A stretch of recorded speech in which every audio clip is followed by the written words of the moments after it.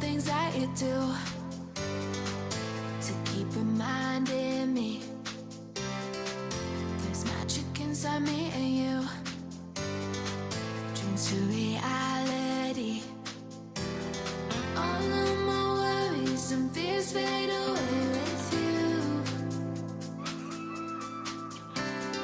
There is no limit to all of the things we can do.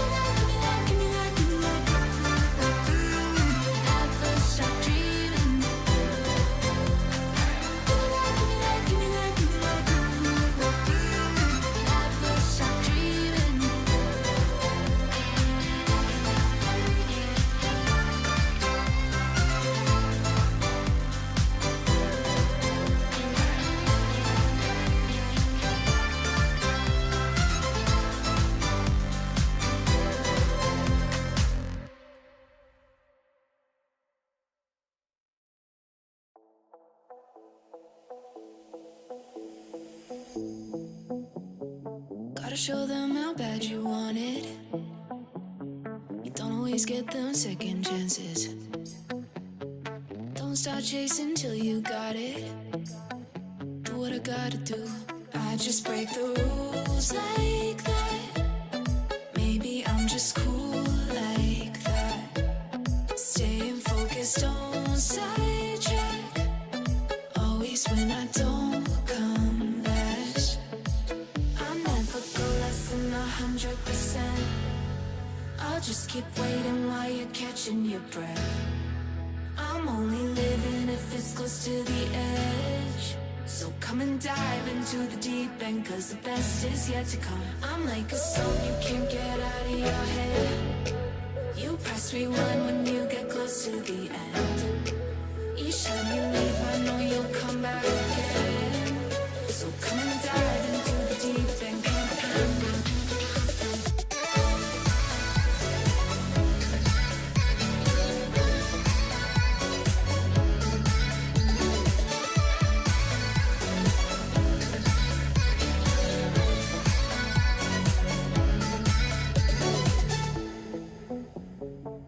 I'm done, but I just started. I'm the fire that lights the darkness. Don't get strong, confused with heartless. Do what I gotta do. I just break the rules like that. Maybe I'm just cool like that. Staying focused, don't sidetrack. Always when I don't come last. I never go less than 100%. I'll just keep waiting while you're catching your breath. I'm only living if it's close to the edge. So come and dive into the deep end, cause the best is yet to come. I'm like a song you can't get out of your head. You press rewind when you get close to the end. Each time you leave I know you'll come back again. So come and dive into the deep end.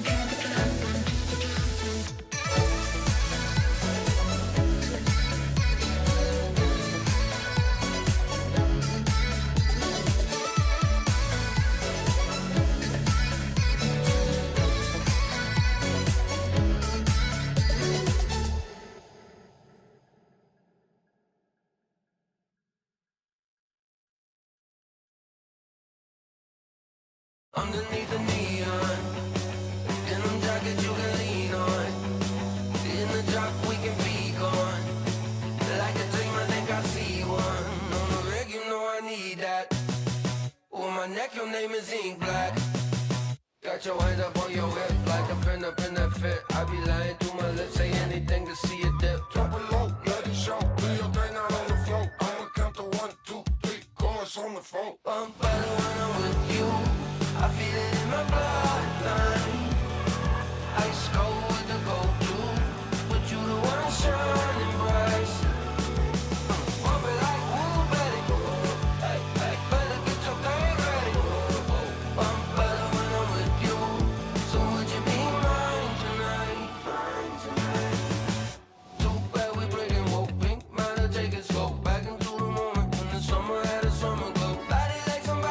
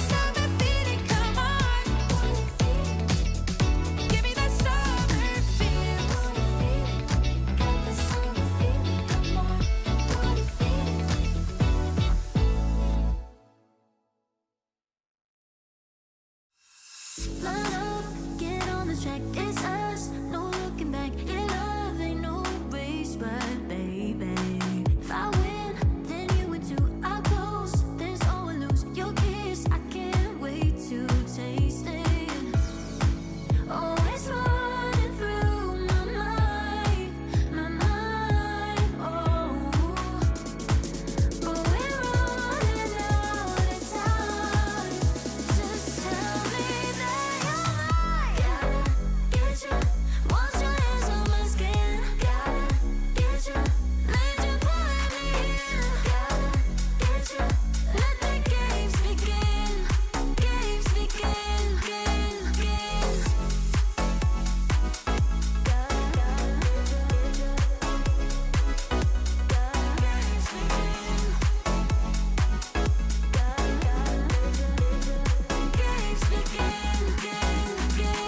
Green light, it's overdue, but right, don't leave me blue. We go mad in this and training. If I win, then you win too. I'll close, then we lose. Yeah, love ain't no race, but baby, ooh, oh, it's running through my mind, oh. But we're running out of time. Just tell me that you're mine. Gotta get you, want your hands on my skin. Gotta get you, need you pulling me in. Gotta get you, let the games begin. Games begin, games.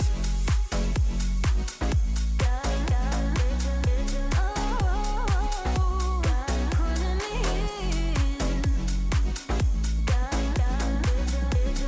Games begin, Games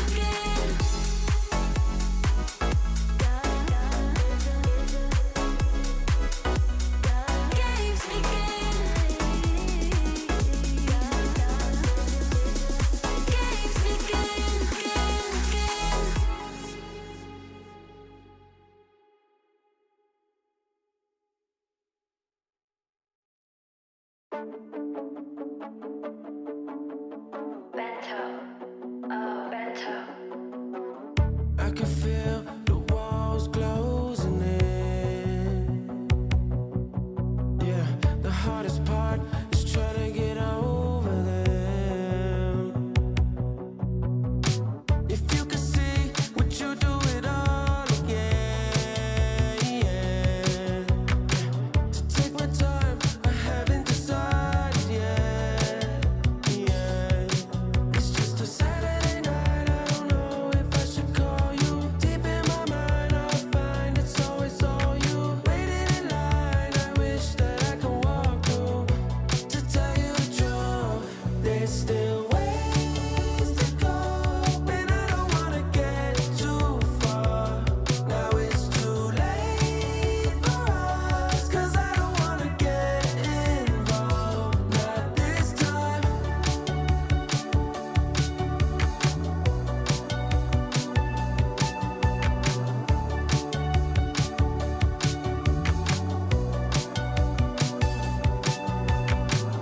There you go, telling a lie.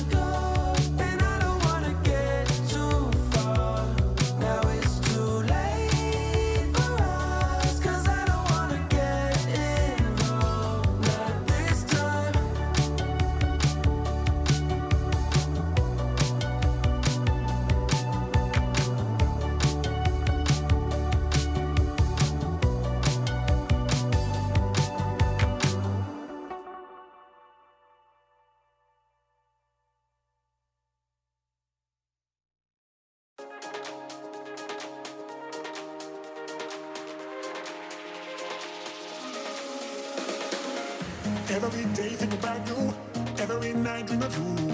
Love the way you smile, love the way you move. Every day think about you, every night dream of you. Love the way you smile, love the way you move. Every day think about you, every night dream of you. Love the way you smile, love the way you move. All I want now is you. Every day think about you, every night dream of you. Love the way you smile, love the way you move. All I want now is you.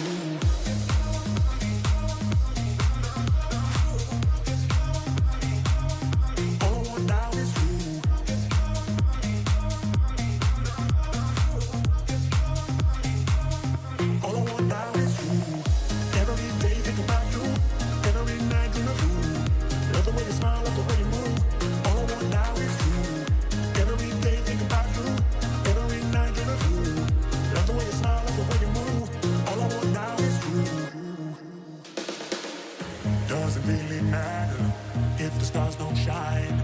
Who can love you better? Doesn't really matter if the stars don't shine. Who can love you better?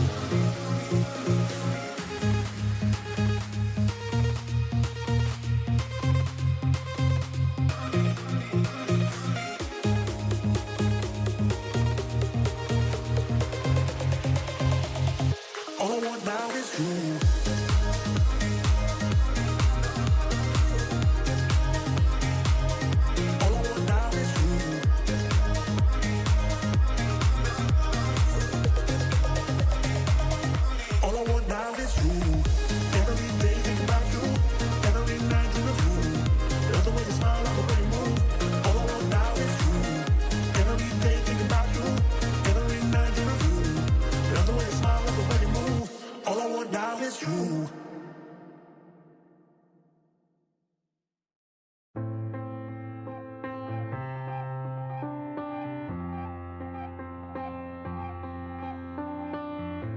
Frustrations keep swelling, I'm spiraling out. My mind's overthinking, I can't hear a sound. Stop looking past me, putting me down. I know I can't be strong, but everything I say just comes out wrong. I'm worried that I'll always feel this lost. What cost? I was drowning in a sea of my doubts, in a sea of my thoughts. Now I'm shouting just to let it all out, just to let it all out. I was falling and I couldn't look down, and I couldn't look down. Now I'm shouting just to let it all out, just to let it all out.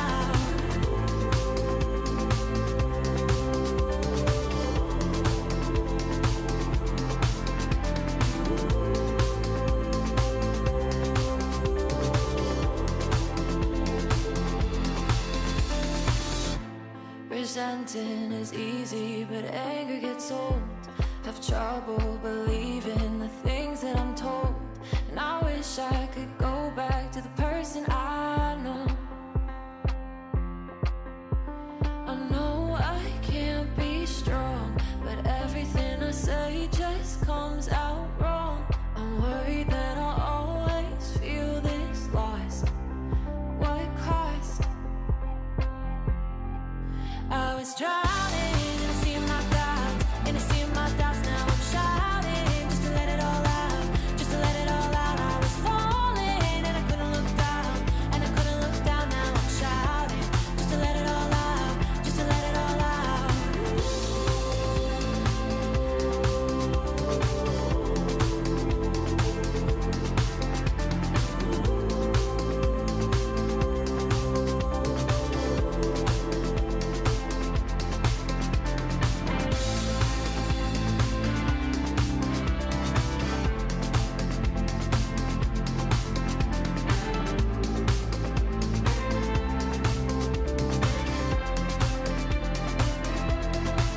I was drowning,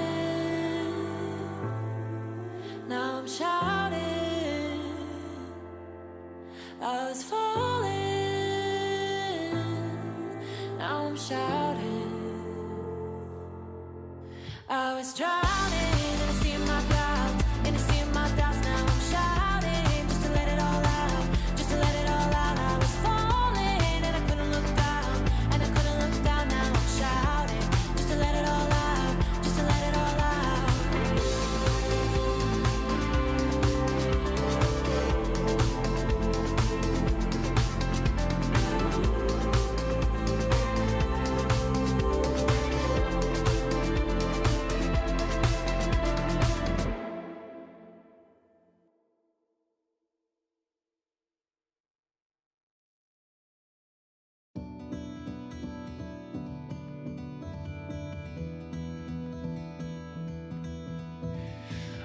been trying to find the words to say you mean the world to me. When I'm fighting and you see me hurt, don't walk away. I've been holding on for days, hoping just to see your face. Let me know you're coming back, and I can't wait. When it gets too much, my troubles, they can hold me down like heavy weights. Don't let go or let me fade. Just don't walk away.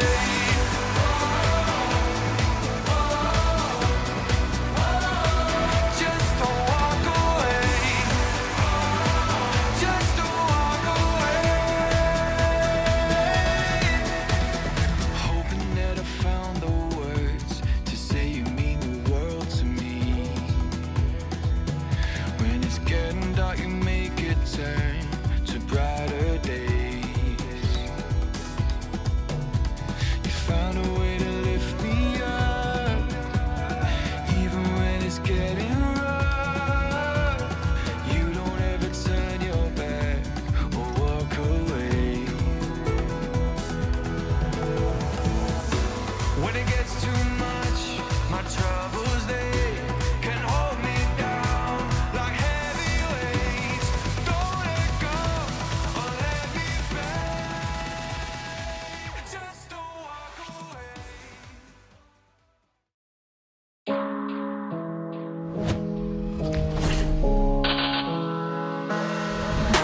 The quarterfinals have begun here in Paris, and classical time controls have brought a different kind of tension. Longer games, deeper preparation, and more at stake on every decision. But the biggest story broke before the first move. As players gathered to explore the day's starting position, Jan Nepomniachtchi introduced a sharp idea, a bold pawn sacrifice, the Nepo Gambit. I'm a bit concerned that the gambit will, finally work out, because, what Arjun did is quite sensible to me, and also what Rapper did is quite interesting too, and and one more game is from MVL, and maybe MVL also finds a refutation, so it will be Nepo Gambit 3 times refuted, yeah? Hopefully not. Confident in its potential, he seemed enthusiastic about it. But when the game started, it wasn't Nepo who played it. It was Hikaru Nakamura and Fabiano Caruana who picked it up. Nepo could only watch from the confessional as his creation unfolded on 2 boards, and not entirely to plan. Almost winning, he had called it, but that optimism quickly faded. Nakamura faced Arjun Aragaisi, who came out swinging. Arjun planted a dominant knight in Hikaru's camp, held the initiative, and looked in control. But as time ticked down, Hikaru reversed the momentum and reached a rook endgame with an extra pawn. Still, it wasn't enough. His rook was too passive, and the game ended in a draw. Hikaru left the board visibly disappointed. Caruana, also armed with the Nepo Gambit, tried it against Maxime Vachier-Lagrave. The game was tense, but ultimately balanced. Another draw. Nepo himself, meanwhile, had shocked everyone at dinner the night before by picking Vincent Keimer, the Wiesenhouse classical dominator, as his opponent. In their first game, Nepo played quickly and confidently. Kind of chess speak for itself, not to let his behavior get under your skin, not get flustered. And it's clear, look at him on the camera, Vincent Keimer getting flustered, feeling that he needs to speed up, and then you start to panic. You're like, oh, I'm too slow. And it's only later that the mistakes creep in. But Keimer absorbed the pressure and held the draw. Magnus Carlsen was the only player in the top bracket to score a win. After a slow, strategic build-up, he broke through against Nodirbek Adbusatorov and ended the game 3 pawns ahead. In the 9th place bracket, Richard Rapport defeated Gukesh, while Pragnananda overcame Vidit, who once again let a strong position slip away. Each match consists of 2 classical games. If it's tied, we go to tiebreaks. Halfway through, nothing is decided. Who will reach the semifinals? We find out on day 2 of the quarterfinals. Stay tuned.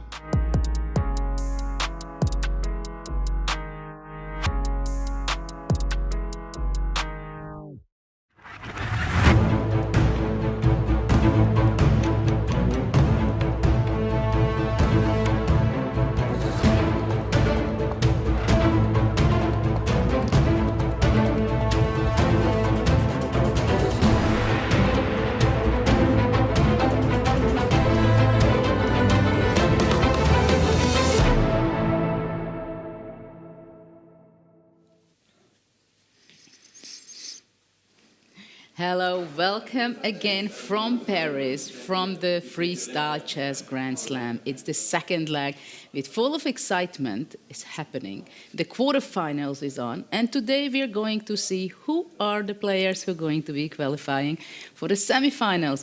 I'm Grandmaster Judith Polgar, and again, as usual, I'm together with Peter Leko, one of the top chess players of all time, we can say, and I'm very happy. I want to pose immediately a question. What do you think? Can Nodirbek bounce back today? Yeah, thank you, Judith. Welcome, everyone. Yeah, that's the very big question. Yeah, we have seen that he had chances yesterday, but also was so nice to have Magnus here with us in the studio and the calmness that he showed. Yeah, this is the problem. This is the reason why I feel like it will be very difficult, not just chess-wise, but how do you beat this guy who is even in this very critical moment, just keeping his super calm and uses all the mistakes of his opponent. Nodirbek will try everything, but I also believe that the other matches which are tied at the moment will have plenty of drama. Oh yeah, definitely we will have, but of course, again we have Nicholas Hischenbert with us, Grandmaster, and he's always giving all the insights, what is really happening on the board. So I would ask you, what do you think about the Erigaisi-Nakamura match? Because it was like a full tsunami over there, time to time. And also Hikaru said some interesting stuff after the game. He was kind of frustrated, wasn't he? It was a roller coaster game. I actually watched Hikaru Nakamura's analysis of the game on his channel last night, and he said actually he's not too unhappy about that he missed winning chance, because after the opening, the Nepo Gambit, he was in a lot of trouble because Arjun found a great way to deal with this gambit, pose some immediate problems. And yes, there was an epic interview that Nakamura gave yesterday where he said, jokingly, I should say, he just wanted to strangle Nepo during his game and never trust the Russian, he said. Of course, all jokes. But yes, it just goes to show maybe you have to be really careful with the analysis in the first 10 minutes. It's not a lot of time. Of course, there can be some ideas, but Nepo was really pushing his gambit that he didn't play it in the end. The others played it, and for Nakamura, it somewhat worked out in the end as well. Well, we're going to talk a lot about the openings, but now I want to invite you to see the explainer video. What is freestyle chess? Just in a few words.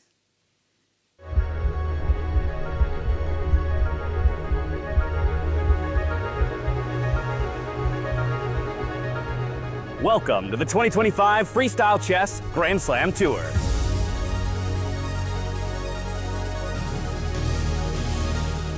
12 of the world's greatest chess players will battle in a unique and thrilling format.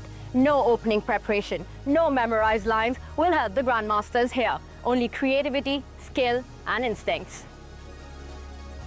That's because all games are played in Fischer Random, also known as Chess 960, or as we like to call it, freestyle chess. Before every game, a new starting position is drawn, challenging the players to rely on their creativity and intuition.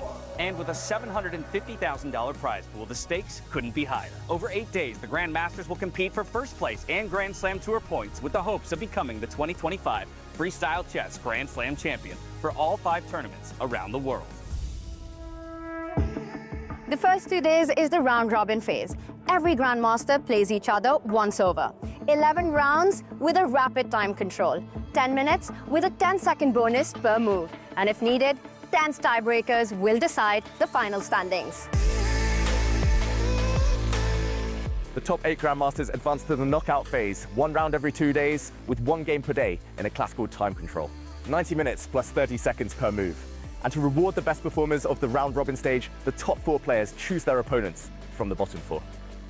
Players who get eliminated don't go home. They continue fighting for rankings in a separate bracket. Every win still counts, in points and in dollars. And if matches end in a tie, get ready for an epic tiebreak. We begin with a rapid match, and if it's still tied, there'll be a blitz showdown with 5 minutes plus 2 seconds per move. And if there's still no decision, we will watch a final Armageddon standoff. This format ensures that only the most adaptable, resilient, and fearless chess player will triumph. No second chances, no shortcut, just pure chess brilliance. Who will rise above the rest and claim the $200,000 first prize. World, are you ready? The greatest chess talent from around the globe. 8 action-packed days. This is Freestyle Chess.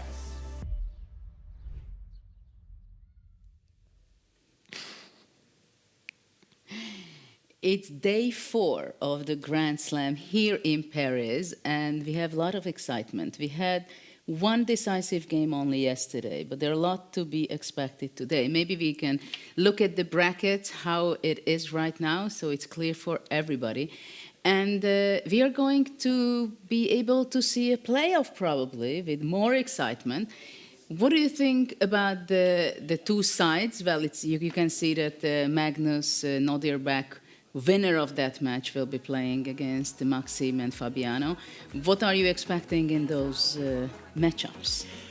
Well, to me, actually, it looks too far away because, what will happen in the semifinals? I don't know who will advance to the semifinals. It's a big question. The prediction that I dare to make is that we're going to have 2 tie breaks for sure today.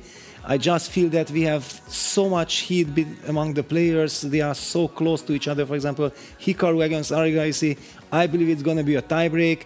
Fabiano against MVL, Maxime Vachier-Lagrave, I also feel that it might be a tiebreak. Somehow, I feel that something is vibrating in the air in the matchup Vincent against Nepo. I'm expecting that Jan will be pushing, he will be taking risk, he will want to hunt Vincent down.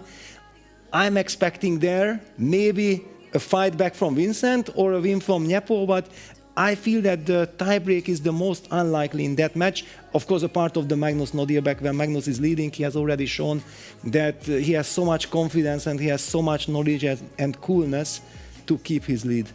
I think absolutely that what you said, that he's very cool here. He's enjoying himself. Like in his interviews, we can also see that he's enjoying the game, the new ideas, the freshness of the game, right? He always emphasizes that. Even yesterday, I mean, he didn't feel comfortable at all in the opening phase of the game, but then somehow things got in his own way. And we have the lower brackets. We had some quite tough games with a lot of mistakes, I must say. I mean, with it, he was suffering a crazy loss. And he had a winning position, and he lost it. He ruined it. So in this tournament something happens with him a lot. And Rapport finally won a game against Gukash, which was not easy at all either. But he was winning in the wrong time. He should have won in the previous part of the elimination part, right? Yeah, we have the feeling that actually this format freestyle suits Richie very well. I think if he would have made it to the knockout stages, he would be fighting very well against anyone. But yeah, here we have the time control of the tournament. Yeah, we have the time control. In the first 2 days, the players played with 10 minutes and 10 seconds. And now, already in the knockout phase, the players have 90 minutes for the whole game, even if it's 40, 50, whatever. When they go down on time, they are going to be living out of that 30 seconds per move. This is very important because it means that it can go on for half an hour or an hour, that practically you can't even go out to the bathroom. So you have to be having your strategies for every little details during the game. And let's see also for what are the prizes they're playing for, because it can be sometimes, I think, nerve-wracking if you think about it, that maybe one move can cost you $200,000 or quite some tons of thousands of dollars. And we also see the Grand Slam points, where it's still Keimer is leading because he won the first Grand Slam leg of the series. And yeah, it is an incredible prize fund in this event. Fantastic, yeah, it's worth fighting for. Yeah, the 200,000 is fantastic, but I also feel that once you're in the top 8, you already kind of automatically get rid of the pressure, because you know that you are guaranteed 20,000. You have all the chances to fight for the top place. You want to advance to the semifinals, but even if you don't make it, you still have the chance to fight for a lot of Grand Slam points from place 5th to 8th, while the ones who are eliminated, they are in the lower bracket, they don't have this motivation. They fight for their honor because nobody wants to lose a match. Absolutely. Still number 9 and the 10th place gets point also for the Grand Slam, but already number 11 and 12, they are playing today, so those losers will not even compete for tomorrow. But what is the match which you're waiting the most today? Well, we have already seen that there are so many surprises. Yesterday, the Nepo Gambit arrived. Yeah, E4, F5, that was also our move of the day. Yeah, this E takes F5, G6, then the controversy behind it. Yeah, the freestyle creates so many stories by itself. I'm waiting for the new starting position. Also, you can't really tell. What can I tell to Vincent? Okay, have a good sleep, have a good rest, put yourself in the mindset that you will be fighting. But chess-wise, you can't really say anything because depending on the new starting position, you have to create your chances.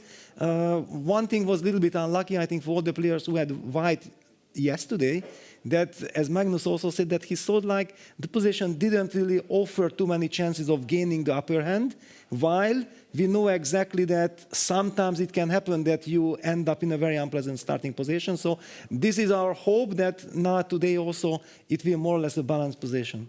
Well, now that you're bringing it up that we have a Nepo Gambit, I'm turning to Nicholas, to you. You're an expert. You have a teaching material which people can learn the basics and the strategies of freestyle chess. Maybe you can tell me, are there many opening names already, or how does it work in freestyle? I think no opening names have been established yet, so I think there are a lot of, you can put your stamp on a certain positions. For example, now we know 841, that was the position that was played yesterday. There is the Nepo Gambit, named after Jan Nepomniachtchi. If it's good or not, if it should be repeated again in the future, this is up for debate. So Peter, Judith, you can also put your stamp. We can create the Polgar variation, the Leko variation. There's a lot of opening theories still to be discovered, obviously with 959 fresh positions. And I'm really curious what position we will get today and which exciting openings. Yeah, actually, I think it's very interesting because a lot of people are debating whether what is this freestyle chess, right?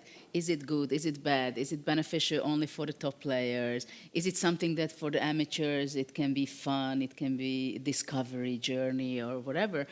And this is something, a great point, I think, what we can invite our audience, that if you play freestyle, there is some gambit you can discover and it can have your name if it's good, right? So it is something that it can be very interesting and something new. But here we see already the players arriving to the venue, to the playing hall, just few minutes away from the security check. And after that, getting the new position, which we don't know exactly which one. But one thing is sure, that the positions they played already, it cannot be played again. So we will see something new. And we see Hikaru. Very nice. Giving signatures. There are fans in front of the entrance.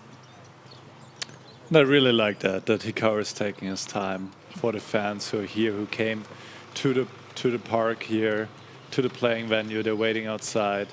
And I think that's really great, I think, that he's taking his time for the fans. Yeah. Yeah, one thing I would like to add to the Nepo Gambit, because if you checked out the video, and I encourage everyone to take a look who haven't, please pay attention to every single word, because actually Jan was convincing the players, saying that, you know what, this is not just my take, this is Stockfish idea. Yeah, and it shows actually that how deeply Nepo is going into preparation of freestyle chess, that he knows exactly that actually many of these type of positions, computers suggest this E4, F5, EF, G6, FG, and then capturing back, playing for compensation. Yeah, this was, and you see there, Nodia back is laughing that, how do you know Stockfish says this? Who are you? Yeah, it was so fantastic to see. That's why we say that this content, this 10 minutes analysis by the players is just worth gold, because you get so many insights. Yeah, and it is very interesting because yesterday I felt it was the first time when somebody was kind of blaming the other one, that he influenced me so much, I trusted you, right? You said F5, G6, and the funniest part was when Nepo went into the confessional Yes. booth. And he felt it, right? That, well, I hope it's going to be okay because they're going to be blaming me, right? So he felt it that he was very optimistic and he was very energetically giving this idea and he convinced people, right? Yes. Maybe he didn't feel that he has such a power of influence on the others. And who knew that everybody will play E4? Yes. Yes, so many E4 appeared on the board, and actually exactly on Nepo's board, it was D4, so he couldn't play the gambit. But actually, I was sure that if E4 would have been standing on the board, he would play He F5 would, G6. yes, absolutely. It's not only that it's his idea; it's just naturally comes. It's so much his style, I think. But also, how much we remember that basically when we are playing classical chess and we follow, like here, it's a stockfish idea to sacrifice a pawn. If you don't know the follow-up of the computer suggestion, then it might not be such a great idea to play it. Yeah, it's very tricky because the computer after Hikaru at breakfast time, it was so nice that actually Nepo and Hikaru had a nice chat, lovely chat, no violence there involved, yeah, perfect harmony. And then Hikaru also told me that, yeah, in one of the gambits, in rapports G4, that black's idea should have been GF and A5, rook A6, rook H6, targeting that H2 pawn. That was the way to justify the gambit thanks to computer. But how can you come up with this over the board? Impossible. Absolutely, and it was also interesting that this E4 F5 gambit, in the other game it was including A4 A5. Yes. And of course it changes quite a bit the whole system, right? But I really like the way the players were dealing with it. But now we are about to start the next draw of the position.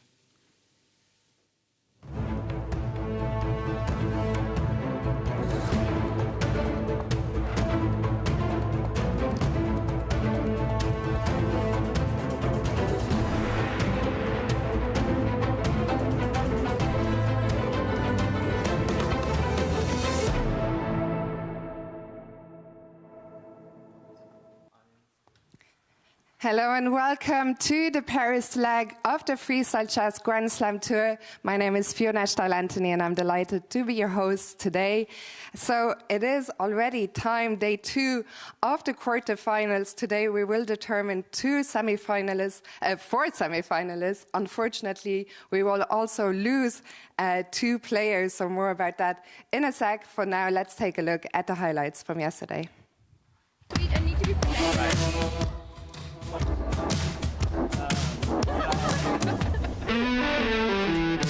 Freestyle chess is getting more and more popular. We walked through Paris and met lots of passionate chess fans, especially at the iconic Blitz Society bar, a real hotspot for the scene. Even here, freestyle chess is now being played and has become a major topic among fans. I'm loving what the freestyle guys are doing right now. It's already very popular and it's like the F1 format, you know? Yeah. Every Grand Prix, there's like a different city and it's perfect. For Jan-Henrik Buttner, one of the minds behind the format, direct interaction with the audience is a sign of appreciation and a way to truly connect with the community. Spontaneously, he gave a personal tour of the event location to fans who had already been waiting for the players for over 1 hour. As you know me, we're always acting spontaneously, right? If there's like 10 kids waiting there like for an hour, giving us time and energy, and we want to show you around. And of course, that made them happy. Paris has worked out spectacularly. We think its fan engagement is great, so we will see if we can introduce even fans at the next events in terms of real audience.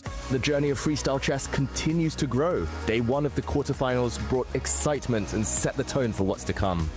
Magnus Carlsen was the only player to emerge with a win against Abdu Sattarov, showing strong form early on. I think my first 5-6 moves were pretty bad, and he really solved it a lot better than I did. After that, I took over and I played better, but it was very, very tough. The other matches ended in tense, hard-fought draws, proving just how evenly matched the competition is. Stay tuned for the second day of quarterfinals.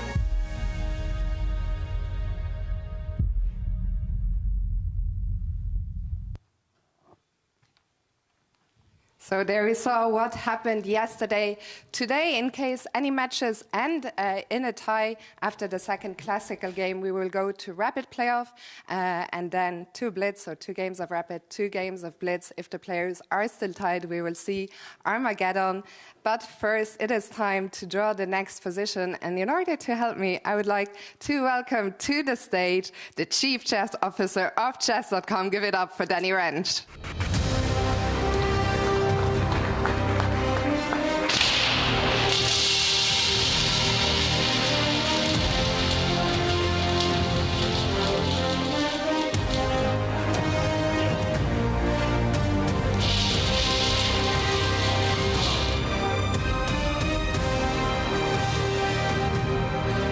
Position number 73. 073. Me neither. Thank you so much, Danny. The players will get 10 minutes now to prepare. So to the players, best of luck, and to the fans, enjoy.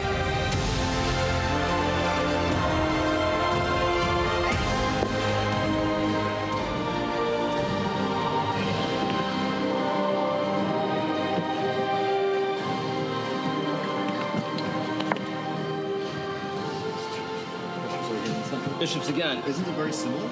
This is, yeah. I think we got 71 So and again, then we got 74. Yeah. What is this? So, I mean, again, obvious moves F4. F4, F3. C4, maybe? Is F4 obvious? Well, I just mean... normally, but this... normally it's just like, comes to like a 44 queen e3 or something. But isn't this allowing me to look... What's the difference? I don't know if I like F4, C5. I don't know.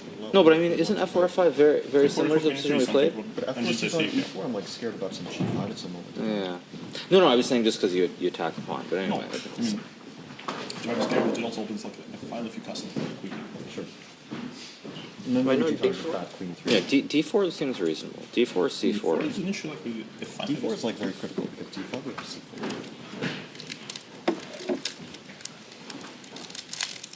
C5. C5? Yes, C4 is fine because we attack. Yes? And if we C5, we can play E4. Both. F4 and E4. Take and we want to play E4 me or F4 first. F4 first? So you want to take? No. I mean, you mean F4? I mean, okay, F4? Okay, F4, C5. So worried about Is something F5 like... not possible? Yeah, F5, of course, is the question. Yeah, F5 queen C4. No, but then D3. But, or wait, no, sorry. Wait. Wait a second, you're right. Taking only fine, all these queens C4 around. No, some move like queen E3 makes, I don't know, but it takes so much time. Just F4. Queen E4 still. Queen F7. I mean, okay, maybe this pawn doesn't matter at all. Queen F7 castle. And D5. D5. No, I mean, yeah, D5 knight. Yeah, I don't like F4 either. What's wrong with D4? Nothing, but I mean, okay. So F5 is gonna be the same kind of thing, right? Yeah, F5, C4, and then we get the right. Yeah, exactly. Sorry, which one? Rook C1. Okay. Knight B6? Rook C1. Or strategically, it's good for F3, E4. I don't know, F5? It's still flexible. Sorry, flexible. I mean, also very difficult, at least annoying to start F6. Bishop B3. Bishop B3. Bishop F7. Rook C1. Rook C1. Yeah, positionally very nice. Yeah, position is bad. No, I think maybe D5 is not a good move. Maybe C5. Yeah, C5 is the question. Take. D5 is not the way. D5, C4, yeah. D5, C4? Yeah. I mean, I have unclear. F3. D5, F5. D5, F5, C4. Yeah, that's good for D5. Maybe. Bishop. Okay, let's say D6. Yeah, D take seems like much more forcing. So F3? Or F3? Yeah, F3. Bishop. You want to get the same position. Yeah. Can you do D6? Second pawn again? Also, same stuff. Okay. No, because it's very annoying. CB, Bishop B6, and we can't. No, probably not. No, but this is. It's more or less fine. Oh, we can take. I mean, this one I'm not so sure about. Maybe knight takes. Maybe knight takes. But we like just grab the center. I take the bishop. Be pretty fine. Yeah. Maybe we should just still looks like C4, C5. C4, C5 is probably just boring, right? F3? C4, C5, F3? Yeah. Well, F5, let's say in that case. B4. C, K. Knight C6. And Knight B6.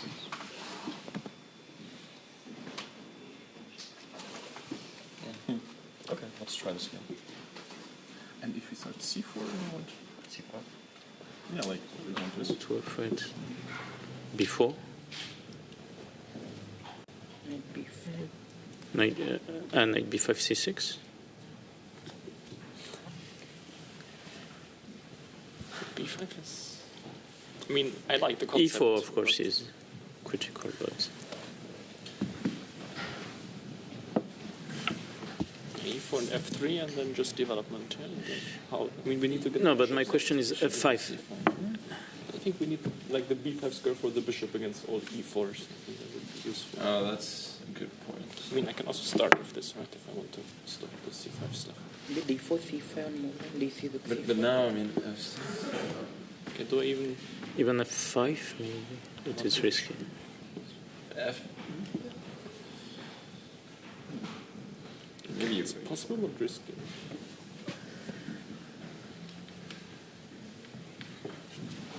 C5, D5 with C4. Yeah, maybe just like that.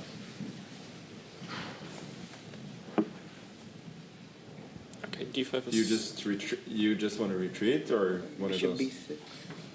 No, but let's say knight B3. Yeah, D3. C4. F6 already. It's nice. Maybe you go B4 and C4. Are you sure? Still F6. Still F6, yeah. Bishop B3, Bishop F7. And take.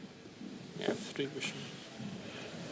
And okay, D5, I guess. So basically, the point is to play first C5 against everything. We just get like it's just the shittiest position, like two hanging pieces and like two hanging. That has to be fine, right? C4. Okay, E6, Knight B6. Yeah, yeah. Yeah, that's fine, yeah. Yeah. And what are the first moves? B4.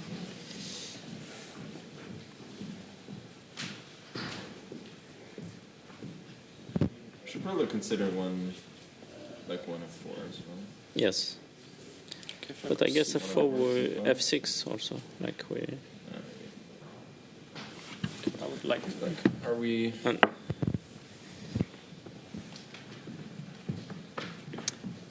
How do you really? You want to play Knight C3, right? F5 maybe. No, but I thought. But But why not F6 first move actually? Take Queen C4. F6, E4. But maybe this time you can take on A7, B7. Although I doubt it, but. Okay, so that's nothing, yeah? It looks too early, yeah, because I will also get knight before knight takes A2 this time. Yeah, well, that looks fine, right? We get F5 next move. And then... Yeah. No, but actually I think B4 is like an ambitious move. Just stopping C5. What about E4? E4 is too weakening, yeah.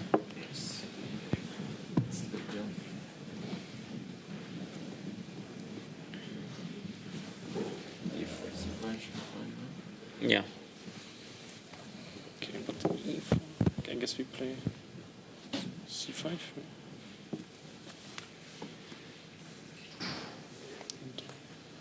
Yeah, I guess we don't mind this.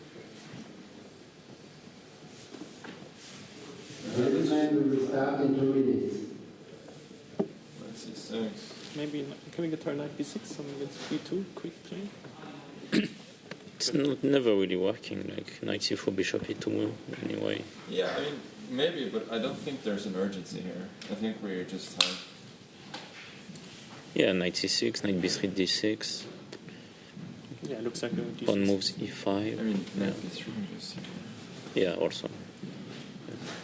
So what's... If we are going D6, how will we get the queen out? Yeah, I'm not sure we play D6. I don't think we can... I mean, this guy's the problem. C6.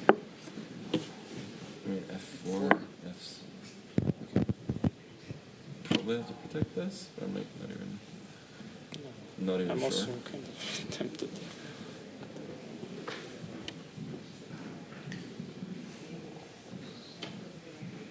But like I don't. What about G5 here? Too much? Probably F5. I mean, F6 is not out of this world. Queen C5. Queen C5, Bishop B6. Queen H5. Huh? F6 split. Oh, sorry. Queen, I thought. Like Queen B5, Knight C7, Queen goes back, D5. Yeah. We're gonna win in We will start in 30 seconds. Please take a seat. Thank you.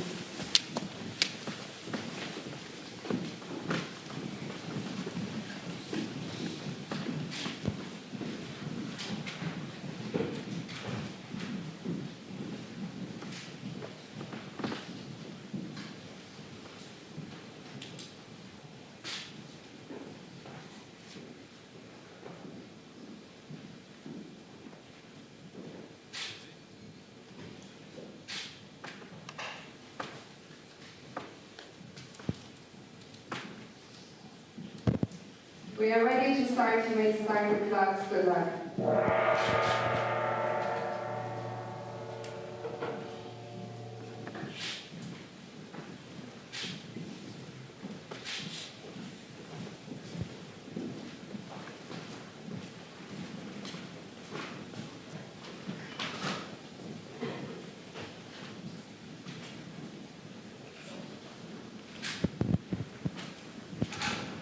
The players are more nervous than yesterday, don't you think so, Peter? Yes, and I'm loving the fact that the games had started, but not a single first move had been played, which shows that how difficult, how complex it is. Even Jan is taking his time, who normally rushes and blitzes out his move.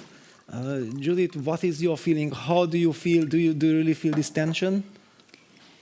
I feel the tension because somehow I feel that even though that the players know it's not classical, it's not going for ratings, it's not going for anything that they are usually stressing about, still, I feel the tension, the frustration about your mistakes. Some people maybe, or players, maybe they are kind of afraid also that, oh my God, I don't want to make a bad move on the first move already.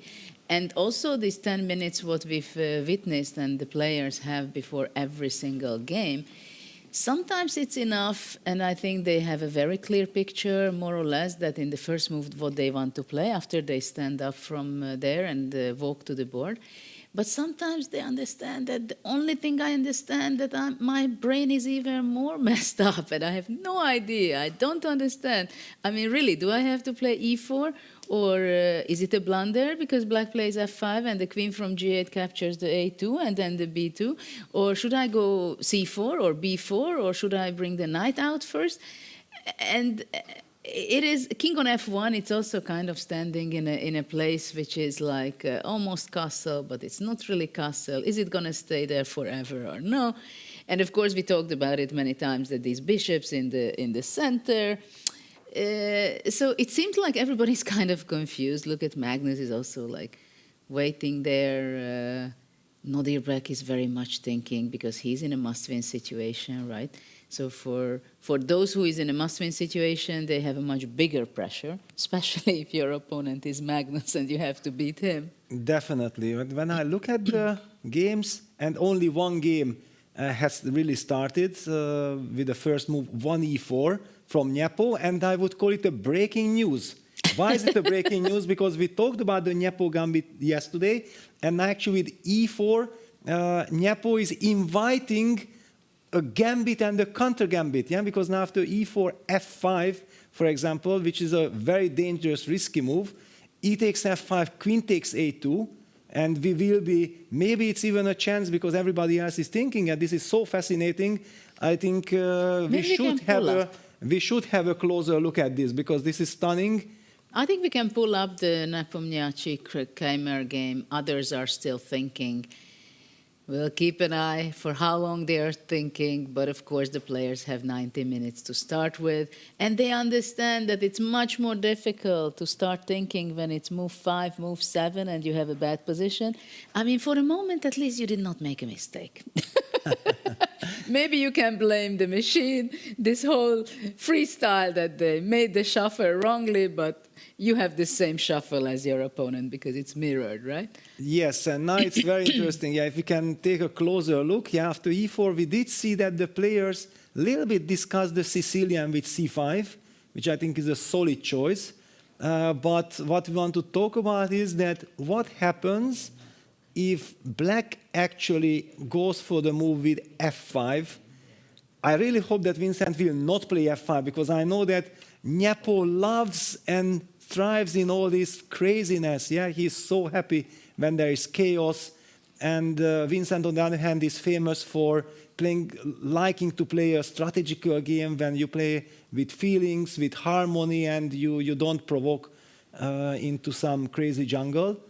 But yes, all the other players are still thinking, not obvious at all what to do. E4 is kind of inviting a gambit, counter gambit. There are solid strategical moves like b4, knight b3 is a very solid stuff.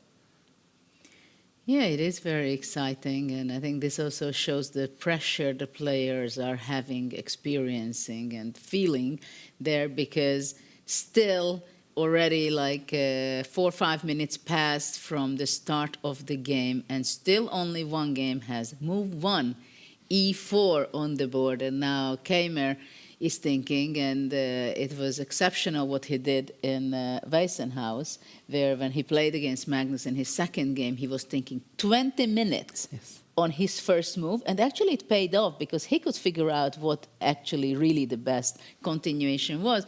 So I wonder if he's going to be spending also 20 minutes here or more, because of course f5 is the most tempting move, right? That's the most tempting reaction. At the same, you know that you're playing with Nepo, and you don't necessarily want to capture those pawns eating on a2 and b2 and get something very similar pattern what Maxime had.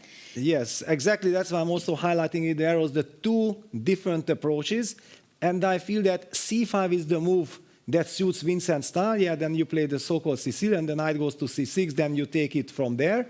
By the way, we also had a move. c5. c5 played. Okay, now I'm relieved. c5, knight is on the board, so it's a close Sicilian. We'll be seeing a very special close Sicilian, but because we already talked about it, we have to discuss this. So what is this? e4, f5, what are we talking about? Is black sacrificing the pawn? Yes, black sacrifices, but this is just a temporary sacrifice. After e takes f5, the main idea is to take on a2.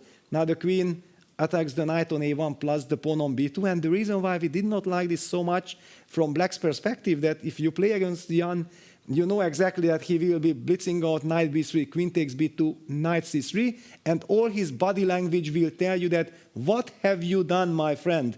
I will crush you. Yeah, this will be his body language and his face expression and everything. We are no computers. We are unable to continue in the computer fashion. Maybe because Nicholas has already analyzed it, it would be nice to ask your opinion, Nicholas. What was the objective evaluation? Was it correct from Vincent to refrain from this adventure? Vincent could have gone for f5, but indeed taking these two pawns on a2 and b2, he should not have done for sure. So Vincent played c5, which is a completely reasonable move.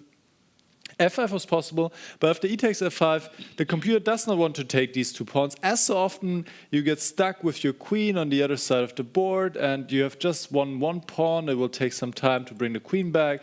The knights are already developed. White has some lead in development and definitely has some initiative, and this is exactly, as Peter said, not the kind of position you want to play against Jan Nepomniachtchi. So after f5, e takes f5, the computer actually wants to go queen f7 to try to recapture the pawn f5 in this way, and also preparing castle.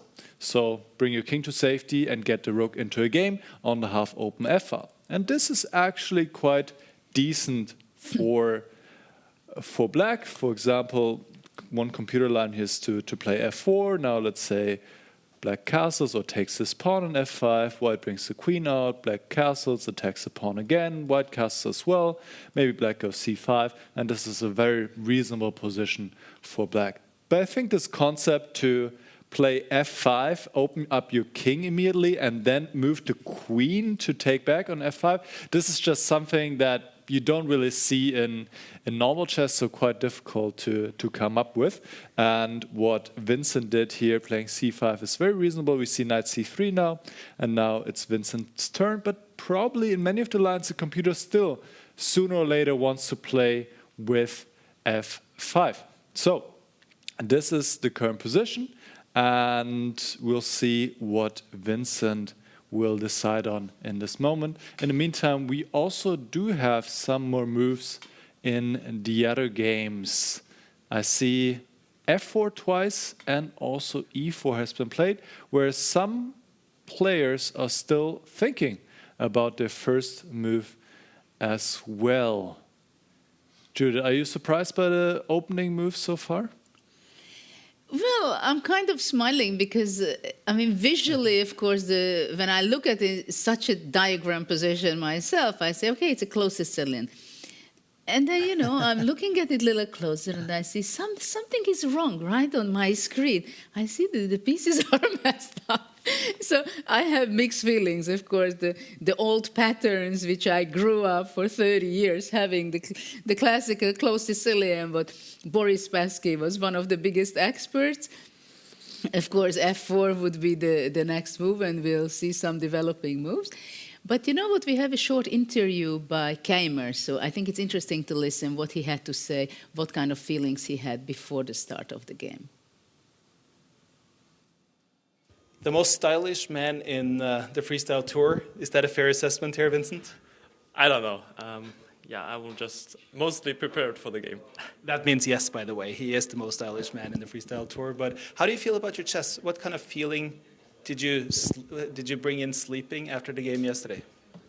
Yeah, I was kind of fine with my play after checking that the starting position really wasn't that easy in the sense of getting anything. So I think it's fine that the position was more or less in equalish waters, and I didn't really miss that much. So I think it was a fine game, and yeah, I expect, of course, today a very tough day. But yeah, that's kind of usual business when facing the top players in the world. And what was the feeling waking up? You feeling good today? You feeling fresh?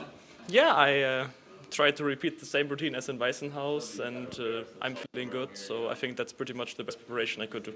Good luck. Thank you. Very cheerful player, young energy, loving life. I mean, it's so nice to see someone who's so fresh, and he's like looking forward to the challenge, the games, to improve and everything. So let's go to the bird's eye view, I would suggest, and let's take a look a little bit what's going on the other boards, because finally at least 5 boards already started its game. And we see that Nakamura, for some reason, he's still thinking. So nobody can tell me that he's not under pressure, that he feels a lot. Yeah, certainly. Especially after yesterday, maybe his feeling was that, yes, okay, I'm gathering all this information in the team meeting, but and look at he's turning around, looking how things are going, very professional also. Just to see in which direction the games are progressing. The point, however, is that it seems that there are so many possibilities in this position. Yeah, there are tons of first moves. Yeah, it's not obvious that in which direction one should go. I feel that the only move which was obvious was now Nyepo's third move, f4. He also highlighted that after e4, knight c3, white will play f4 because probably he wants to get his bishop from d1 to f3, to the long diagonal, to the usual close Sicilian stuff, also preparing to develop the queen from g1. The bishop from e1 is also ready to go. Somehow I feel like this f6, f4 moves, in my mind, favors white in that game. But your question was about Hikaru, so let's go back there. We are kind of only guessing. It is so interesting that this round, I feel something is going in the air, you know. Players are very, very, very slow, And finally, we have a move. But now I want to ask Nicholas, because he knows the secret, what was the best move in the first move? Well, interestingly, now that we see on every board a move has been played, the top 2 moves by the computer have not been chosen by any player. The top 2 moves in the starting position were b4 and d4, and b4 was best. So b4, I believe both parties, the white party and the black party, looked at this move in the preparation, but I'm not sure if what they didn't like about b4, controlling the c5 square, so black cannot easily play c5. The knight can be developed to b3. You can claim some more space here on this side of the board. So usually you want to push the pawns, especially on the side of the board where your king is not placed. So here you can do that quite easily without having to worry about king safety. And this was the best move here, b4. Maybe they didn't like, I'm not sure which party looked at b6. I remember somebody looking at b6 here. But yes, this would have been the best move, and the second best was a d4. And d4 was definitely discussed, but maybe they didn't like this move c5. So here we could have seen the Nepo gambit once again, c5, d takes c5, b6, c takes b6, and knight takes b6. And here, compared to yesterday, it actually works much better for black, because Arjun's strategy, what we saw yesterday, b3, with the idea to play c4, can be answered by d5. And yesterday, in the game, Arjun against Nakamura, still Arjun was able to play f4, it was mirror, it was on the other side of the board. Here, you cannot do that because you would just lose the pawn, and black is fine. Black has nice compensation. So you can see that Nepo's idea, it didn't come out of nowhere. He had studied some chess 960, some freestyle positions, freestyle chess positions, and he had seen this motive already. So maybe this is why they didn't like d4, but in this position also white has some other choices, doesn't have to accept a pawn sacrifice. So coming back to the starting position, what we have seen from the players is e4, f4, and c4. Those were the choices. By the way, c4 and f4 are the third and fourth best move in the position according to computer. e4 was not one of the top 4 choices, but as we have seen, can also lead to interesting play. So Judith, we will get a lot of different positions today, I believe. Yeah, very much. And it was very nice when you were telling that basically b4 is the best move. It's called the orangutan opening, right? The classical chess. It has. It was a nice move. This is freestyle, where already in move 1, the players do not know what is the best move. And they are sitting there they have to rely on themselves. They are on their own to figure out what will be the best, not necessarily in the position, but for themselves, how they will feel comfortable to play with the pawn structure and then putting and setting up the pieces into the right squares. And of course, it's also a little bit a race, because from A1, it will be not easy to place it to F3, right? So you have to look for some kind of idea with your knight on A1, something to go to B3 and maybe D4, and then bringing into the center. So I think this is one of the, or maybe the biggest challenge, how to harmonize your pieces in the way that already which is standing somewhere really out of play, like the A1 knight, how to make it into the game. Wait a second, but one thing I would like to highlight, that some results are wrong on our bird's eye view, because Pragnanda has beaten Vidit, so Pragnanda is leading that match, and it's written there 1-0. And also Rapport has beaten Gukesh, and Richie is leading, so Gukesh needs to strike back. So this is a little confusing. This has to be corrected. By the way, I was just thinking that Pragnanda can lean back, because his position is exactly the same like Magnus Carlsen's. He only needs a draw. Magnus has opted for second move f6. Let's just chill and believe the world number 1 player. Is f6 the best move, Niklas, or you should just forget about Magnus and play your own moves? You should forget about Magnus, actually. f6 was apparently an inaccuracy. We can talk about this later, but it's very interesting that we actually had some move order transpositions. So some players start with c4, some with f4, but now we have the same position in Abdusatov Carlsen, Caruana Vashela Graf, Nakamura Arjun, and we did against Pragnananda. That's very interesting. Let's pick one of the games. Yeah, Judith, please tell us, where should we go? I would like to go to Abdusatov Carlsen. Let's do that. And it's also something that we just talked about, that this position arrives from multiple move orders so far in this round. Yes, and we see that in this position, only pawns have been moved yet. And interesting, there is another game between Nepo and Vincent that instead of c4, the knight is out on c3. Yes. And it will give a very different structure, I think, in the future. Because once you have your pawns on c4, e4, one thing you want to make sure that black is not going to be occupying the center by playing d5, at least not so easily. Yeah, also that catches my attention immediately is that usually if you play the move c5 in the Sicilian or in the English opening, your next move is knight c6. But don't forget that queen from g1 after white has pushed the pawn to f4 is actually targeting that pawn on c5. So Are you sure you want to take Well, I don't know, but definitely you have to think a lot before you can sacrifice it. I'm just highlighting that you can never, ever make a single natural move in freestyle. You have to always check out for all the nuances.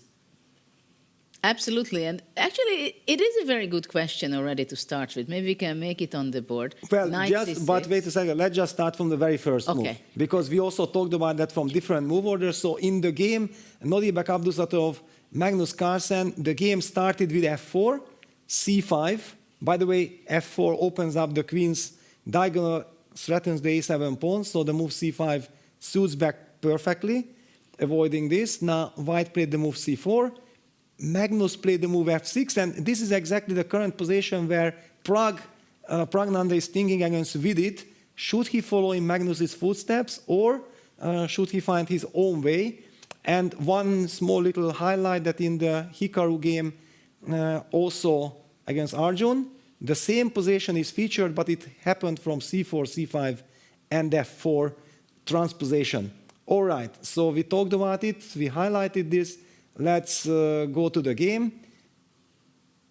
So f4, c5, c4, f6, and d4. White occupies the center. You beautifully highlighted that it's almost the same as the Nepo-Vincent game.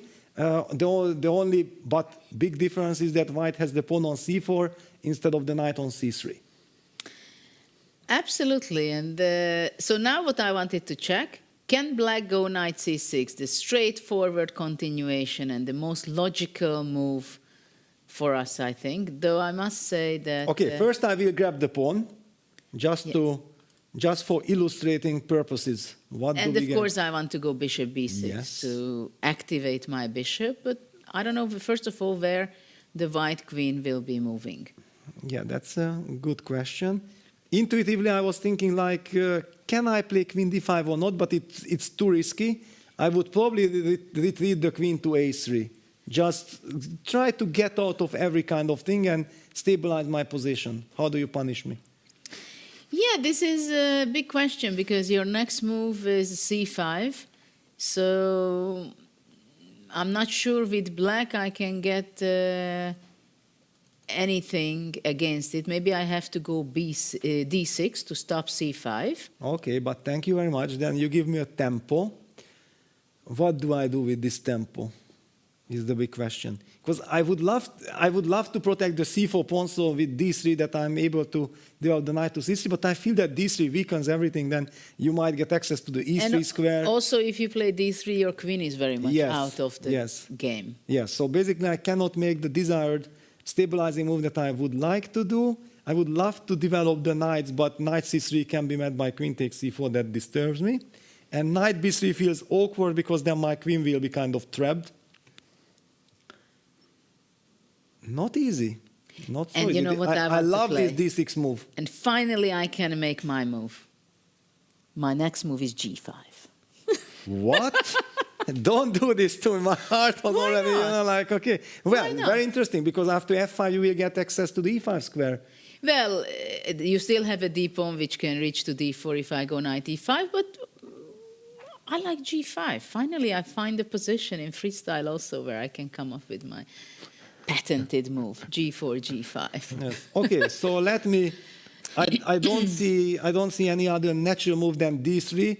I did see that the computer, I think, suggests the move b4, but since it did not cross my mind, I will not play b4. Yeah, b4 I think is computer's main move with advantage, but let's not play with computer help. Let me just play then my natural move d3 and see how it continues. Okay, g5. I said it, I do it. Okay, I have to close it. g5, f5. But I'm occupying space. Isn't it what Magnus was doing? Oof. I understand. I was thinking to go g4 and queen g5 and somehow activate myself. I don't know what my a8 knight will be doing in this game. Maybe I give it for charity. Well, it seems so, right? Yeah, it doesn't really have too many perspectives, especially after I managed to play f5, yeah, because this route would have been available, knight c7, knight e6, maybe towards d4. But you know what, before we go on forward analyzing this chaotic position, let's listen Magnus what he had to say before the game. What was his mindset? The Satoru was in a must-win situation. What do you expect from the game based on that result? I think Norbek is an ambitious player in general, and with this format, like, there's no way you can sort of force the game towards very quiet waters from the get-go. So I'm expecting a sharp fight, and hopefully I'll be up for it. So what you're saying is you're expecting perfect entertainment for us viewers? No, I hope that it will be a fight, and that from there on I can steer it towards waters that I prefer quite quickly, but there are good chances at least for there to be initial excitement. Yeah, we're hoping for some sharks, we're hoping for some crocodiles, a lot of action, but good luck to you today, Magnus. Thank you.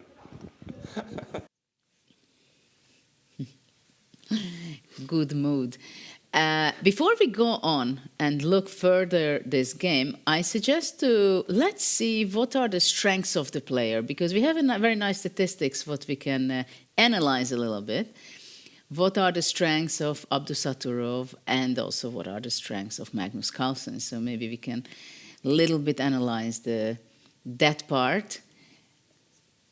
And, well, for now, Magnus anyway is thinking. So, what is your take on this, Peter? Well, I would like to, because it's beautiful that we have this head-to-head graphics, yeah? So we can compare 88 versus 88 in attack. Okay. Defensive skills, 81 for Nodirbek and 95. Well, the war number one. How many times you see him lose a game? Almost never. Yeah, he just shows. First of all, he doesn't really get bad positions too often. If he gets them, he turns them quickly. Well, yesterday, for a few moves, he was on the edge of getting worse position, or he had. But he's not panicking. Yeah, absolutely. When it comes to defense, he's not panicking, and I think this is a very strong strength of Magnus. Then we go to calculation. 90 versus 90, equal, yeah? So both are beasts in calculation, but then we go to strategy. 83 versus 99. Then intuition, 86 for Nodirbek, 97 for Magnus. And time management, 87 versus 91. I think maybe this is the problem of Nodirbek, yeah, that many of his strengths is neutralized by Magnus, but there are some territories where Magnus is clearly ahead. But one other question, do you really trust these statistics, or you have your own opinion? Judith, tell us. Well, this is from Take, and David Havel was working on it very hard, taking an account of the 2024 performances of the players. And I think it's a good guideline for all of us to think about it, because, for example, defense, I think 95, it shows very clearly how much better in defense Magnus is. And strategy 99, I like that. And I think it's true, actually. I think it's pretty much correct. because, well, intuition is 97 of Magnus. I think it's also his intuition is great, especially when he's in good form, right? Because intuition depends very much on what form you are. And time management is tricky, I think. But wait a second. Looking at these cards, looking at Magnus's average score of 94, we are also just getting familiar. I see it for the first time, especially like this head-to-head. Nordirbeck is 85. As a coach, I would forbid Vincent to look at the player's card of Magnus or whoever has very high numbers. No, it's terrifying. Forget about this, yeah? Don't try to compare yourself. And I think that, for example, where is the statistic of fighting spirit? That's where Nordirbeck, yeah, this determination, the young energy that will try to compensate for lack of some numbers, which, because he's young, he cannot be such a great strategist as Magnus Carlsen, the world #1 player. So this card is a little bit unfair, yeah, because of course Magnus is just fantastic in all aspects of the game. But also we could talk about what is the percentage of creativity, resourcefulness, right? Yes. Or, for example, decision-making. What are the average decision-making in crucial moments? Because I think this is one of the biggest difference on the very highest level, yeah. That the players sense it. I mean, you were one of the biggest experts in this, to sense where the danger is coming and already preventing it, or just think about it just in time, that not going onto the slope into the bad direction. And like yesterday, Magnus made some very important decisions because he was deeply thinking so far in strategical thinking. But in crucial moment, making a decision, I think it's very important. Like for me, it was one of, for a long time, it was one of my problems that I did not feel the moment when I have to pull back the nose of the airplane, right? Where I'm already doing badly, but I can still save the game. No, I was just going on and I was just crushed and I lost the game. And I think this is something that the higher you go with the players, the more they feel when, okay, I have to stop myself. I'm not playing for a win, I go for a draw. Or they sense, Magnus, for example, has an incredible sense of feeling where he could create chances, not only to have the chance and grab the chance, but for example, what he did against Rapport, it was something that he's really in every moment, he's just so fine-tuned to understand the position and the new opportunities which is coming up in a game.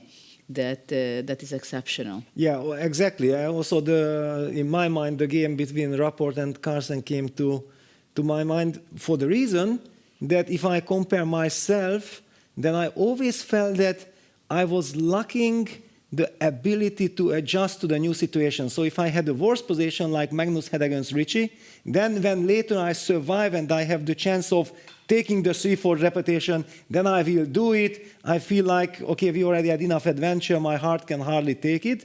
But then to find the composure to actually quietly assess the situation, that this is a new situation, you have to forget all the emotions that you had before.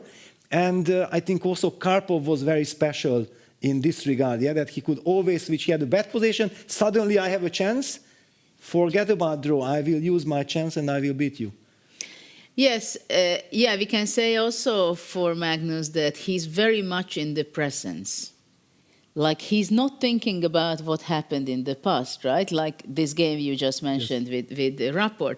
That I had a difficult position, it was very close to losing, and of course he understands how dangerous it was. I got away with it and I'm here and but somehow he's looking at the exact position, not what compared to what I had, draw is great, right? No. Compare what I have a draw, and okay, then now this is the time to move on, and I might even win, or even it was not winning, he knew that it's not winning, but it's a great opportunity to try. Exactly, because the risk reward factor, yes, might be good, yeah, because he isn't risking that much. I also feel that because we have been talking quite a lot, Nicholas, I think in the background was analyzing, we have tons of action and we should be comparing things.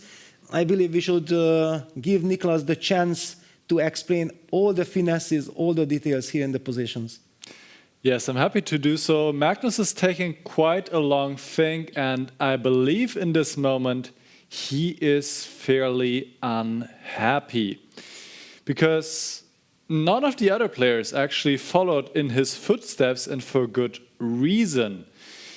F6, which Carlsen played after, I think, only 1.5 or 2 minute think, was an inaccuracy. So if we go back to this position after C4, which appeared in a number of games, I believe most of the games continued either with D6 or F5 here. Both are better moves than F6. And F6 is just a bit too slow in a way. White plays E4, grabbing some more space. And I believe in this moment, Magnus is realizing that something did not go to plan, because now White has a nice center control. And what do you do now? Let's say you play, Knight C6 is a move you analyze, just to briefly point it out. Here, indeed, White can take this pawn, bring the queen back to A3. You are spot on with the analysis. G5 is actually the computer's top move here. Judith, you'll be happy to hear that. But even after G5, F5, White is just really stable. And Black does not have enough compensation. Also, after D6, D3 is good, B4 is good. And maybe bring the queen over first, hit the rook on C8, and then play Bishop F2, Bishop B3. You have many moves here that you can play, and White is just in excellent shape. So you cannot play Knight C6. And what are you going to do? Are you going to play G5 now, maybe? Are you going to play D6? But it all just does not instill a lot of confidence. So I believe, Magnus is not happy here. And yesterday he was here in the studio and he said, I really have to take more time for my opening moves. I made like an inaccuracy with B3. And here we go again. F6, played after 2 minutes. And he's really kicking himself right now, I think. Judith.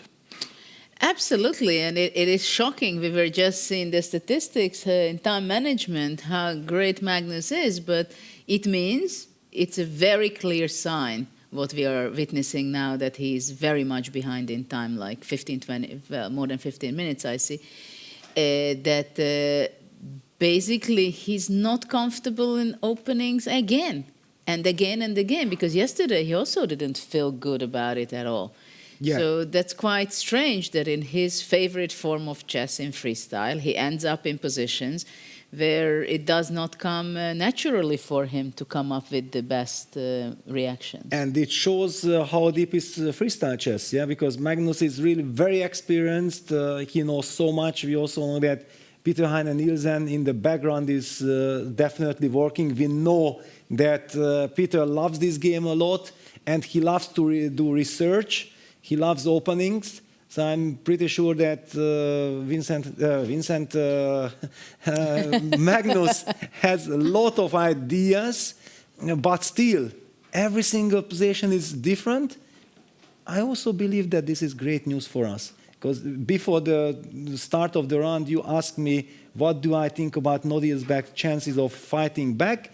And simply, I haven't really seen realistic chances, because simply we assume that Magnus knows everything. He always finds the way to neutralize the pressure, and then he's such a brilliant player. How do you create chances? Well, I would dare to say that what we have witnessed in the first 3 moves, Nodielbach will have serious chances in this game. Also, clock situation is nice, and this is what we want. We want this uncertainty that even the best player in the world should not feel secure, even if he has won the first game.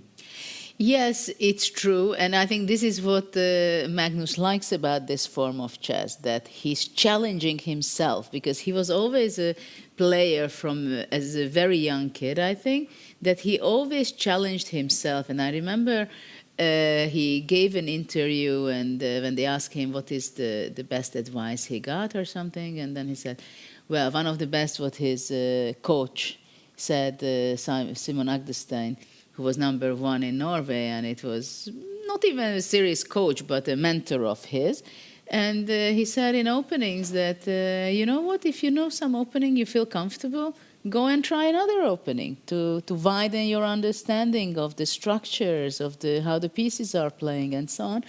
And this is what he did when he was a child. Yes. So this is why I think he has such an incredible understanding in classical chess, because he understands so many different kind of patterns, structures, setups, consequences, long-term strategies, everything.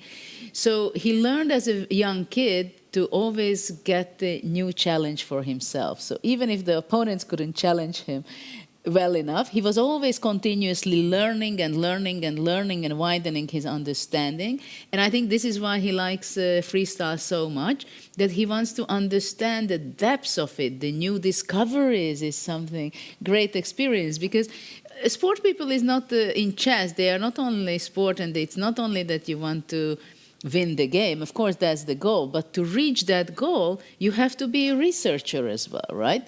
And here, basically, you're not a researcher at home to making in a very quiet environment. You're analyzing, you're drinking your coffee, you go to there, you come back, and you're looking tens of and hundreds of hours. You're Sicilian or English or whatever, right? We both know for how many hundreds and thousands of hours you're looking at that. No, you have to have your brain sharpest at the board. Exactly, that's the point. And you have to make your research and filtering and conclusions and evaluation and all these things which we're used to do before the game, and that's how we go to the tournament, and we are equipped with all our knowledge, with everything. The only thing, all the players are complaining all the time about their memory. That, you know, you have so much information that your memory is not enough, right? Yes. But here, move 3, look at this, and Magnus is suffering. He is suffering, and I also feel like now it's already too late to be thinking, because he cannot solve his problems. Yes, so this is one of the things that you also touched, I believe, that at the beginning of the game, it also requires tremendous amount of confidence to be spending a lot of time, because it means that you believe by thinking a lot, you will find good moves. But if now the situation is critical, white occupies the center and black is somehow not able to get hit. I'm trying to think what Magnus meant with f6, because the move f6, we have seen it from Magnus, often was combined with the move of going e5.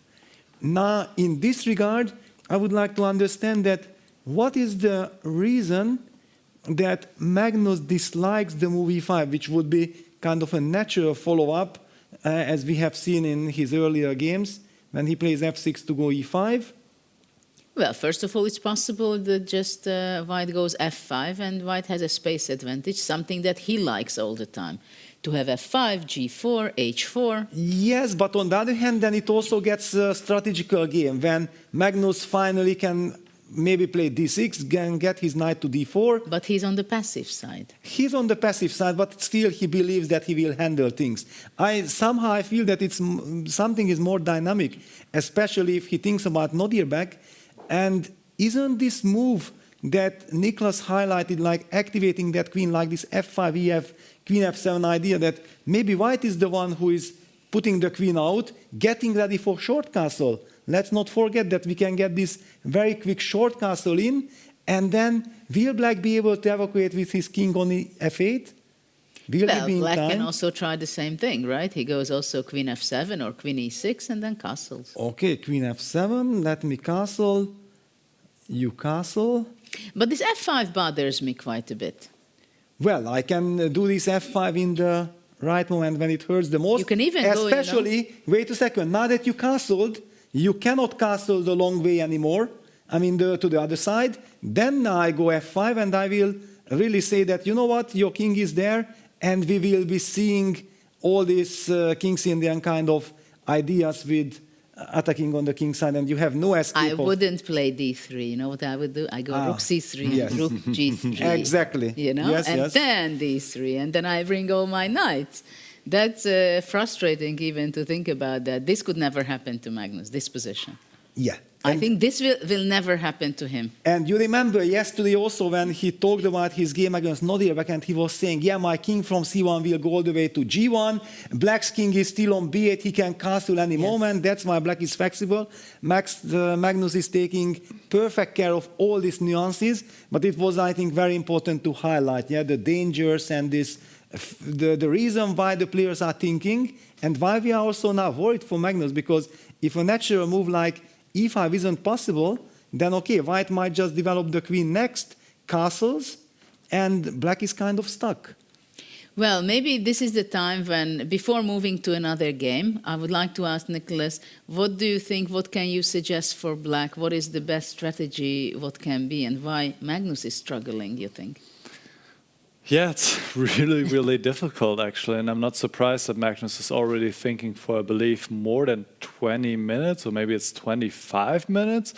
It's definitely a challenge here. I had the computer running for a while, got to really deep depth, and then said, well, you should maybe play G5. But also this just does not look good. Let's say white goes F5, you can go H5. But to play like this, I would also not like it at all from a human perspective. It looks very strange and you don't really have much control in the center. You have some space on the right side of the board, but I'm not even sure what this is really getting you. So apart from that, after E4, maybe Queen F7, staying flexible, playing castle first. F5 is also a move the computer suggests now, but takes on F5. I mean, if you just played F6, you don't want to play F5 now? I'm sorry, F5 is an almost impossible mission you can play as a human being. Yes, but it already goes to show, these are the top 3 moves that the computer suggests. G5, Queen F7 and F5. And obviously, Magnus is not happy here. And yes, it is really a big question why he played F6 so quickly. Because if you play a move quickly, you must be quite confident that it's a good move. But here, you're not fighting for the center. With D6, what a lot of the other players played, you prepare a move like B5, for example. You stay flexible with this pawn. You can still put on F5. Or if you play F5 immediately, obviously you're stopping white from going E4. You're also fighting for the center control, which is quite important in this moment. So I'll be very curious to hear what Magnus has to say about this move F6. But right now he must be really unhappy. He's spending a lot of time. He is already in trouble in the 3rd move of the game. And Nodirbek, just like yesterday, is having a good start to the game. Let's see if he can capitalize on it, Judith. Well, 20 minutes behind on the clock. Magnus Carlsen is in his deep thought, and it is very clear he's not happy what he sees in front of him. But I think let's go to the bird's eye view and see what is going on the other boards, because there are some action, and maybe others did a bit better than Magnus in the beginning. Well, first of all, the crazy move that we are all talking about, and Judith, you were the first to mention, then the computer agreed. G7, G5 is played by Vincent against Jan in the game. That's kind of fascinating. Also, Vincent faces very much the... G5, my move. Yes, your move on the board. Good. What I want to highlight is Vincent faces very same challenges as Magnus, that he is behind on the clock. Nyepo is putting the pressure, constantly blitzing out. Now finally after G5, Jan is forced to think. By the way, Magnus had decided and opted for Queen E6 move, a move that we did not even think about. It's a very strange looking move. What is your first impression, Judith?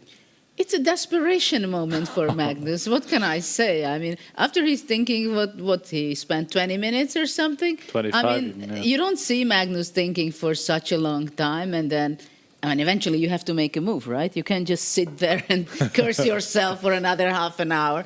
I mean, let's do something. And Queen E6, actually, it's a creative, original move.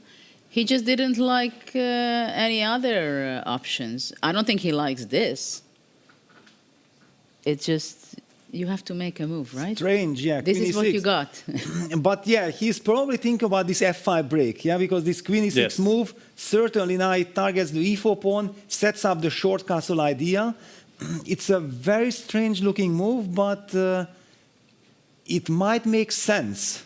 Yeah, but it certainly came out of desperation. It's not a move that you are sitting, leaning comfortably in your chair and, yeah, let me play queen e6 because it feels good. Let's be original. Yes. What do I do not to get into a lot of trouble? That's what queen e6 signals to me. Now, talking about the other game, because we haven't even touched the game Caruana Vachier Graf, and also Nakamura Erigaisi game was hardly discussed. We see very similar kind of pawn structure, stability. It's a slow little game. I feel that there Black is feeling more comfortable. I'm very happy to pick Caruana Maxim game because we see castle there. It feels nice, you know, and it's the first game where castle has been made. And maybe within a few moves, even, we can say that we end up in a very regular kind of position. And I think actually Maxim is one of the players who is looking still, he has in his brain, because I think the way I try to understand that other players try to adjust their brain into the circumstances, what is given. But I think Maxim is playing the games the way that he tries to steer the game to a little bit or as much as possible as a classical game. And look at this. E3, bishop d2, bishop f3, and we are in a completely in a position which could arise easily from a classical game, right? So you don't have leftovers of the ruins of the freestyle. Well, basically also Black. Okay, in order to make sense of all this, let's start from the very beginning. Yes. Because this already looks like you highlighted almost a normal game, or it can slowly be a normal game. But how did we get here? So it was c4, c5, the English opening, spiced up with f4 that we don't see too often. The move d6, a solid move, making sure that Black will be able to follow up with knight c6 at some point when he wishes. The pawn is protected. White played the move d3, also a quiet move, showing respect. Aha, d6 was a good move. I will do the same, d3. f5, perfect symmetry so far. All right, knight c3 development. e6. Yeah, for some reason, Maxim felt like I don't want to keep the perfect symmetry. And he was probably already setting up this idea of going queen f7 short castles as quickly as possible, and then he will look where to place his pieces. Fabi goes knight c2, queen f7, following the plan. Fabi says, yeah, it's a good plan. Let me do the same. Queen f2, castles, castles, and knight c6 played. This is the current position. Well, your setup was like the bishop goes to f6, other goes to d7, and if white also plays e3, bishop f3, bishop d2, then we are kind of having a very solid, stable construction. The big question is, in my mind now, that probably if white plays slowly then Black gets what he wants. That is it possible to be energetic with white here, somehow? I don't know if Fabi wants to be so energetic. I think he wants to be extremely solid. But I get the information that we have a confessional booth appearance by Maxim. So let's listen him what he had to say a few minutes ago about his position.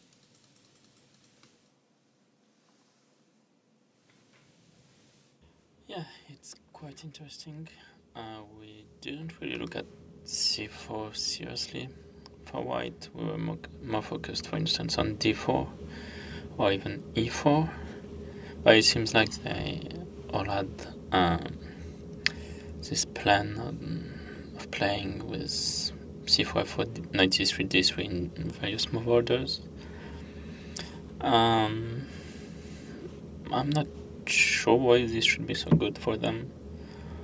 Like, it feels like some should transfer some to some regular style English with, you know, I'm ready to castle soon, like queen f7 castle.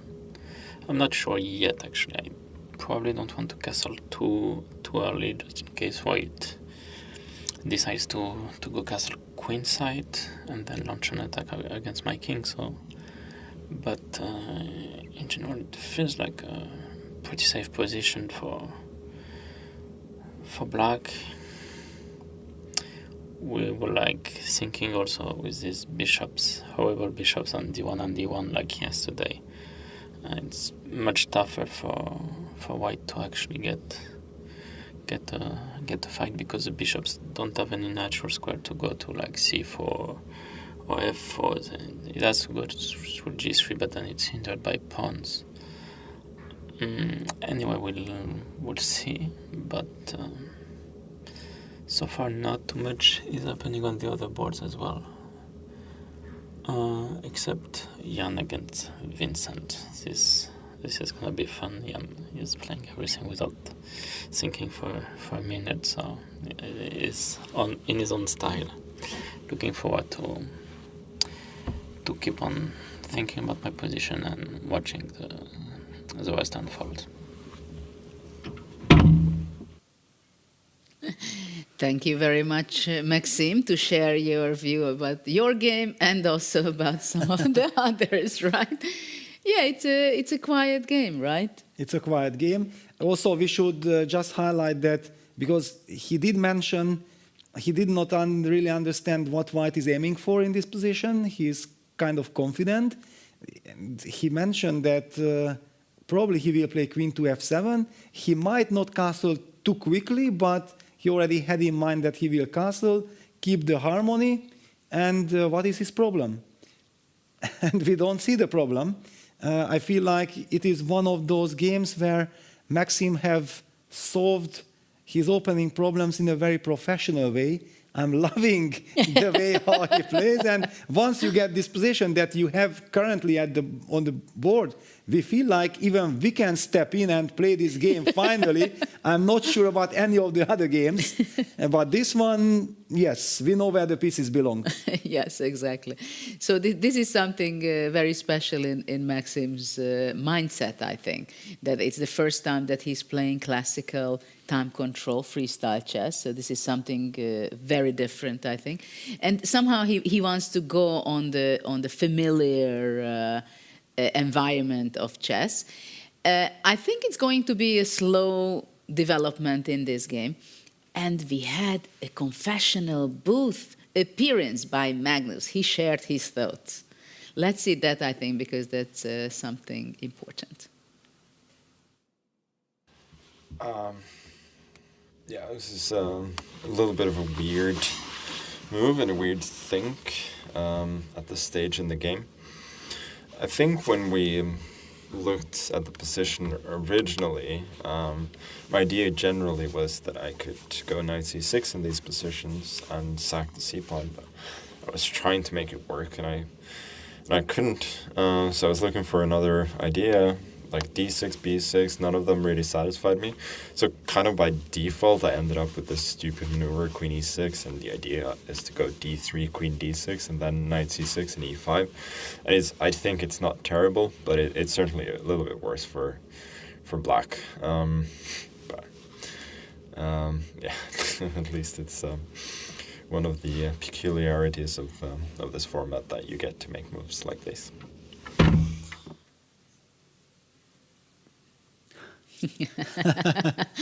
Yeah, obviously he's not happy, and he wanted to go knight c6, sacrificing the c5, but somehow he couldn't make it work. Yeah, just as we. Yeah. Yeah, that because it looks good. Yeah, it looks interesting, but this queen h3 idea, yeah, coming back with the queen to a3, was probably the idea also that disturbed Magnus. He did mention the move queen e6, queen e3 with the idea. Well, actually, queen e3 was the other move. What Magnus was talking about was that after d3's idea was to play queen d6, target both pawns. Then white plays the move queen e3, of course. Magnus wanted to play knight c6, and then he said that he wanted to play e5 and stabilize. And now it brings back the conversation we had that clearly Magnus actually is kind of happy to play e5 a close position if he has a flexible king, if he hasn't castled, so that he knows exactly that whenever white plays with f5, then I will have the chance of evacuating my king towards the other side of the board and then say goodbye to your attack on the king side. So very interesting. I do see Devabar not really agreeing with Magnus's judgment, but the players are dealing with emotions. They think about structures, and it's obvious that Magnus felt like, okay, this I can play. Yes, and I think let's wait until, well, maybe we ask Nicholas what you think about it. What is the evaluation after Queen e6, Queen e3? What are the prospects in this position for Black? Can Black play continue with the plan, what Magnus has mapped out for us, Queen d6 and then Knight c6? Well, I think you only want to play Queen d6 to be able to play Knight c6. Here he could play it right away, because after Knight c6, if White now takes on c5, Black would take on e4, and this would definitely be a good trade for Black. So he could play Knight c6 and continue in this fashion to put a knight on d4. But yeah, you have an awkwardly placed queen on e6. The white queen is much more harmoniously placed behind the pawns. White could play castle, let's say. All right, Black can also castle. White brings out the pieces. Just not making a good impression here, the queen on e6. So we were thinking when we first saw this move, Peter mentioned it, that Magnus' idea was to play f5 maybe now, to have the queen supporting the push here of the f-pawn. Of course, playing a second pawn move with the same pawn in the first 4 moves is also not ideal, but what can you do? Maybe this would be best. Either case, White is certainly better. Up to the turf is also 20 minutes ahead on the clock. So far, so good for the young Uzbek player. And Knight c6 was just played by Magnus. Yeah, he definitely has some issues here. I mean, to move the queen again to d6 and then play e5, it also all looks very slow, very awkward. And the white play is quite natural here. Develop your pieces, bring the knight out, bring the bishops out, and Up to the turf is enjoying a nice position here, Judith. Yes, I think we can leave this position for some time to develop in the next several moves and circle around and look some of the other games. And what catches my eye, if we go back to the bird's eye view, that we have two games which is actually the same position. So we just looked at Maxim's game versus Fabiano, but look what's going on between Hikaru and Arjun. It is exactly the same position, only that one small difference, right? A very small detail, only e6 is not played. And actually, I see that Vidit Pragnananda game, it is also very similar to that. So this is a very, very special round. I've never seen anything similar like this in the history of freestyle chess, this year at least, in Weissenhaus nor here, that somehow players after how many moves? 8, 9, 10, we are having almost the same position standing on the board. What we have to call this I don't know, some opening, I mean. Well, it's English, yeah? But it's a symmetrical all. English. It's very nice to see that three games have more or less the same position, but I'm missing the spark. Where is the excitement? Because Black has equalized, and Black has a comfortable, normal position in my mind in all of these games. And two games are stealing the show for me.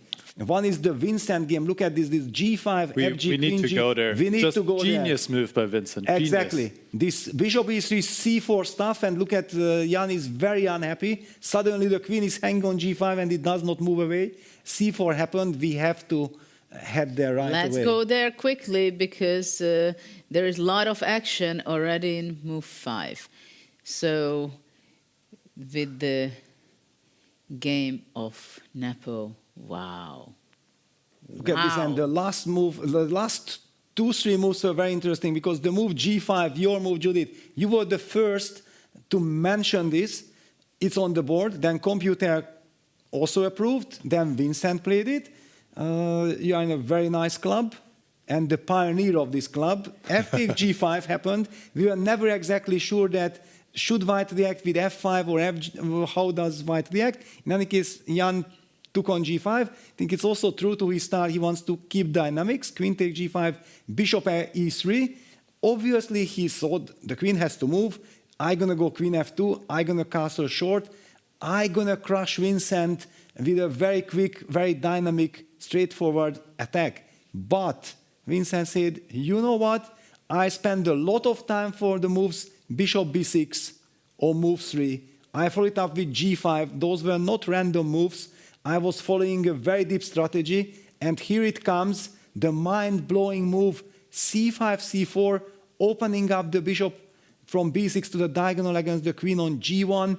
So if White takes on G5, Black actually, and I think this is what Nyepo missed originally, that after C4, Bishop takes G5, it's not that Black takes the queen on G1 immediately, because then Bishop H6 simply wins the game, White collects the bishop, but Black can simply afford to calmly take back FG5, and these are the beauties that you, as a player, treasure so much. Nicholas, I would like to toss it to you that please tell us what the computers tells, how much all this is brilliancy, or do we miss something?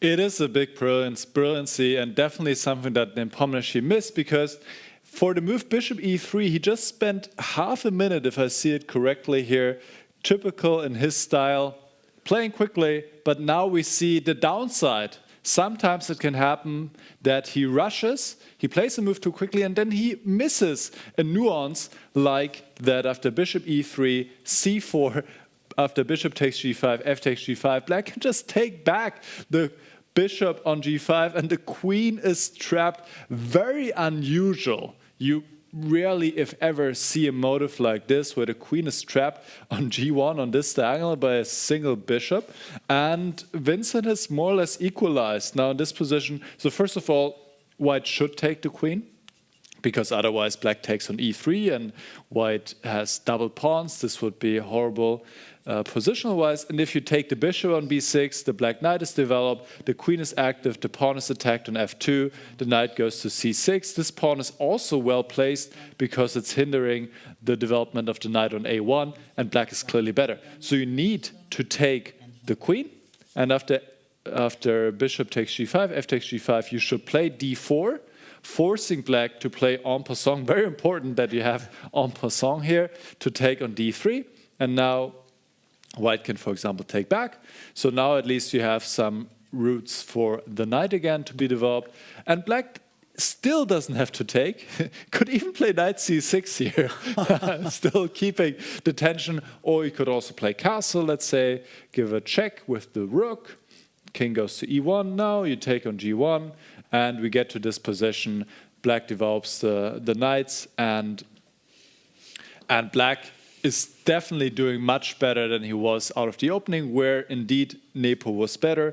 But one rush move and a brilliant response by Vincent, and the character of the position changes completely. Bishop takes g5's on the board, F takes g5's on the board. We will go down this variation we just saw, I think, fairly quickly. Yes, d5 on the board, c takes d3 on the board, en passant, and we will get an endgame. And I think Vincent will be quite happy with this outcome, because Nepomniachtchi's strength is more in the dynamics and attacking, and now the dust has settled a bit. We get an endgame with a symmetrical pawn structure.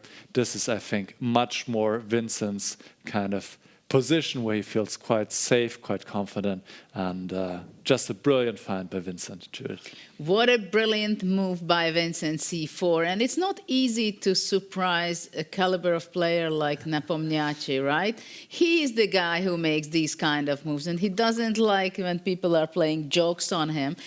And we have a treat, because Keimer went into the confessional booth after he made his brilliant move of c4, I believe. So let's see what he has to tell us.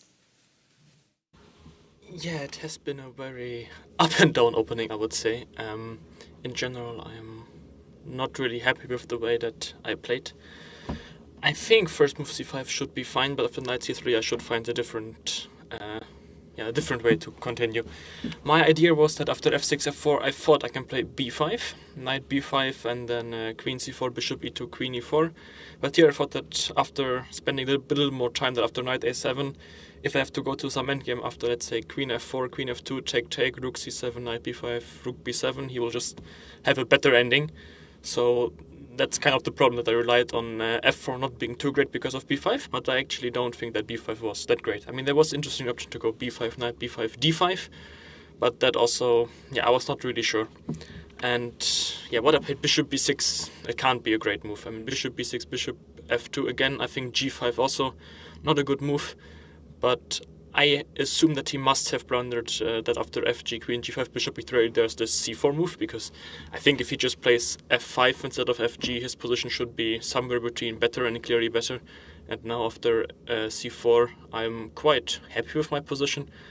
Unless I blundered something quite big, I think my position can't really be worse.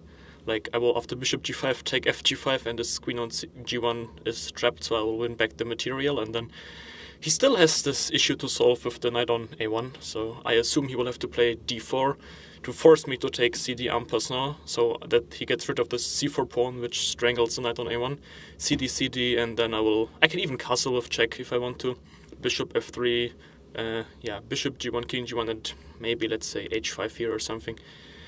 In the least case, I think I'm not worse. Maybe I can even push for something, certainly after my opening, which I'm not really proud of. I can say I'm quite happy with the position that I got now, unless I really missed something quite big.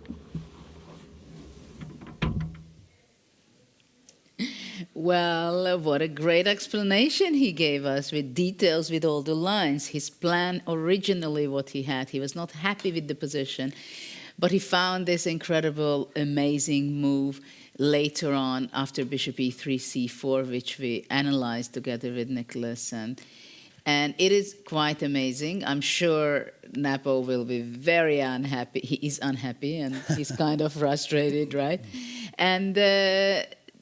And basically, Vincent said that he doesn't think he is going to be worse in this endgame position. What do you think, Peter? Is he going to capture on g1, or he's going to play knight c6 first? Or short castle. Yeah, he did mention that he might also castle. The big question now for black, that you have to fundamentally evaluate that. Do you want to put your king on the king side because it's an endgame?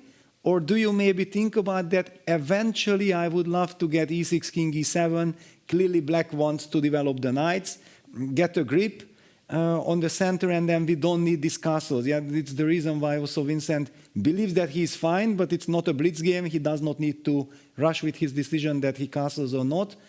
And certainly the move after castles, I believe, is king e1.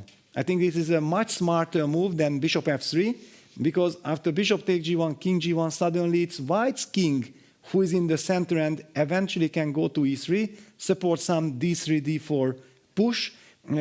Vincent also highlighted that this knight from a1 will come to the game as well, and white can maybe try to hope for a small advantage.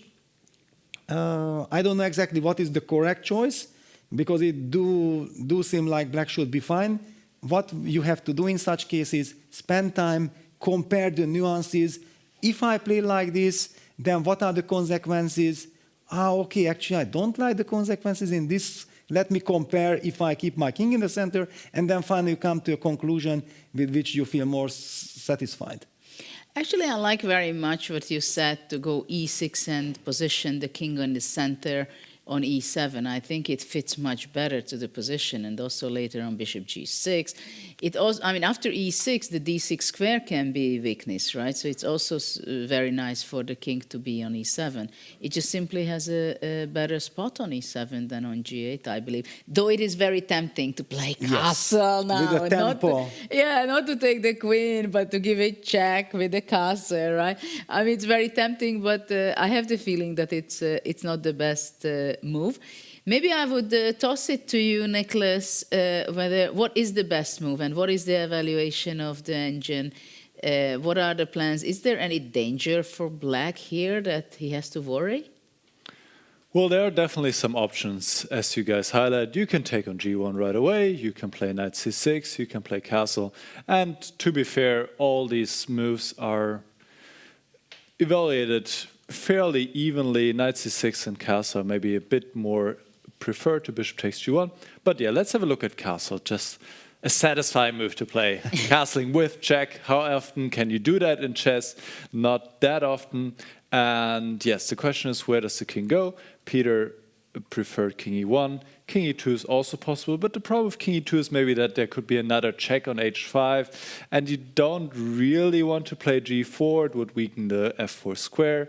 But if you don't play g4, then maybe I can trade bishops as well. So let's say if I move the king now to d2, of course, let's not forget to take the queen. Bishop takes g1. So, well, if white takes an h5, I bring the bishop back. I think I would be quite happy. And if white takes the bishop on g1, I take on d1. I'm also having some rook f2 check here. No, this is looking not right for white. So I think the king should be going to e1. Now black takes the queen. Rook takes. The knight goes out to c6. The other knight goes out to b6. Let's say white does the same. Knight b3, knight b6. And yes, white maybe has a tiny bit of something because white has better center control. Can play king d2 now. But yeah, for example, d6, maybe set up with e5. So you put the pawns on the opposite color of the bishop. It should be very close to equality. Of course, Nepomniachtchi will try everything he can to pose problems, but compared to what he had before in this game, this is definitely a big step forward for Vincent. This is a very solid position now, and I think he will feel quite at home here. Judith. Yeah, so Peter, if you have to guess what will be the outcome of this game, what would you be saying? Well, now draw is the most likely result. Nicholas? Yes, I agree. I'm not going to be arguing with you guys. Okay, so this is the situation right now that it seems so that the most likely... And castle on the board. And castle on the board. The most likely result right now, as it got simplified, that we are getting off the queens and the black square bishop is also disappearing, and it is very symmetrical, that probably the greatest chance is the outcome of this game to make a draw, and then we are going to see a playoff. But that's far away in distance. So let's go back to the bird's eye view and let's see what's going on the other boards. Yeah, I highlighted that actually there are two games that are stealing the show at this moment in my eyes, and the other one is Gukesh against Rapport. And Gukesh is in a must-win situation, but Ricci is Ricci. What kind of safety, what kind of stability, solidity. Look at that, white knight is on b7 behind enemy lines. Black has captured the pawn on a2. Black has sacrificed the pawn on f5. Total madness, total chaos on the board. I believe we have to head to that game, if you agree, Judith, because we don't see that often that we have this chaos. How did this happen at all? In Rapport's games, we are very used to having chaos, but not this type, right? I mean, look at those three knights in the corner, b7, Yeah, c6. normally I think it would be logical. You look at this position and you think that Ricci is from the white side. Yeah, indeed. And let's dive into the situation. Maybe we can go back from the start just for us to start trying to understand what is really happening here, how the game unfolded. Well, Ricci is Ricci, and after e4, pay tribute to Tony Miles. Yeah, e4, knight c6. Whenever we see e4, knight c6 on the board, this is Tony Miles. He was the legendary player who was playing it on the highest level. Yeah, he played e4, knight c6. I had very good close connection with Tony, and in '95 when we worked together, I did play e4, knight c6 against Nigel Short in Dortmund. He had this influence. Wow. I played e4 knight. Can you believe? No. I think you cannot believe that I played it, but I did it. So How did it go? It was a draw. I was suffering, but finally it was a draw. Or was it 96? 95 or 96? Actually, it's crazy. Normally, I know all these things very well, but now I'm confused. Okay, in any case, yeah, e4, knight c6 gets a question mark. I would say it's a stunning, provocative, lovely kind of move to play for the audience. Yeah, that let's create something very special. And Gukesh says, you know what? You want to provoke me because look at this. The next move, A5, a typical reaction against knight on b3 that you will harass that knight, but that knight is actually invited to join the party with knight c5. So for that reason, Gukesh said, all right, you want to provoke me? Do that. I'm simply going to stick to natural strategy, f3, stabilizing the center, opening up the way of the white queen. And here comes Richie goes A for the computer is critical about this, but look at the follow-up, what Richie had in mind, because that's the whole point, why he was so much into this direction. Knight c5, double attack on the pawn on b7 and on a4. You would think like, what is Richie doing? Well, he just the beginning. f5 is the idea. He's also thinking about some queen c4 check, also targeting that pawn on a2. And this is when things heat up completely. After f5, he takes f5, which was not the top choice of the computer, but let's forget about computer. We are looking at the game. b6, the knight is now invited. First of all, white cannot capture on a4. That would be a horrible blunder. Then we see Richie's main idea, queen c4 check, and picking up the knight on a4, winning the game. Clearly, Gukesh had foreseen all this and was thinking about going knight b7. A lovely move because the knight is not trapped. White will be able to eliminate black's dark square bishop on d8. Queen takes a2, knight c3, and queen f7. We reach the current state of affairs. Judith, what are your feelings when you see all this craziness in just the first 5-6 moves? Whew. Exactly. What can I say? It is kind of unexpected. We are going on the two end, right? This is the one end where we went in a completely crazy direction, and in the other three games with Maxime and Eric Gaissi and one more game, which one was that? With Vidit. We go to the other end where it just becomes so boring kind of games, right? So, and the other two is in between, kind of, but mainly Magnus's game in between. Well, what can I say here? I mean, basically we can say that the b7 knight is not in danger at all because whenever it's needed, it can just capture the bishop on d8. So exactly. This is why knight b7 is possible, because it's in danger, but actually it's safer because it can be exchanged with the d8. I mean, what comes to my mind? g4. What else? I want to play g4. I want to defend this pawn on f5. But wait a second. Now also something comes to my mind. Imagine that bishop from d8 disappears from the board. And the pawns c7, e7, g7 haven't moved yet. It could be a puzzle question. Yes. What happened in this game? Was this a legal game or not that this bishop disappeared? Imagine that who would be able to guess that the knight from a1 was the one responsible for all this. No, this is just absolute brilliancy. And yes, the players are fighting from place 9s to 12, but we have to... g4. Yeah, g4 on the board. We have to say that they are all geniuses. Just when you have 12 brilliant players and the format is such, then finally someone has to be the unlucky 4 that gets eliminated from the main event. g4. On the board, okay, Richie basically clearly will set up the idea of going short castles. Let me even maybe make the move and then try to break somehow on the f5, because after all, that queen from f7 is targeting the f3 pawn, the king on f1 still needs safety, but clearly white will move the queen from g1, will be also setting up short castles. Those are my emotions, but I haven't calculated anything yet.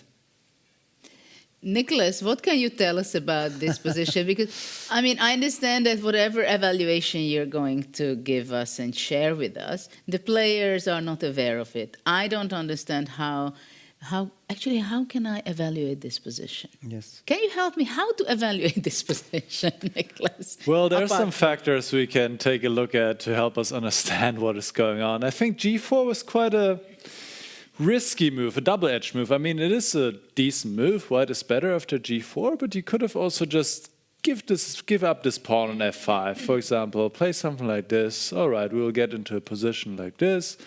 let's say, just for clarity's sake, I take on d8. I don't have to yet because the bishop is not able to move anyway.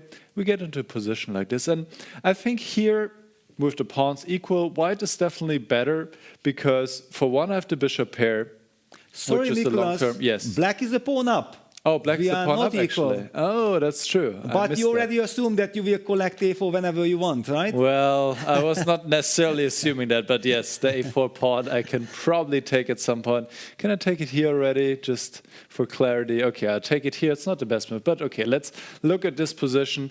And I was going to say, white has the bishop pair. Black still has the knight on a8, and the knight is very poorly placed, which is why here the computer actually wants to see b5, knight b6, and probably that's the reason why first let's keep the knight box in here with bishop e2. But in either case, this is one big trump for white. Bishop pair plus bad knight on a8. So in the game, after g4, now of course there's another factor we have to consider, which is king safety. Now the king on f1 is definitely feeling more vulnerable.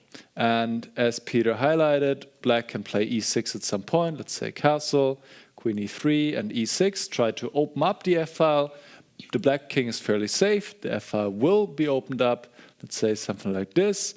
And now actually you need to take on d8 because if the bishop moves, your knight is just trapped. So knight takes d8, let's say rook takes d8, looks logical. We get to a position like this where, all right, white is also better, especially because of the weakened pawn structure and also the weakened light squares in the black camp.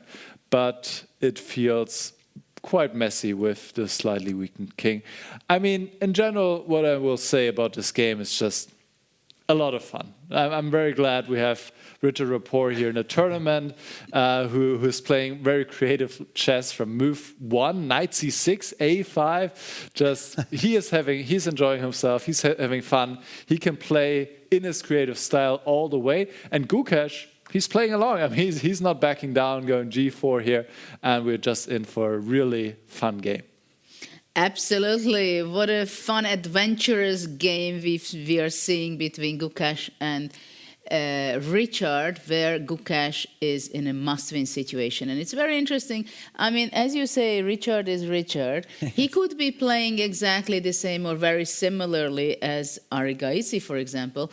What I would suggest to go back to the bird's eye view, and then I know already which game I would like to pick, just to calm ourselves down a bit. Go to the other end of the spectrum, yeah? Yes, yes, yes. So. Yes, but also there I wanted to highlight that, yeah, we get to the bird's eye view and then I will reveal my big discovery, that there is all this CI technology and so on, but the players might be listening to our commentary. When you look at this, when we were saying that, you know, this Fabiano MVL game is kind of slow, nothing is happening, they listened to our broadcast, and what did they do? Created chaos from that quiet position. Ever since we talked about it, black played some g5, queen g7, and white advanced with e3, d4. So now we have some very big tension in the center. All that we talked about, that this is symmetry, nothing is happening, slow, quiet little game. It's probably still true to the other games, which feature very much the same, but also they are heating up. This is a very interesting. I think we have to head into that game. Caruana Maxim? Yeah, unless you disagree. Let's go to Caruana Maxim, and then we surf on. Let's see what they are up to. Well, maybe it's not so solid as the way we were discussing it before. At the same time, still already that game is a classical chess type of game. Well, but it's an exciting one. Well, I feel like if we could change the placement of the pieces, yeah, the black bishop from d8 would go to g7, and the black queen from g7 would move to e7, it would make all perfect harmony. Yeah, then probably this is what Maxim is actually setting up. Yeah, he wants to go bishop d8 to f6, and he already aiming some pressure on the long diagonal against the d4 pawn. We again see this typical kind of scenario that you don't really want to release the tension. White has just also pushed the pawn to d4, we have to back down. We have to go back and see how the seemingly quiet little position, and I do remember that knight c6 was the last move. We highlighted that the bishops on d1, e1 make the game slow. The same applies for black, but black doesn't really mind that the game is slow. And now things are taking a different turn. Fabiano plays the move e3, but not with the intention of just developing the bishops how much more, using the fact that I'm one tempo up, and after knight c7, I will be the first to advance in the center. d3, d4, the first break is in, and black needs to react. And Maxim, true to his style, said, wow, you are grabbing the initiative, I have to create counterplay. And the move g5 is certainly a move that would never ever cross my mind. But you're in a good company, Peter. It would do to me. Wow. Okay. But with the bishop on d8, bishop still on e8, I understand once the pieces are developed. But just like this, to meet a confronting move like d4 with g5, Fabi keeps his quiet. He develops the bishop from e1 to d2, and now black plays the move queen g7. But I love the queen on g7. Yeah, also opening up the bishop. Well, the computer doesn't like it. And now the big question is if you will be able to get bishop to f6, bishop to g6, or bishop to f7, it might look already perfectly fine. But I feel that there could be something here for white, something in the air. I don't know yet how to get it. What are your feelings? Are you super happy with black, or you're just hoping for counterplay? Well, I just like the fact, I mean, g5 is a risky move, kind of, right? So if you want to play very solid, you just play bishop f6. At the same time, I think for Maxim, he has a problem with this, both of the bishops, but also what to do with the e8 bishop. And after g5, to bring the bishop to g6 at some point, it's okay. The d6 pawn can be vulnerable. That's the only thing which I see that at some point, but it's not so easy to get close to it, right? But for example, next move for black can be g takes f4, because from g7, the queen is putting pressure on the d4 pawn with the knight on c6, pawn on d4, so you cannot grab it back with the pawn on f4. So probably black also wants to push white to make a decision and give up the tension, either with d takes e5 or f takes g5, or what else he can do. d5 is not something I think white is ready to do, because e takes d5 and then c takes d5, knight, maybe knight b4 is even a better one. Knight b4. And it can be not so... Yeah, it gets spicy, yeah, because then I take knight e2. And like yesterday, there was this team in their encounter, yeah, that there were some weak holes in black's camp, the e6 square. It might be, and if that bishop ever gets to the long diagonal after eliminating the pawn on b4, then black's king can be in danger. I thought that the d5 pawn can be taken, but actually it cannot be taken because of the pin. Yeah. What about the b2 pawn? Well, or I thought like then you would prefer to go knight e7 instead of knight b4. Yes, of course, that was my first intention. It's only that after I carried away that maybe knight b4 is yeah, also first good. Let's grab this pawn. Well, probably I would just love to play a move like knight d4. Can I do that? But you know what? Maxim is in the confessional wow. so Okay. we can have some insights from him. I decided to go for this g5 after I castled, because I believe it's important to be able to push back the bishop if it goes to f3 with g4. And this way I will try to get my own bishop to f6, and hopefully that helps me solve the problems. Like there's a lot of breaks for Fabiano in the center. He can take and play e4, take on c5 and play e4, he can play d5. He could have played e4 right away as well, like many options, but I feel like because my pieces are all solid and decently coordinated, so I think that's okay.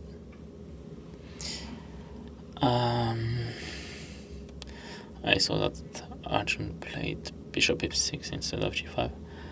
In the same position, I didn't like then if white goes bishop f3 that sometimes d5 can come, and I didn't really see a plan. I didn't like cd, I didn't like releasing the tension, so that's why I tried to put a bit more tension instead.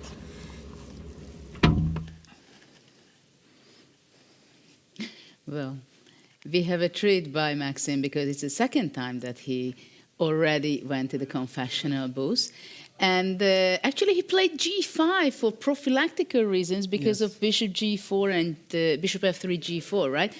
I suggest to pull up the statistics of the players, just to analyze a little bit what are the strengths of both players, okay? Yes. Let's pull that up because it's fun to analyze the statistics before the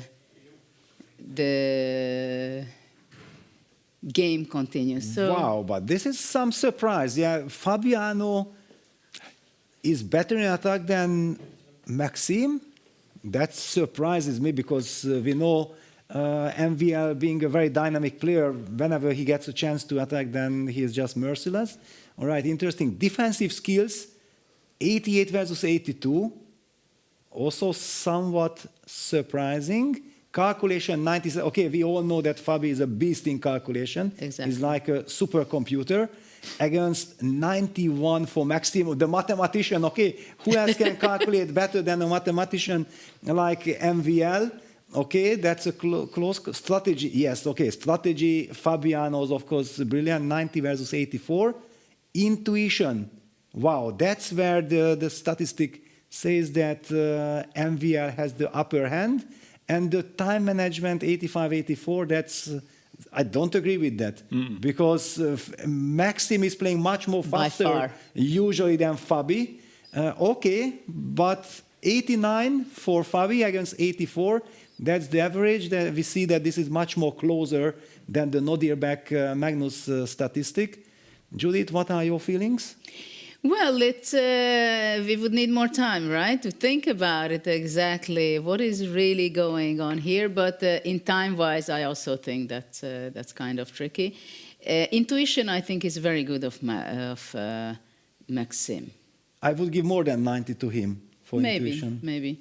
And we'll see how it will come along in the game. But in the meantime, we have a guest from chess.com, Danny Wrench. Welcome in our studio. How do you feel yourself here in the Freestyle Grand Slam Paris? I feel super free, and thank you so much for having me. I think this is the first time I've been able to commentate with the group of legends in the room. Like, this is amazing. So I'm just gonna try to play along, and I want to hear what all three of you have to say about the games here. I feel like this position today was an odd one to start with the pieces kind of awkwardly placed, and we see some positions like with Magnus having his queen in front of the center pawns.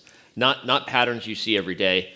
The one behind us over here, we've got Fabi and Maxime. You guys were just talking about that. So anyway, thank you for having me, and I'm super excited to be here.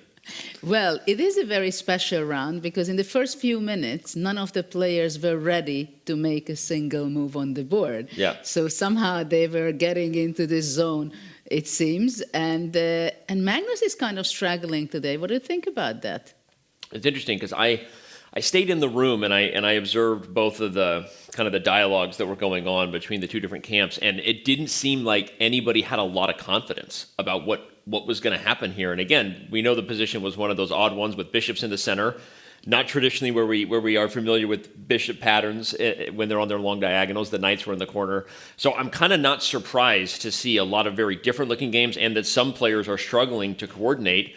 We saw Magnus join the confession booth, and he said he spent a lot of time trying to make the sacrifice of the c5 pawn work. And once that didn't work, it was kind of back to the drawing board a little bit, right? And almost like he felt compelled to visit the confession booth just to justify the decision he was about to make as a chess player. Like, I have to let them know what I'm thinking about before I put my queen on e6 and d6. So the evaluation bar, I guess, just to wrap up that point, is speaking to the fact that it likes White's position a little bit better. I think the structural space is something computers tend to prefer for good reason, and I really like Noderbeck's chances in this game. It's hard to pick against Magnus ever, but I think he's off to a really good start. Yeah, maybe we can just go to this game. I mean, we haven't looked at it in a while and definitely attracted your attention a lot. So this is not the current position, that was just my analysis. So this is the current position of the queen to d6. 2 queen moves in front of the pawns, not something you see every day. Yes. And I think Magnus wants to trade queens maybe. He wants to get rid of this awkward queen. But probably Nordebek will just move the knight to c2 or b3 and stop that from happening. What was played? Knight b3 just happened. Well, he talked about his idea. I don't know if this is touchscreen or not. It is actually. If I can contribute. But he said his idea was actually to play e5, which he said he knew would be a worse position for black. Obviously, there's the potential of some bad coordination for the bishops. But if black can get castled and in a closed position, often you have more time to sort of make up for stuff, but we know he can't play it right away because I don't think so, right? So I just wanted to point out that was his idea, but if he can't get that and he has to make another move, is there some way for Nordebek to strike before e5 happens, or will Magnus get his plan to take on a worse position but close things up and try to...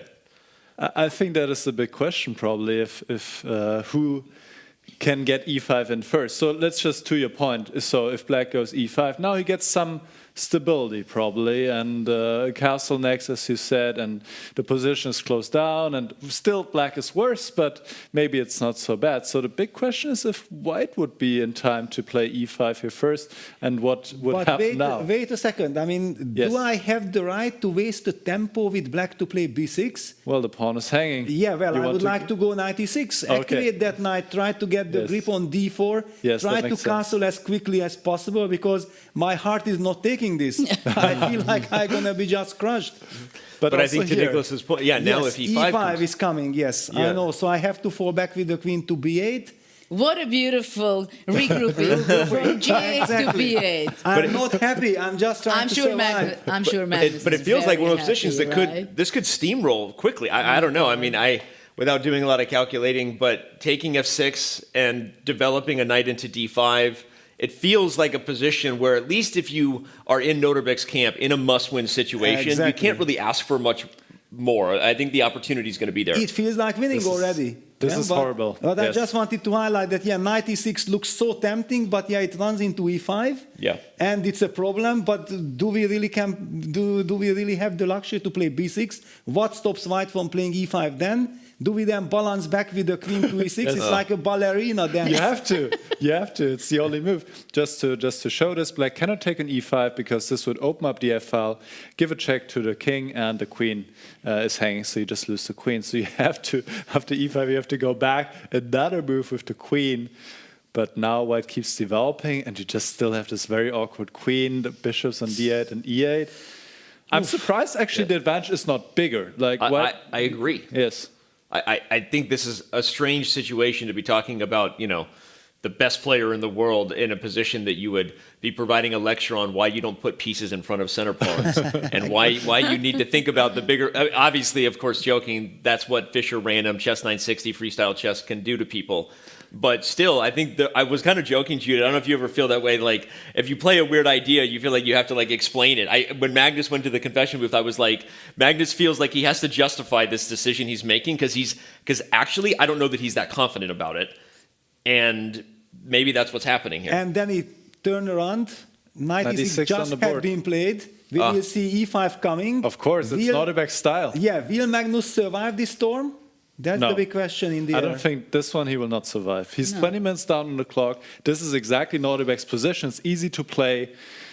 I think Nordebek will take this one. What do you guys think? If you had to pick all the games coming in that might go to a tiebreak, I don't think you would have picked this matchup just because of who Magnus is. This was not the first one. This was not the first one you would have picked, right? But if Nordebek can continue, I often suffer from Magnus bias. I'm not gonna pick against him yet because of who he is, but this is not trending the right direction. Next time what we're going to do, and this we discussed that this was the mistake, like before the game you tend to think always that okay, Magnus will be okay after the opening, and how the hell you're going to win against Magnus, especially if he's in a good form, right?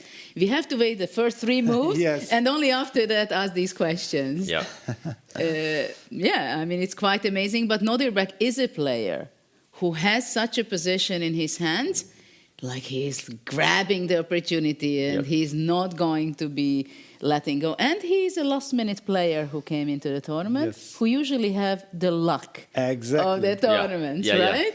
No, we were talking about that earlier. Like sometimes it's a relief. You come in with a clean conscience. No you didn't pressure. even think you were going to be there, and the lack of whatever happens to a strong player heading into an event, as far as being in your own head, thinking about how you'll maintain good form. You just show up and do your thing. And I'm a huge Noterbeck fan. I mean, he has the eye of the tiger. He brings a swagger, and I think he's dangerous. He's not the kind of person who looks at this and is worried that he won't convert. I think he's like, here we go. Like this is what I want against Magnus.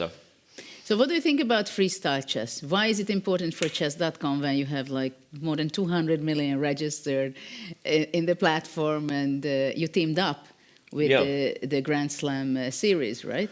I think for us, anything that engages the best players in the world and keeps them happy is important to chess.com, right? So just like full stop, everything that supports the ecosystem, from the content we create, whether it be shows and videos and articles, we are all watching it on social media, and whether it's short form and how we present chess these days, to the most traditional form of a world championship broadcast that may go on for hours, we are watching the best players in the world do something that we all love, right? And so I think if the top players are interested in an event, that makes chess.com interested in it. And obviously the other aspects to how this all came together, I mean, it came in like a bat out of hell. It came out of nowhere, right? Here comes Jan-Henrik Buechner and partners up with Magnus Carlsen. We're all kind of strapped in here to this wild ride, and it's exciting to see that a tour has formalized so quickly that is delivering on its promise, right? To go to these major cities, to provide a spectacle and an experience for the players that is top notch. And so there's a lot to love. You know, I think the only thing that remains to be seen is what happens with the younger generation buying in, if you will, right? Because I think one of the negative or skeptical narratives is this is kind of just a Magnus Carlsen plaything because he was bored of classical chess, which is ultimately a him problem, not our problem. If you're speaking for the rest of the top players, we want to be world champion. And the fact that he brought in this guy, Jan-Henrik Buechner, who's creating this, is fun, and we love the opportunity to compete for big prizes. But what do I really think about freestyle as I compare it against the other demands on my schedule? Competing for the World Chess Championship, which is a candidate cycle, way more complicated than just the event itself. Competing in all the other major traditional powerhouses that I grew up watching, from your Tata Steels to anything else, right?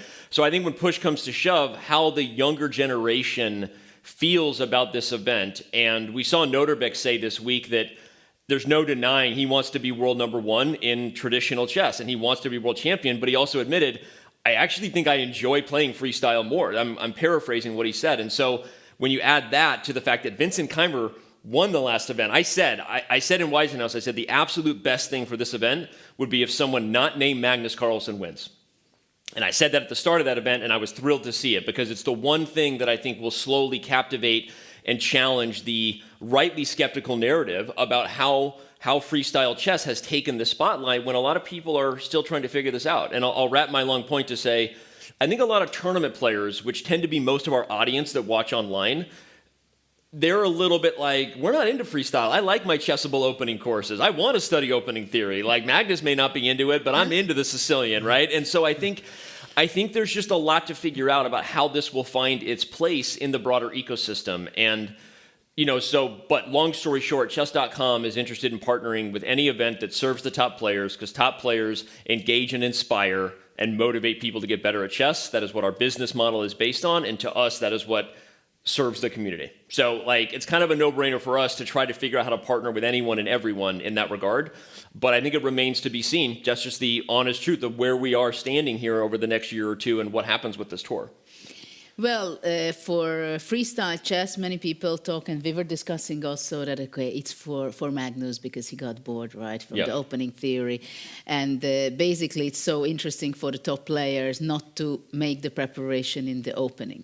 And a lot of people are worried that the amateur players will not pick it up because it's more difficult, and they want to look your and Peter's and mine Chessable course and learn and feel the knowledge is building. exciting, right? And this is something very new.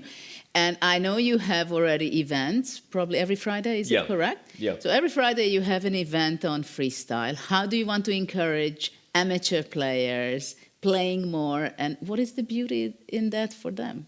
It's a good question. To clarify for everyone who doesn't know, Freestyle Friday is something we launched in the vein of Title Tuesday. It rolled off the tongue, so we'll call it Freestyle Friday. And that is obviously an event that serves the top players and offers some prize money. But we also have a Freestyle Friday for the community, and sometimes people don't know that they can jump in and play. And I'm kind of in the non-dogmatic, centrist answer here. I don't know that anyone has to buy into it. I think that most of the players in the world enjoy the part of chess that is sort of measurable in your progress, not just in your elo, but your ability to work on your opening and these things. That said, I think there actually is, what I said in terms of how we've looked at this, the top players like it better, and if you jump past some of the tournament players, I'll call them, for lack of a better way to bucket, 1,200 to 2,000.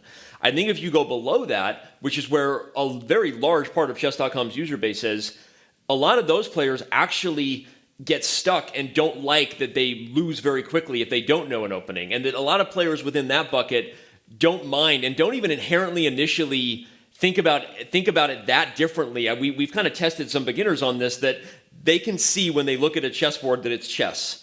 And if they're not into opening theory, it doesn't turn them off to have fun playing the game just because the position is randomized.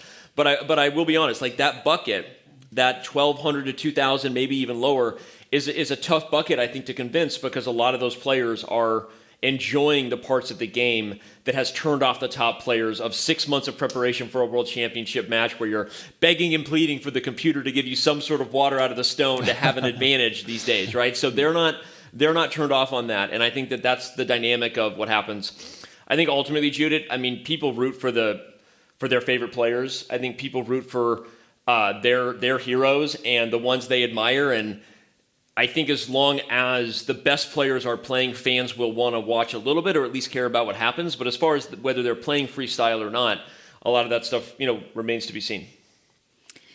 I'm looking at you, and of course everybody's asking this question, but I cannot go around this. The biggest challenge of chess is fighting against cheating, right? Yeah. The cheating measurements. Here in this tournament, we have extra cheating measurements with X-ray, with all kind of extra special devices. CIA level stuff, apparently. Yeah, so we have everything here, yeah. right? But I divide the chess itself as a sport and as something that we play and enjoy and we get together and community, to the online and the offline. So here, of course, there is the security, what has to be done, it's done. And it's the top elite players. But of course, we have a huge challenge online, which online, from one point of view, it gave the incredible opportunity, and it took off, especially after COVID, that everybody went on to play. And you can see that chess.com and probably other platforms also explodes. So many people, so many interests. At the same time, you have the biggest challenge of how to fight against the crime in chess, against cheating, right? As it is so easy. And I think we have to talk about it because it's a topic for everybody.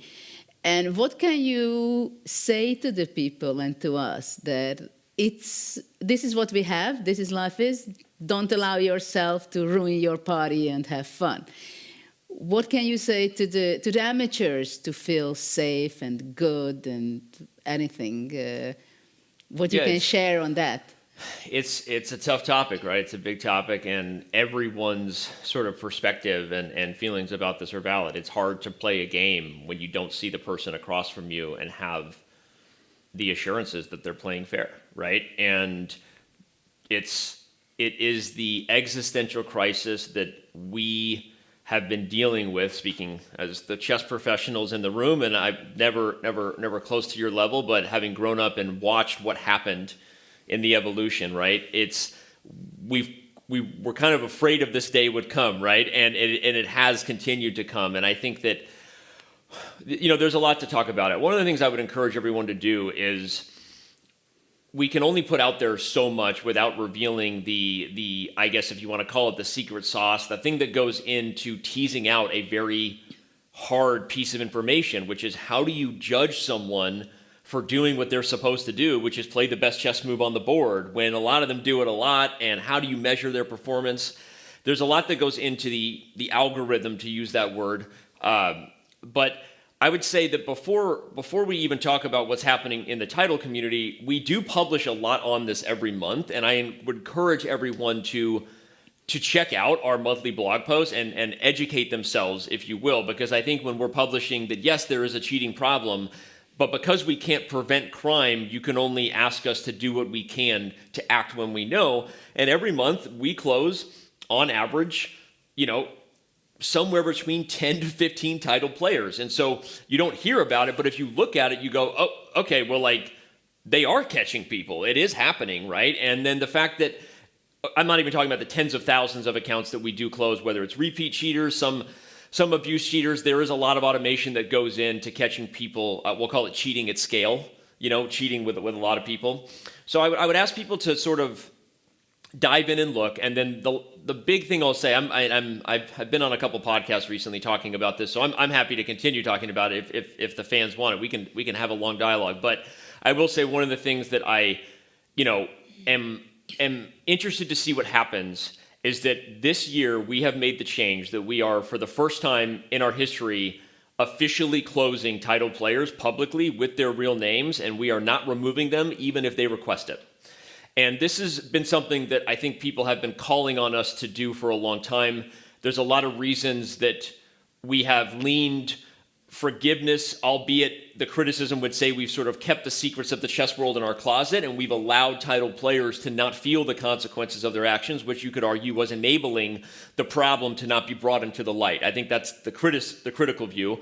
I think there were a lot of reasons why we were navigating it the way we did, but we have been honest and looked at ourselves in the mirror and said, look, where the game has come because of what happened during the pandemic and the many booms we've come, and we have increased our investment in the prizes available for title players. We now have to acknowledge that this is not, online chess is not just a casual thing anymore. If a professional cheats in a prize event online, they know what they're doing. And they know they are not only committing a crime against their fellow brethren, and they are committing the act that is like the worst for all of us, right? You are literally taking food out of someone else's mouth. And if you competed in enough FIDE events to even get the CM title, let alone NM and FM and IM and GM, you know what you're doing. And because we have increased the investment enough that is a now material thing you could be stealing from someone, we changed a policy that we have had for more than a decade. And I'm not going to call out the names of these title players, but anyone who follows, whether it's the Reddit circles or others, you see those names. You see viral threads break out where they make up convoluted confessions and they say they're going to sue us. And I say, okay. And what exactly do you want me to do besides continue to close high-profile players publicly? We just closed another GM publicly, and I will say that there is another very big name under investigation that will probably hit within the next month. And that's what we're doing. And I think I could talk about the algorithm, and I've teased out areas before where we might be a little bit better at this than people give us credit for in terms of doing it the proper way, because we do believe you have to assume innocence before guilt. But ultimately, I think the biggest thing we've done is listen to the community, listen to the title players, appreciate that we may have made this monster worse by creating not just the millions of dollars in prizes, but we'll call it the vanity economy that comes with it, the streaming, and they make their own revenue sources and the videos that are made. We recognize, I think, by doing something great and providing an infrastructure that is allowing more people than ever to earn a living and to support their livelihood through chess, we have opened the door to the motivation to cheat being bigger than ever, right? So we acknowledge that, and with that came a lot of these full circle conversations to say, we do need to do better. We've continued to hire, so we're investing in both the math and the detectives, if you want to call it that, the math and the detectives, and we are now closing people publicly.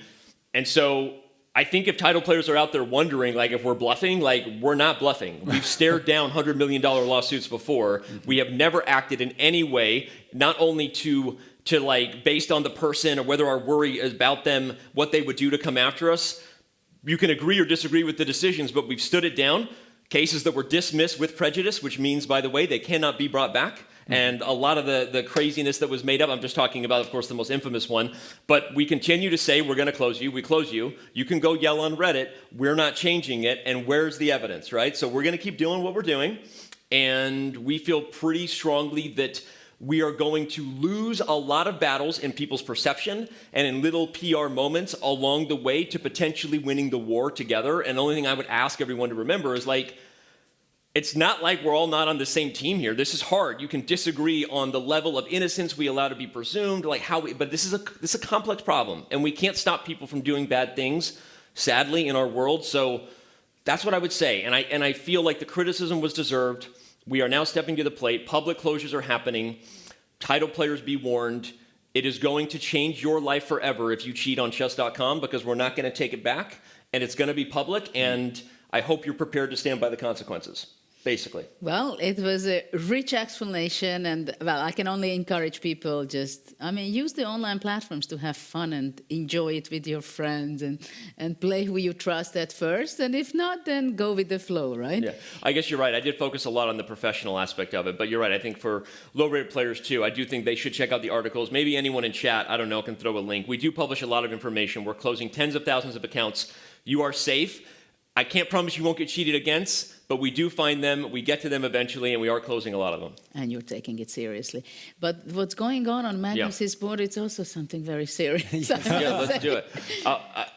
Maybe we'll go back. What really happened? Nicholas, can you tell us there? Because in the meantime, it was like, what is that suddenly d4 knight happens to be there? Yeah, so we went down this route that we expected. So knight e6 was played, e5, of course, queen b8. But now f5 was maybe a bit rushed. Up to the turf should have taken on ef6 first, and probably Magnus would have recaptured with the e-pawn, and now just immediately take this pawn on c5. I understand that he wanted to play f5 and bishop g3, but apparently this was the better way to do so, because in the game now after f5, also Norderbeck won a pawn, but black is getting very good control over dark squares, and if he finds the move queen e5 now, apparently Magnus has decent chances to save this. So Danny, maybe you were spot on with the Magnus bias. Well, Magnus bias, I mean, because we see him do it a lot. By the way, off the board as well, the clocks are almost even, so Magnus is finding some way out of it. But Peter, what do you think Norderbeck saw? Because as Nicholas pointed out, the best line for the engine, if we want to back up, was indeed to just take f6 outright. So either he saw a ghost here. Obviously, if you take, you can't. Okay, so you can take, because obviously you're capturing with check. There is no bishop to b6, pinning the queen of the king. We should point that out. So what do you think Norderbeck saw about that, maybe, Peter, or? This also works, by the way, just to point out, because of c5, so no pinning and winning the queen. Or did he overestimate something about f5? I'm just curious, crawling in the head. Well, my feeling is that he might have been hypnotized by Magnus. Yes, this is the point. Yeah, that you think like, of course, yeah, Magnus wants to sacrifice the pawn, and there are all these bishop b6 ideas, and I'm not going to go along this way. f5, probably he felt like this is another alternative. He started calculating, then he sees that actually I'm ending up being a pawn up anyway, but as Nicholas highlighted as well, I felt that this queen e5 move in the current position is the key move, the key defensive move. The big question, did Norderbeck underestimate this move, or he thinks that the b7 pawn will be also hanging, and that's why queen e5 will not be enough for black to equalize? It makes intuitive sense that Norderbeck would say, I don't want to take that pawn while that dark square bishop is still on the board, so he's like getting rid of it, then capturing it should be better for me than taking it outright. But then you start to look at the sacrifice that was made structurally. This knight on d4 is never going anywhere. A knight in the center dominates, or at least keeps up with a bishop, they say. And at this point, black has more control over the squares that matter. Queen e5 on the board, by the way. Oh, there you go. Of Classic course. Magnus. That's Magnus for you. Knight e4, only move to keep an advantage, also already played. Wow. But now black gets some stability. You can castle, you can put the bishop on f7, and you at least get all your pieces in the game, and you actually have good pieces. Yes. And you have good control over the dark squares, and Magnus in much better shape now I'm than a few actually months ago. expecting Magnus soon to be in the confessional booth and saying say that he's he really got away with it. stabilized. Now the game starts. Well, let's remember, Magnus only needs a draw, right? And so it starts to, that's why we have the Magnus bias. And maybe Magnus enters the confessional booth and admits that he feels like he got away with one. We'll see. I don't know. Well, one final question I would like to ask you, that you're having a book coming out shortly about your life. You're one of the most passionate, dedicated person out there about chess and who is building something really big. What is it going to be about? Thank you for that. It is going to be about my life in a way that I think is going to surprise a lot of people. This is a multi-year journey, not only to kind of work up the courage that I was kind of ready to talk about a lot of tough things from my childhood, but also acknowledge that I had a very unique path to getting in the chess space. And so thank you for what you said about my passion coming from someone like you. I don't even know what to say. Like I've done the best I can with my passion to contribute some good to the chess community. And my story is unique, where some of the really tough things I went through and the traumas I experienced as a kid ultimately pushed me toward chess. And so in some ways it's a twist ending of, I guess everything happens for a reason, and the twist is you get to choose the reason it happens. And so the fact that I'm in the chess world because of those hardships is an interesting thing that I've come to reflect on. It will also have my version of the Hans Niemann Magnus Carlsen scandal. I've never talked fully and openly about my contributions there behind the scenes, some that the chess world was very critical of in terms of how chess.com handled it, some that I think a lot of people would just want to know more about in terms of not just my relationship with Magnus, but my relationship with Hans and a lot of the deep stuff there. So that's that, along with the other things that happened when we built chess.com, are in the book. But the majority of the story, and the reason it is a memoir, is because before I even get to the chess world, I had to sort of justify and explain how I landed in the chess world to begin with. And so for the first time ever, I'm talking about my personal journey in that regard. I think all the books which is coming out here and there, also my sister came out with her book. It's so nice to read how chess influences people's journey and what it can bring, what kind of magical life stories. So I'm looking forward to see your book also. Thanks very much for being here with us in the studio, sharing all your insights about tough and hot topics as well. And now we are just going to go for a short break, and we are coming back in a few minutes. Are you curious to play freestyle chess but don't know how to? No opening theory, no memorized moves, just pure strategic creativity. But how do you navigate 960 possible starting positions with confidence? That's exactly what I'll teach you in my Freestyle Chess Masterclass. You'll learn how to develop your pieces effectively, recognize key positional patterns, and avoid early disasters. I'll break down some of the best freestyle chess games ever played, featuring Magnus Carlsen, Alireza Firouzja, and Fabiano Caruana. Freestyle chess is still in its early days. This is your chance to get ahead of the competition. Sign up now and let's take your freestyle game to the next level. Join my Freestyle Chess Masterclass today and save 20% only during the Grand Slam. Fabiano, you just drew your first game against Maxime Vachier-Lagrave. First of all, how was it to be playing classical freestyle again? Yeah, it was interesting. I was a bit scared out of the opening after e4, and we had kind of considered this pawn sacrifice in the opening, but I wasn't sure it was correct, and I think like Hikaru got in huge trouble, so I don't know if it was actually a good pawn sacrifice, but I didn't know what else to do because it looked like other ways White would have a safe advantage, so I went for it. Maxime decided not to take the pawn, which maybe wasn't so critical. At least I thought I have a good position. And at some point I got ambitious. I thought I was slightly better. But then I misplayed it for sure, and I was extremely nervous after bishop c3. I went for this f4, which is a very concrete solution, but I thought he could take the pawn on b6, allow f3, which is, of course, double-edged, but he puts the bishop on b5, and I have to prove it with very little time that I have enough compensation. So I think he just missed that I can take back on f4, and then I should be okay. I mean, I wasn't 100% sure, but I thought probably if it's working tactically, then I have enough activity. Jan Nepomniachtchi mentioned in the confessional booth that he had suggested this pawn sacrifice out of the opening. He dubbed it the Nepo Gambit. Was that so? How did the pre-game discussion between you guys go? Yeah, he said it's always good. He said in any position it's good to sack. I've already noticed that he's going for this idea. And I also noticed Magnus was sometimes going in, I mean, not in this position, but in similar positions. for some pawn sack where your knight goes to g6, you get some open lines and try to get the center. But his comment that it's always good was, okay, probably typical for Jan, kind of very optimistic. But I wasn't so sure. But it was his idea. He did come up with it, and it did lead to a good position for me, at least. Maybe Hikaru will have a different feeling about his idea. We didn't get the chance to talk to you the last couple of days. The round robin was a bit of a nervy one for you. You got off to a bad start with 0 out of 3, but you qualified in the end. What was your overall feeling now, looking back on those 2 days? Yeah, terrible start, terrible finish, but the middle was okay. But yeah, I lost 5 games.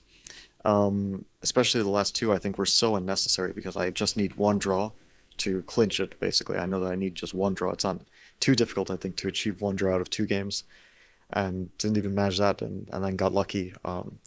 Thankfully, it didn't really matter if I were to win the last 2 games or lose the last 2 games. It didn't actually end up mattering too much, so that's kind of how the system is. I benefited a bit this time around. One of the reasons the players like freestyle chess so much is because there was no need to prepare like you do for classical. And the commentators on the broadcast mentioned that you are the instigator of game nights pretty much every night. Why do you enjoy them so much? And how come you, even during the tournaments, you're happy to play every day? Yeah, it became a thing. I mean, it used to be a thing many years ago. I think it was, I'm not sure if it was Maxime or Magnus who would bring a set of Avalon, and I think the first time I played was in Leuven in the Grand Chess Tour in 2017. Everyone was playing at a bar. I think it was someone's birthday. But yeah, they would all get together. Then I kind of became part of it, and then it stopped for many years. And then more recently, I thought, why not to revive this old tradition? So very often we do have game nights. And here it's a bit easier to justify it because there's nothing to prepare for. So you don't have to worry that you're, distracting yourself from useful preparation when there isn't really much else to do. But I guess the main thing is not to sleep super late, which is tempting, and also not to hate the people you're playing against, which is also easy to happen when you're playing these games. Who is the one person who is easiest to hate? Who is the best liar in those role-play games we play? Best liar. Well, I think Levon has always, I don't think he's here yet, I think he's coming a bit later, but Levon has always been the best and most frustrating liar. And Maxime is also pretty good. They at some point had like some system in Avalon, which was really frustrating. And yeah, sometimes you get upset. You should just not break any friendships, I think, over board games. Fabi, thank you so much for sharing all of this with us, and best of luck for tomorrow. Thank you. My name is Vincent Keimer. I'm a German chess player and from nearby Mainz. The young pioneer of a new generation was the first winner of the Freestyle Chess Grand Slam Tour 2025 located at Weissenhaus. He found his way to chess pretty early on. Yeah, it was at age 5 and it was quite a coincidence actually. I just found a chessboard somewhere in my parents' home and that's how it all started. He burst onto the scene in 2018 with a stunning win at the Grenke Open, and soon after became the youngest German grandmaster in history. That was kind of the start of my professional chess career and also the tournament which opened up a lot of international opportunities. With an ELO rate of 2,718, Keimer stands among the best in the world. A calm, focused presence at the board with a style that blends discipline, deep preparation, and quiet confidence. One of my most important strengths was the will to win, like to never kind of stop, always continue. It's basically attacking the opponent and never letting go until you got what you wanted. That relentless mindset is exactly what the reigning champion brings to the board. I'm going to give it absolute everything to perform as good as possible, play good games, and hopefully I even win. Let's find out what the future will bring.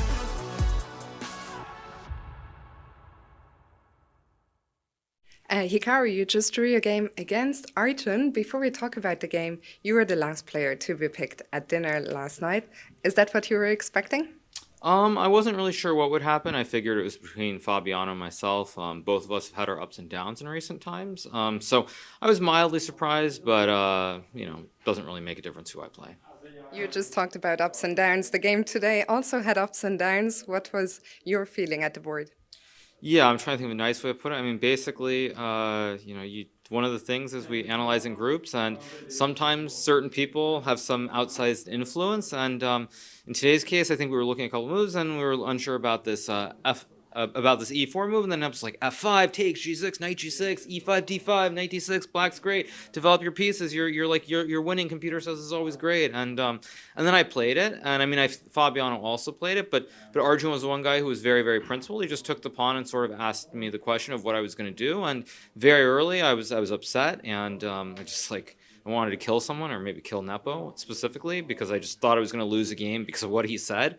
But then somewhere, I think in the late middle game, Arjun he was trying to be too precise. He was looking for a clean knockout. He couldn't find it, and then the game got very messy. And I haven't had a chance to look yet, but I suspect that if I had gone bishop f6 instead of rook e8, I would have had chances to win. But on the other hand, time is getting a little bit low. I've kind of messed up some games both here and in Wiesenhaus when I've gotten low on time. So it felt like rook e8 was a more practical decision, where at the very worst it's a draw, and if Arjun makes a mistake, I win. He defended it very well, and so it was a peaceful result. You mentioned, Jan at the start of his game, after only one move, went into the confessional move to say, I feel bad, having suggested Nepo's gambit, and I don't get it. You realized it was bad too? Yeah. Ah, okay. He saw your position and he realized what he had done. Yeah. I mean, but like Fabi, I mean, it would have been really interesting if Maxime hadn't been principled. Because I mean, the thing is, Maxime could have looked up, seen the position that Arjun had, and probably done the exact same thing. But then, I mean, I think he has principles he doesn't want to copy, or you want to try to be original, so he didn't do it. But I mean, there's a very good chance that both Fabiano and I could have just lost our game today without a fight. So I'm a little bit lucky and somewhat relieved. So do you think that preparing together comes with pros and cons? I mean, I think in general it's not a big deal. It's just that when you go for gambits, you really don't know what the objective evaluation is. I mean, it can be either great or it can be horrible. You just have no idea. So without knowing, I think it's probably a little bit much to play like this in a classical game. I think in Blitz or Rapid, this idea would have been completely fine. But in a Blitz game or in a classical game, I mean, I think it's just bad. So, yeah, I mean, there might be ups and downs, but I think I'm probably going to go back to what I did in Wiesenhaus, which is trusting an American and not a Russian. Thank you very much for sharing your insights, and good luck for tomorrow. Thank you.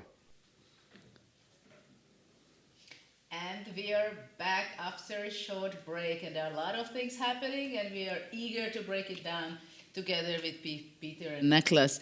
I think first, we have to understand what really happened in the last few moves in the game between Abdusattorov and Carlsen, because Nodirbak is in a must-win situation. Can he still win? I mean, what is this f5 pawn disappeared from the board? Is it dangerous for black, or is it something he was allowed to take and save? Well, first of all, I'm shocked. I'm really shocked. We had this short break. Let me just bring back the position that we had after queen e5. We were talking about that, yes, black has stability, and after knight e4, I would have said that there is absolutely no chance that Magnus will not go for the way along with the stability. Castles, for example, white protects the pawn, g4, bishop f7, and rely on compensation, rely on this lovely grip, maybe play rook e8, potentially somewhere break with d5, and just enjoy the position that, okay, I survived the scare, it looked like I'm going to get crushed. Instead of this, Magnus played the move knight e7, and also knowing that what a fierce fighter, warrior Nodirbak is. How on earth are you not going for the more stable option? Knight e7, Nodirbak immediately, okay, you want to take this f5 pawn, take it. I'm giving it to you. Knight b6, I'm not going to protect. Knight takes f5, queen f2, I have seen this, that it was blitzed out. And Nodirbak looked at Magnus, got up, went walking, like signaling that I'm super happy that you went pawn hunting. It will come back to bite you. But, I understand everything what you just explained, that if you don't take the pawn, you don't hunt that pawn, and you make castle and you have compensation. At the same time, sometimes it happens when you're such a great player as Magnus himself, he understands that if I would be playing with the white side, okay, there is a compensation for black, but I know how I would squeeze it from this way and that way. And because he knows it, that how good and well he would be able to squeeze the opponent, because of this, he's rejecting that option. And he rather takes the pawn because probably he didn't find it as dangerous, or he still evaluated what are the pros and cons. And he decided that hunting the pawn, it's a safer way of playing it. But I want to ask Nicholas, what is the engine up to on this position? Well, just a second before, because then Nicholas will consult the engine. I just want to say that Magnus is taking his time. He seems to be nervous. My feeling is that he might be already regretting his decision, but let's hear Nicholas. The computer is not regretting Magnus's decision, but of course it's always two questions.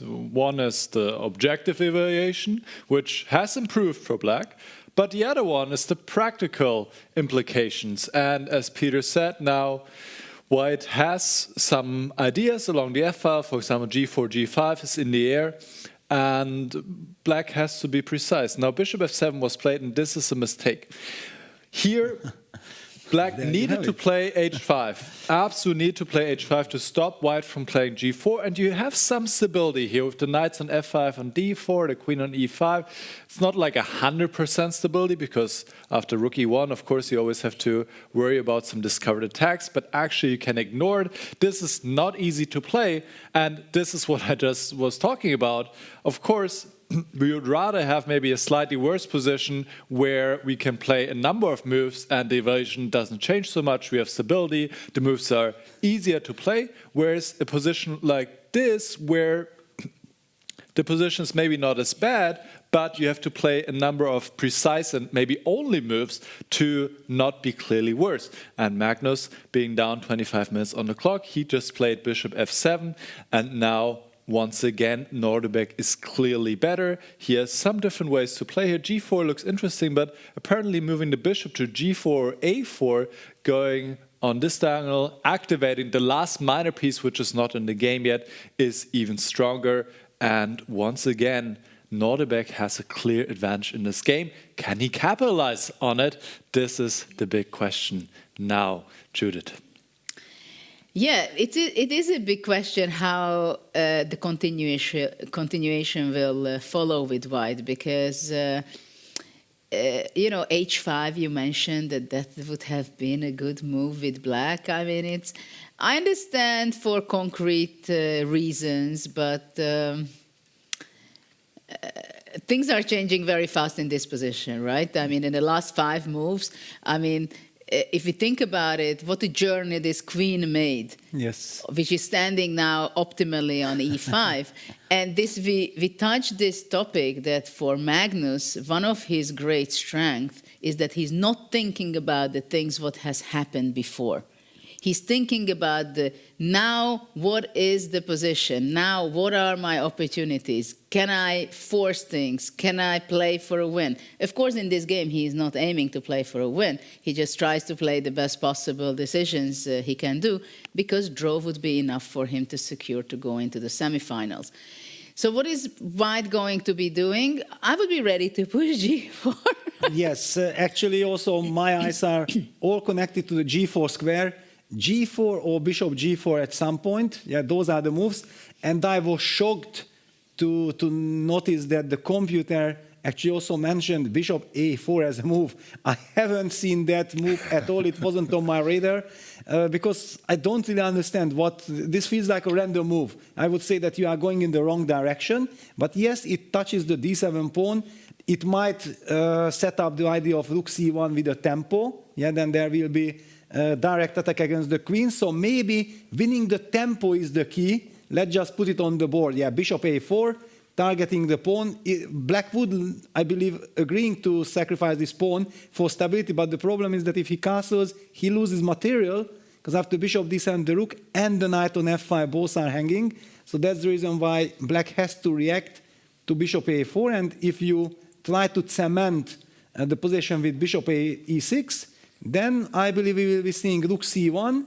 There is the pin. Okay, computer doesn't agree, but let's just highlight there is the pin, and also g4, g5 ideas are coming. It looks very dangerous for black. This is what I like very much, that the rook is coming to e1. I think this is essential much more than where the bishop is standing on a4 or g4. I think this is something very important, and then black has not such a convenient situation as the queen. In principle, it stands very nice on e5, but once you have to face a rook on the e file, it is not so funny anymore. So yeah, and also the queen and the knight at the moment protects the d4 square. But imagine if after rook c1, black will have to move the queen, then after g4, the knight on d4 will be lost immediately. Yeah? So at the moment it looks like it's stable, just 1-2 moves, and it can all fall apart. Well, still Nodirbek is having the upper hand and tries to give as difficult choices for Magnus as possible. And of course, he's in a must-win situation. He's not forgetting it. We are not forgetting it. So I'm sure it will be some excitement coming up. And for Magnus, it will be not easy at all. What do you think about going back to bird's eye view? And let's see what's going on the other boards. Let's do that, because we have tons of action. Yeah, also, it seems like Fabiano is creating serious chances against Maxim. That's a huge game, because if he wins, then there is no tie break. Yeah, let's take a closer look. So what's going on with Vincent's game? Well, White is pressing. Yes, White has a small initiative, and Vincent is very low on the clock. But compared to the other games, probably we have more action on the other boards. Oh, absolutely. Which one would you like to pick? Well, then, okay, Fabio against MVL, if you already discussed this. And I also want to see that how White is fighting against this G5 move. I highlighted immediately that I don't like this G5 move, and I'm so happy when such moves that I don't like are getting punished. It just gives a good feeling, you know? It's how humans are, yeah? Well, there is quite a change in pawn structure since we've been here before. What has happened? Can you go back just a few moves to try to understand it, how White gained this exceptionally nice square for the knight on c4 and bishop on e5? Well, we left it, I think, after queen g7, and we were debating how Fabi will continue the game. He came up with a very interesting move that we did not expect, was the move knight b5. And the computer doesn't like it so much at the beginning, but when you see what happened in the game, it forces the change of structure, knight takes b5, c takes b5, so the computer might start to appreciate it. Knight e7, when we see humanly that the knight was forced to e7 and the bishop was not able to land on f6, then we get the attraction. Wow, this is great, this is fantastic. So it will be White's bishop after dc, that comes with a tempo, hits the queen on g7, and already we feel like, wow, this is fantastic. Of course, White damaged the pawn structure, the b5 pawn is weak. Black is probably heading with the knight to d5, but Fabiano, I think, correctly sensed that the dynamic factors will be in his favor. Yeah, now he reinforced the b5 pawn, a4, knight d5, bishop e5. The bishop already sits on this lovely square on e5. a6, black tries to break the pawn structure, but Fabi said, okay, do what you want, because after ba, you are having a ruined pawn structure, and finally that knight from c2 is landing on c4, heading towards the d6 square also. The e5 square is reinforced. The knight can also jump into e5 in the future, and the structure, whenever there is this pawn structure, we know, of course, classically speaking, that the knight on c4 is a monster piece. Knight f6 happened. Maxim is trying to create some confusion. Yeah, he wants to jump with his knight as well. Knight c4, bishop e7. The bishop needed to be developed. Bishop f3. G takes f4 is the current situation. It looks very good for White. It looks extremely good for White. And after g takes f4, I would capture it with the pawn. And I would not forget about this opportunity, which we talked much before, to go rook c3. Yes. And be a very, very tough threat on the third rank with the rook. Yeah, Maxim played the move rook d8, also maybe stepping out of this bishop b7, also trying to control the d file. d6 square was also weak. It looks like a horror clock situation, more or less even. Fabi still has like 25 minutes. A very comfortable situation, no threats from black. He's the one who is thinking about how do I improve my position? Can I find a knockout blow? I'm not someone who likes to predict, but this is really looking horrible for Maxime.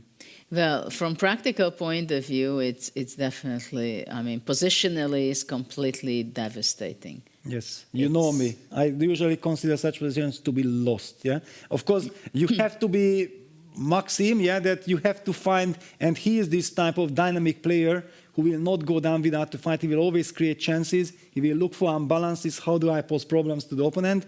Because just with normal moves you cannot save this position. You know what? I think with black, maybe the best thing black can do, or I don't know, h6, king h7, rook g8, if I would have the time to do so, because I don't feel comfortable with the king on g8. Yeah. Really, with the opportunity for white to go rook c3, bishop moves away. Just to highlight also that Fabiano has a 96% accuracy, 95.7. Well, after b3, a stabilizing move, computer dropped to 95.5. I think it's still fairly nice. The whole picture that from a symmetrical position with this easily d4, he sensed how to pose problems. Yeah, he had to be very carefully timing all this action, and he did get something very serious. I think b3 is actually played in order to make space for the bishop to come back to b2 and make space for the knight on e5. This is what I would think. And it's not only that, but also if white comes back to b2, sometimes bishop a3 attacking the weak c5 square, but more importantly, to replace it with the knight on e5. And also it's kind of very depressing and frustrating from black's perspective when you are faced with a move with b3, you feel like, wait a second, I was also hoping of maybe grabbing the pawn on a4 and then bring the bishop to b5, challenging that knight on c4. Now white makes sure that all this construction is eternal. Yeah, it's super solid. I feel that maybe now black has to try to play something like knight g4 in order to provoke bishop g4, f take g4, that at least then we can try to rely on the light squared bishop. But what is very interesting, that Maxime is so relaxed. Look at his heart rate. I don't know how he does it. For you, it would be already yes. jumping out your heart, right? When I see a structure like this, you know, my heart rate will be 150 Probably automatically. You would have a heart rate measurer now on you. It would be much higher than that, yes. Right? Just seeing it. Exactly. Yeah. So no, it's a horrible. It's a terrible situation for Maxime, but he also knows that actually he needs to play fast in order to pose problems, at least on the clock for Fabi. Because one thing you don't want to do, have a bad position and no time, then you have zero practical chances. But it's interesting, at the moment when Maxime played g5, and he also shared his thoughts in the confessional booth, that it would be a logical move, it would be the most logical move if you're in a must-win situation, right? That you want to sharpen things. But it was not. It was a very solid game, or you wouldn't play even g5 in that case? Well, I felt that Maxime, what he said, that he thought like with g5 he's stopping bishop f4 thanks to bishop f3 thanks to g4. Yeah, but I somehow sense that he was worried, and he did say that he did not like the move that Arjun played, this bishop f6, which was a much more natural move, thinking that there he might be slightly worse, because I think Maxime is a player who is always looking for dynamic chances. Yeah, that's why he also has so many fans. Yeah, he plays fantastic chess, very eye-pleasing when it works. However, he also gives chances for the opponent, and if you give a chance for Fabiano to get this structure, I think you are in for a treat. It will be very unpleasant. Okay, so maybe we ask you, Nicholas, what can you tell us? Can you give us any hope for black? Well, it's difficult in this position, because if you have a look at it, it feels like every single white piece is better placed than every single black piece, more or less. Maybe you could make an argument that this rook is better placed than one of the white rooks. Okay, but apart from that, every single piece is better placed than the black pieces. You have a weak king on g8. We already talked about some ideas, maybe having a rook lift across the third rank, White has the better pawn structure. There's a weakness on c5. There's a weakness on e6. Just all the factors are in favor for white, and this is why in this material-wise equal position the computer is giving advantage of +2, +2.3, which is basically a winning advantage already. And yeah, it will be very difficult for Maxime, but Maxime, he's a very tricky player, very resourceful, so he will put up a great fight. And I do agree with Peter, it all came down to this moment earlier. While objectively maybe not terrible to play g5 in this moment, it was a long-term weakening of the black king, and there was no need to do so. Arjun played bishop f6, a perfectly reasonable move. Now Arjun is actually better against Hikaru, and g5 was just very committal. You weaken your king long term, and he did not really get the benefits for this move. So he has just played knight to e4. White will move the queen is attacked, probably move it to e2. You could also take on e4, but I don't see a reason quite yet to take. Queen e2 looks very sensible, and probably MVL Varshela Graf is hoping to set up something like this, bishop c6, set up some blockade here on the light squares, but should not be sufficient. Actually, the computer wants to take on e4 now. This is interesting. Now we see the rook lift in action, and this is quite deadly, quite terrible, because rook c3, rook g3 cannot really be stopped. So in this position, you would need to take with the pawn, and, well, now maybe bishop c7, followed by knight e5. There are a lot of ideas. Fabi still has to do some work. The position does not win itself, but he has great chances to do so. Judith. Well, things are not standing too well for Maxime, right? And it's very tough. But now let's jump into the Arjun Nakamura game. What do you think? Because we neglected this game. Yes. Because they didn't play g5, and then somehow it didn't caught our eyes that we have to go there. So what is this position? I don't think we go back to very much deeply. Maybe we can go, we can go to the bird's eye view for a second. And yeah, we also see that the first game ended in a draw, in a big roller coaster ride, and now already we have this game. Black played the move bishop f6 instead of Maxime g5, and we have seen the consequences of g5 into which the position turned to, and now we see the consequences of bishop f6. It looks so much more harmonious for black. Isn't it? That's why you have to follow the golden classical rules.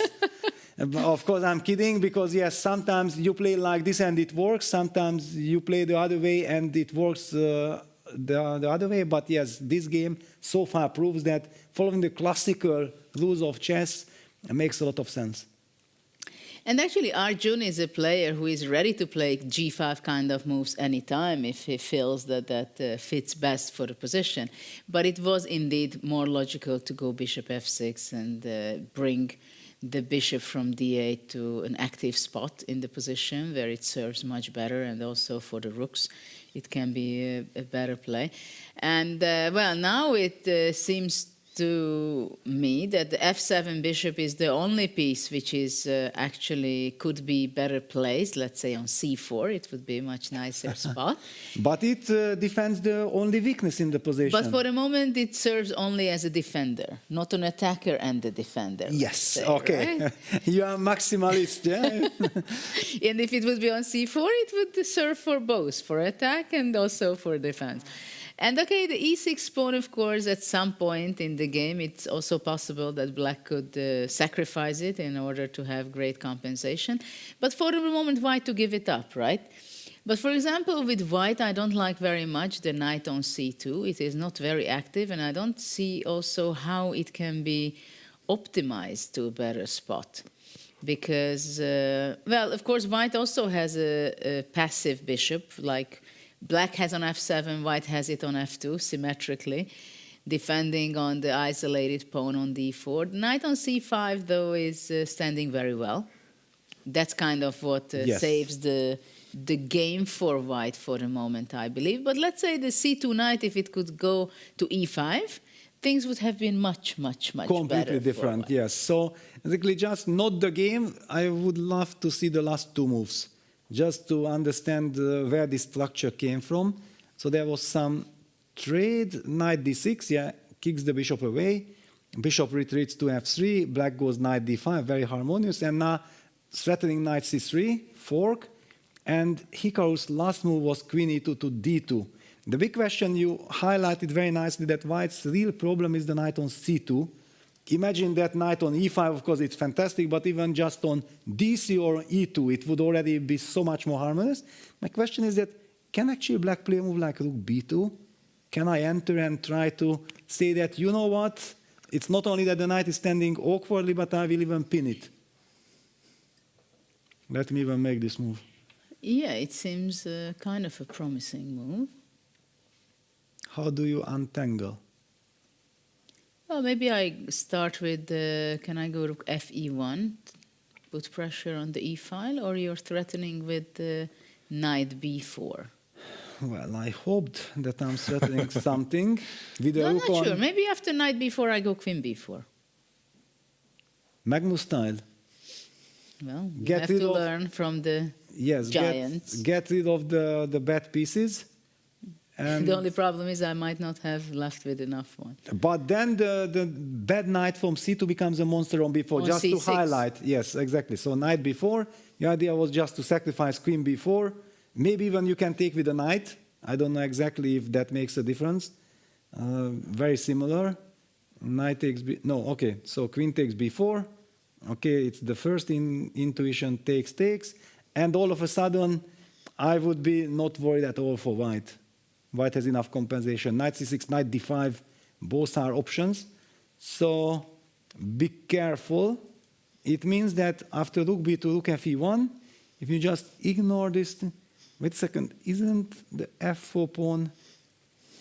Knight c4 was played.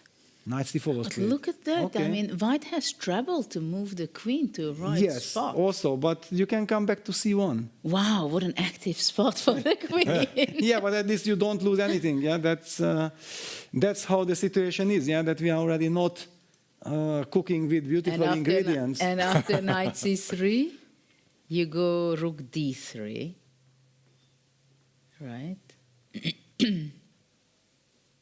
No, apparently no. Let's try to figure out why not. Such a confusing position. All the pieces are awkward. Of course, for computers it doesn't matter. Yeah, that's why they are so super strong. But rook b1 here. Oof. Okay, but can we sacrifice the queen again, or knights? You will have also. I mean, knight you have d2. to, but Yes. No. This is now much worse than the previous knight d2. I think it hurts. It's a tempo move. No, this is not good. Aha. Okay, so then knight c4, also putting the pressure on Hikaru. What is the clock situation? Hikaru under 20 minutes. Queen d6. Arjun plays very slowly, C1. improving his position.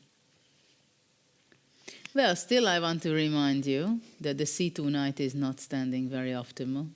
Yes, absolutely. But wait a second then, because there are so many tactical possibilities.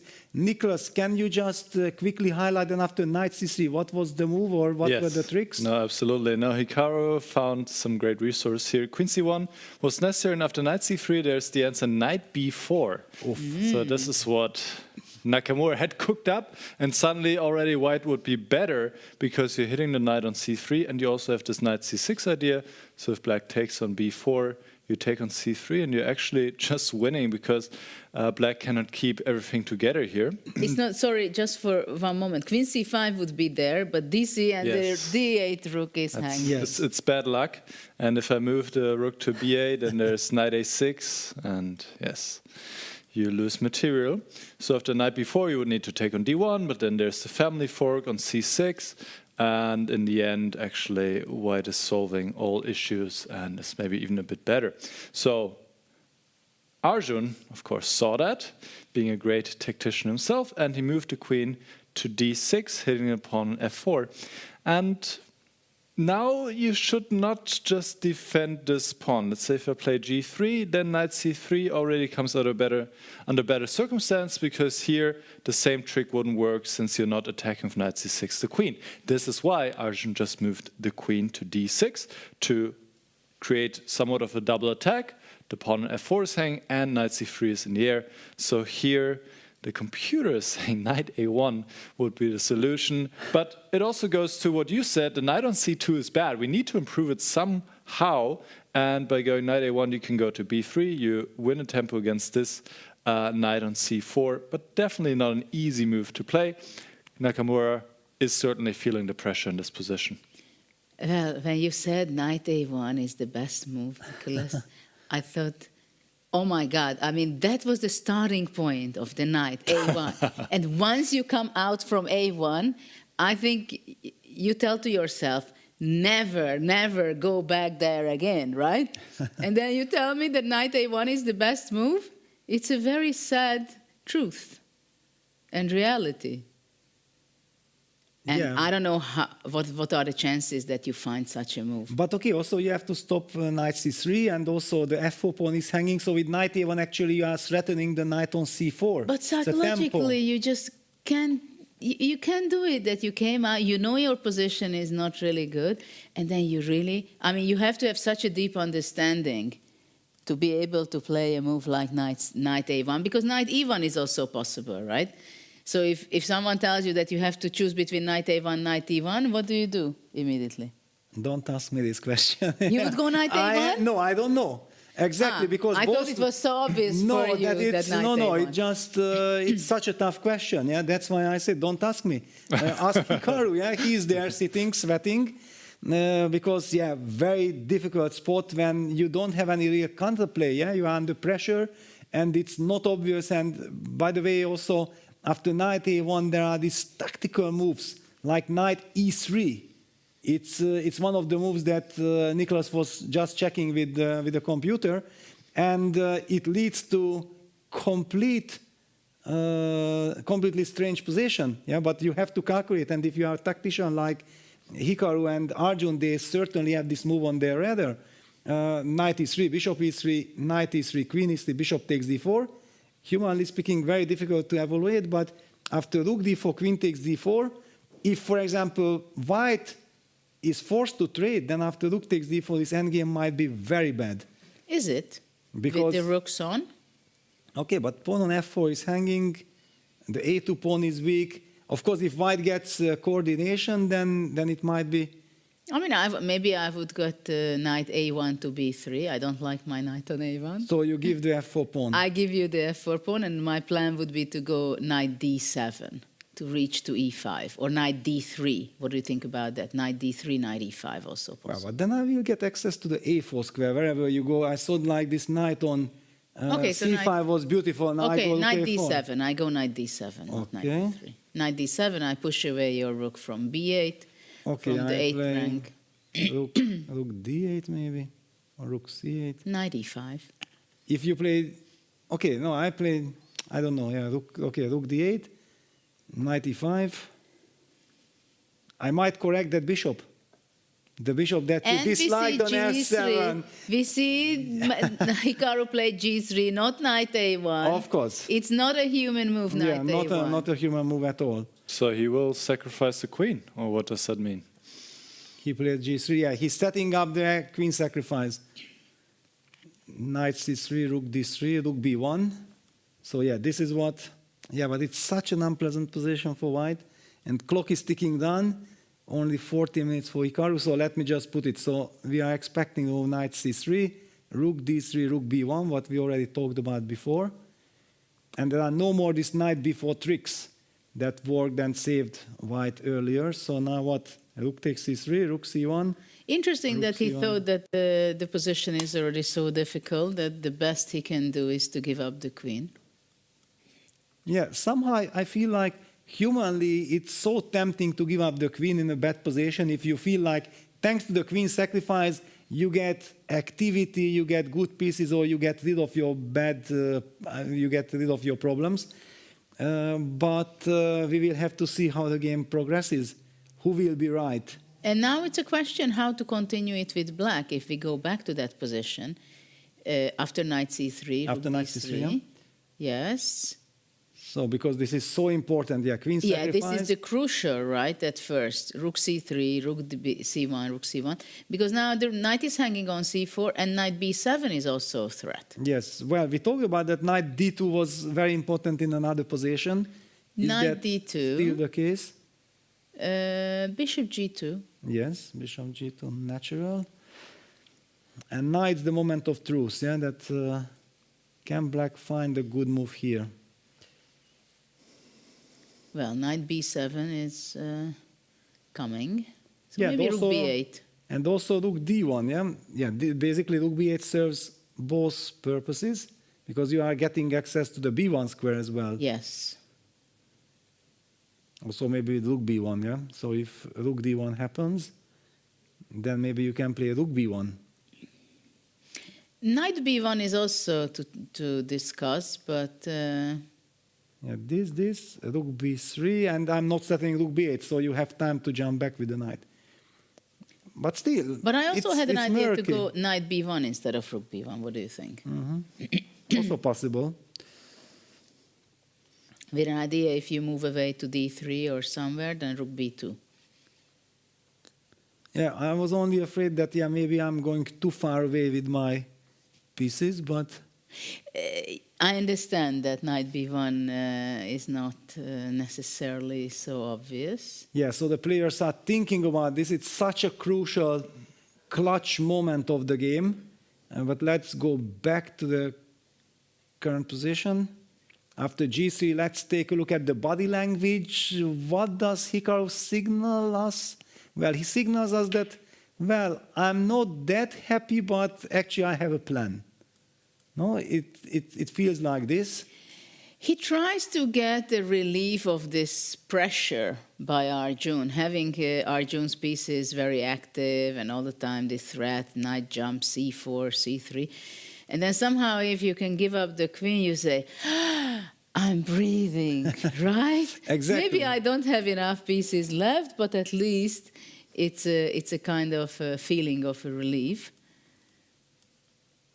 And time-wise also, it's getting more interesting because Nakamura is under 15 minutes, while Arjun has 20 minutes. Yesterday, they had a very, very interesting game, and Arjun was so close at some point. After the opening, we said, well, I was the initiator of that to say that, well, it's a winning position and Arjun will win. But, of course, with Hikaru, Wow. you never know. But look at this. Yeah, Arjun believes Hikaru. He doesn't want to take the queen. He played the move rook to c8. Rook But d8 to sometimes c8. it also happens that you think that you can make extra moves without white able to improve too much on his position. Okay, but now, for example, if you move the knight and you mentioned that why not knight e1, why knight a1? And there is this question. Now, there are no more these tricks with knight e3. We don't even have to judge those crazy type of positions. And the knight on c4 will be targeted, and if the knight can land on d3, that's what we talked about. That would be nice. What about knight e1? Yeah, knight e1, attacking the knight on c4, and you want to regroup the knight d3 to e5.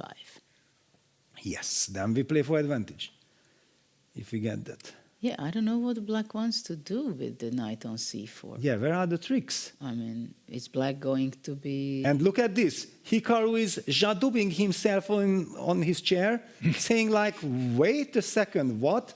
You give me a tempo, I might be able to regroup, and if I regroup, I will be happy. Okay, very big moment.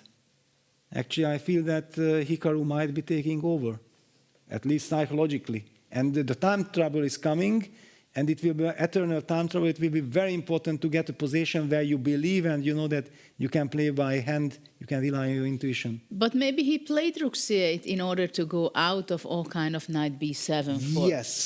Yes, but still. And this But there's a good chance that black has no time for that. I don't know. Nicholas, can you reveal us some secrets? Is the computer highlighting something very special here? I'm not sure. I mean, both players must have prepared something or thought of something that they didn't like about knight c3. Also, Nakamura seemed quite confident. You didn't see him shaking his head. So, and he played knight e1. He played knight e1. Yes, knight c3 was a good move. But all right, let's stick with the game. Rook dc8, and now you could have chosen any of the knight moves: knight e1, knight a1, knight a3. They're all fairly similar. Knight e1 makes sense. Preparing to bring the knight to e5, I think a very human approach. And now black has to deal with the threat against the knight.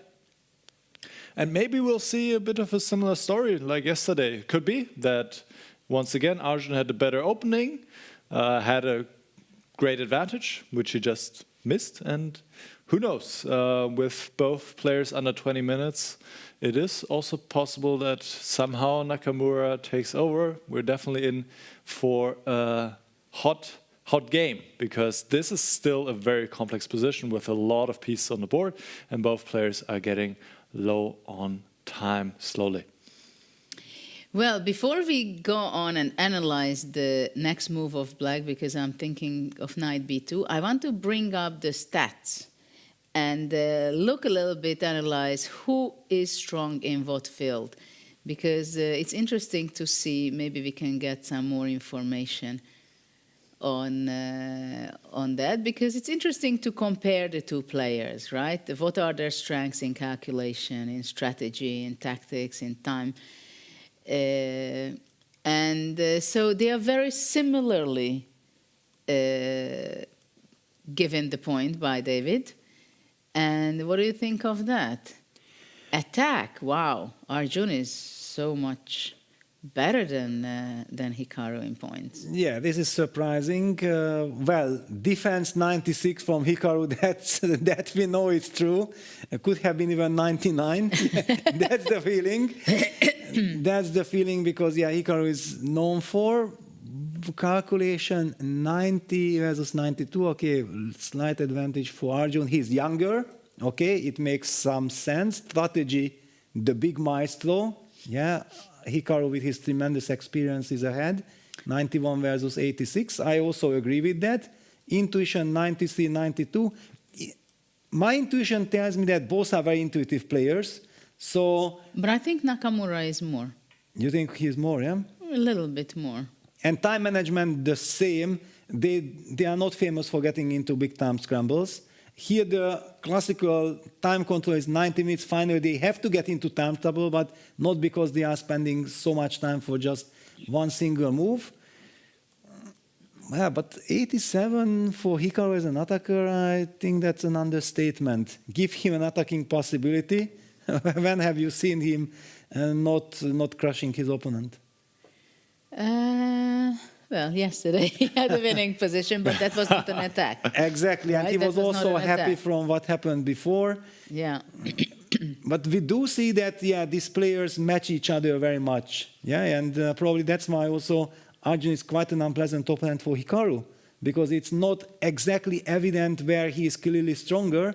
Well, in defense, but in defense you will not win. Yeah, that's the trick.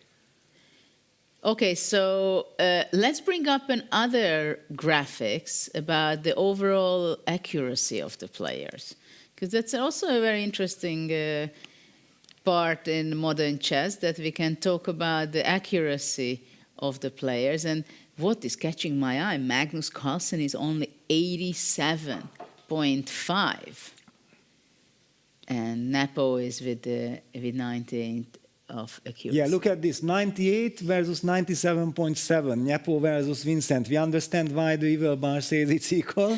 Yeah, it's a very even battle. Abdusatov has the upper hand. Yeah, he was clearly putting the pressure on Magnus, and still is. Vidit, 96.7 accuracy, also extremely high, because we only think about Vidit like he got eliminated, he's on honeymoon, he didn't really manage to show his best, but when you look at his accuracies, he's actually doing extremely well. So this is already a slide which you would show to Vincent, right? Yeah, this I can show. Yeah, this not every statistics you want to show to your student and to optimize. And also the heart rates. Well, there are you see, this is actually very interesting that the younger players have lower heart rates, right? For example, Pragnanda, Gukesh, also Arjun is doing fine now. Vidit, if you tell me Vidit, I always feel like he is normally nervous. Why is he 78? But he's not that young anymore. I mean, he's nothing close to Gukesh or Pragnanda. Of course, yeah, but now suddenly I mentioned the Indian players, so I felt like I will mention Vidit as well. And the old school, Nyepo, 110, correct, Rapport, over 100. Correct. This is how it should be. Yeah? Imagine Ivanchuk's heart rate or Gelfand's and like this. Mine, Grishchuk. Yes, maybe the system is not even able to cope with our heart rate. Okay, so what do we have since we left? Knight b2, this is what I wanted, but I thought after rook d2, not queen b6, but knight a4 will be the move. Yes, so knight e1 happened, knight b2, yeah, hitting the rook, but this knight is getting into a journey, and rook d2, queen b6, rook c2, it's a typical kind of Hikaru from seemingly nowhere, but a strange, unfamiliar position. He can turn from a bad position to a clearly better one, and this is what's happening here, apparently. And look at the harmony in white pieces all of a sudden. Incredible, yeah? And he sips from the water. He's super happy. For the first time today, Hikaru is enjoying himself. And he gets up. There we go. And hopefully he goes to the confessional booth. Wow. Actually, he's not visiting the confessional booth. He's not treating us well. Well, he just wants to win the match. He still has enough time. 12 minutes, 47 seconds. If Hikaru gets his position, then the 10 minutes or extra, more than 10 minutes will help him. And if that knight from e1 lands on d3, then the position plays itself. Well, for now, for me, it's a big question whether the knight on b2, is it an active piece or it's a piece which is trapped? And I'm asking Nicholas about this. What do you think about this b2? What can we say about that knight? I think it is a bad piece that needs to be protected, cannot get back into a game right now. All the squares are protected. And white will actually not try to trade this piece, but maybe play bishop g2, knight f3, keep improving the position, whereas the knight is just trapped. So this is why queen b6 was actually a mistake. You should have brought the knight back right away. We go knight a4, using the pin along the c-file, and the position would be around equal. Instead of the queen b6, rook c2, now the knight is not pinned anymore, so you don't have this knight a4 resource anymore, and you're stuck with the knight, and exactly what we speculated about a few moments ago did happen. Now Hikaru is already objectively better, time is also evening out, and he has a clear way to improve. Maybe knight g2, maybe bishop g2. You have moves to play, whereas black is just stuck. What do you do with this knight? How do you untangle? It's not obvious at all. And Arjun now under pressure. So this game is definitely heating up, but for the Hikaru fans, it looks like it is definitely going in the right direction now. Just a few moves ago, Hikaru was clearly worse, but Arjun missed the chance, and now the tables might have turned to Judith. Yes, and this is chess. No matter whether it's freestyle or classical, this is chess. This is the psychology of chess. This is when an incredible, experienced player plays, right? That they hang on, they don't give up. We could see the body language of Nakamura. He went, okay, I'm ready to sacrifice my queen. I'm going to get out of the cage and I'm going to bite. And then somehow Arjun played, okay, rook c8, maybe I optimize the circumstances, how I'm going to play knight c3. No, you missed the moment. Yes, and you know what crossed my mind exactly at that moment when Arjun did not take the queen? That Magnus has sacrificed his queen against Abdusattorov. Magnus sacrificed his queen against Rapport. He won both games. And there were all headlines. And Hikaru was ready, okay, I will also sacrifice my queen. I can do it. And Daniel said, no, I will not give you this chance. And it will be very interesting after to ask the players that did this, for example, cross their minds. if not for Magnus's 2 queen sacrifice so far in the tournament, Arjun maybe would have just taken the queen. Yeah, but the thing is that this initiative is something that strong players evaluate and treasure a lot, right? Exactly. So this is why Hikaru was ready to give up the queen, because after that already his pieces would be active. Come to life. Yes. Exactly. And in other hand, Arjun said, well, I don't want to give the activity for you even if I win the queen. So that was kind of understandable for me why Arjun did not continue the way with knight c3. At the same time, you have to make a choice, and maybe it was still the best move to make, and he had to play knight c3 because of knight e1, because the c4 knight is basically kicked out from its its good position. Yeah, all the purpose of black's play is lost.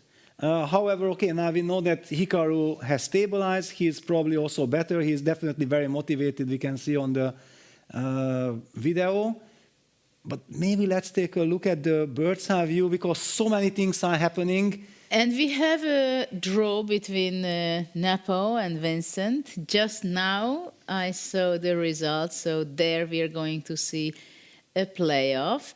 And at the same time also Pragnananda Vidit made a draw, which means that Pragnananda moved forward, and he's going to be playing tomorrow for the 9th and the 10th place of the winner of Rapport and Gukesh. Yes, and basically it means that for Vidit it's over. The tournament has finished. Yes.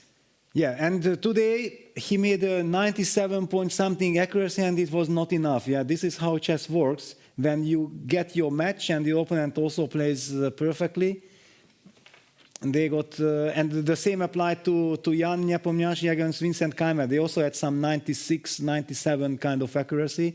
Exactly, and in the meantime, I'm catching my eyes that Caruana is actually completely winning, having an exchange up, an extra pawn up.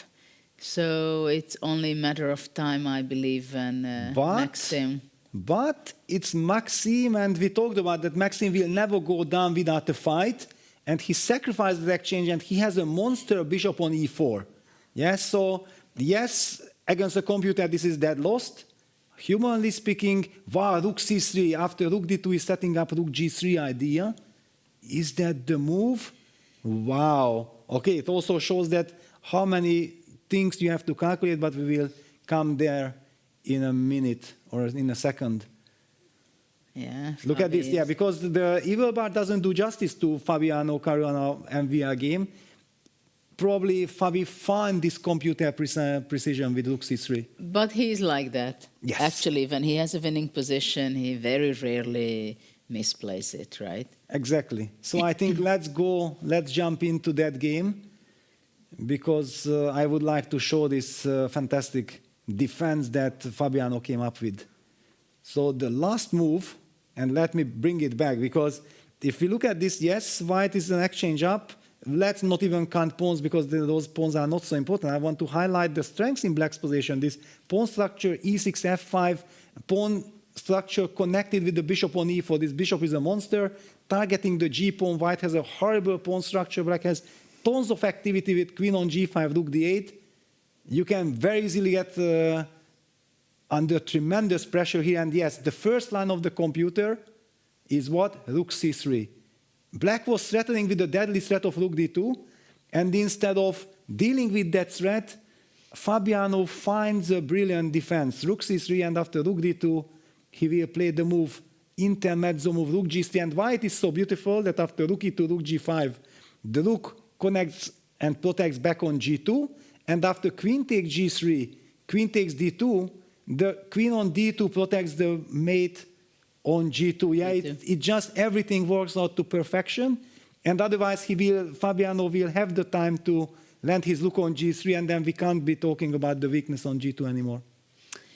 Well, it is an essential victory if Fabi collects it, and you can see on his heart rate, he just few seconds ago it was 120, and now he calms down completely as he understands that his position is is secured, though still he will have to be playing some good move, because now black wants to capture on e5. But I believe rook g3 and also queen takes a6 is possible at some point.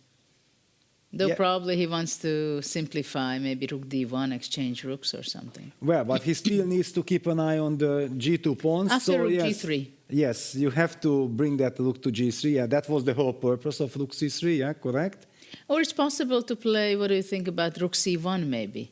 And after queen Rook e5, f3 and rook rook c8. c8. Yeah, that's, now that rook d2 is not a threat anymore, actually it looks tempting. But I think in this game, it's like... Now it's clear that Fabi is... I mean, it's hard to imagine that Fabiano will be misplaying this, and it's a matter of technique, though he has only 6 minutes, so it's not over yet. But he has a very, very good chance to win the match. Because I want to go desperately to the bird's eye view to switch after that, just to see what's going on the other boards.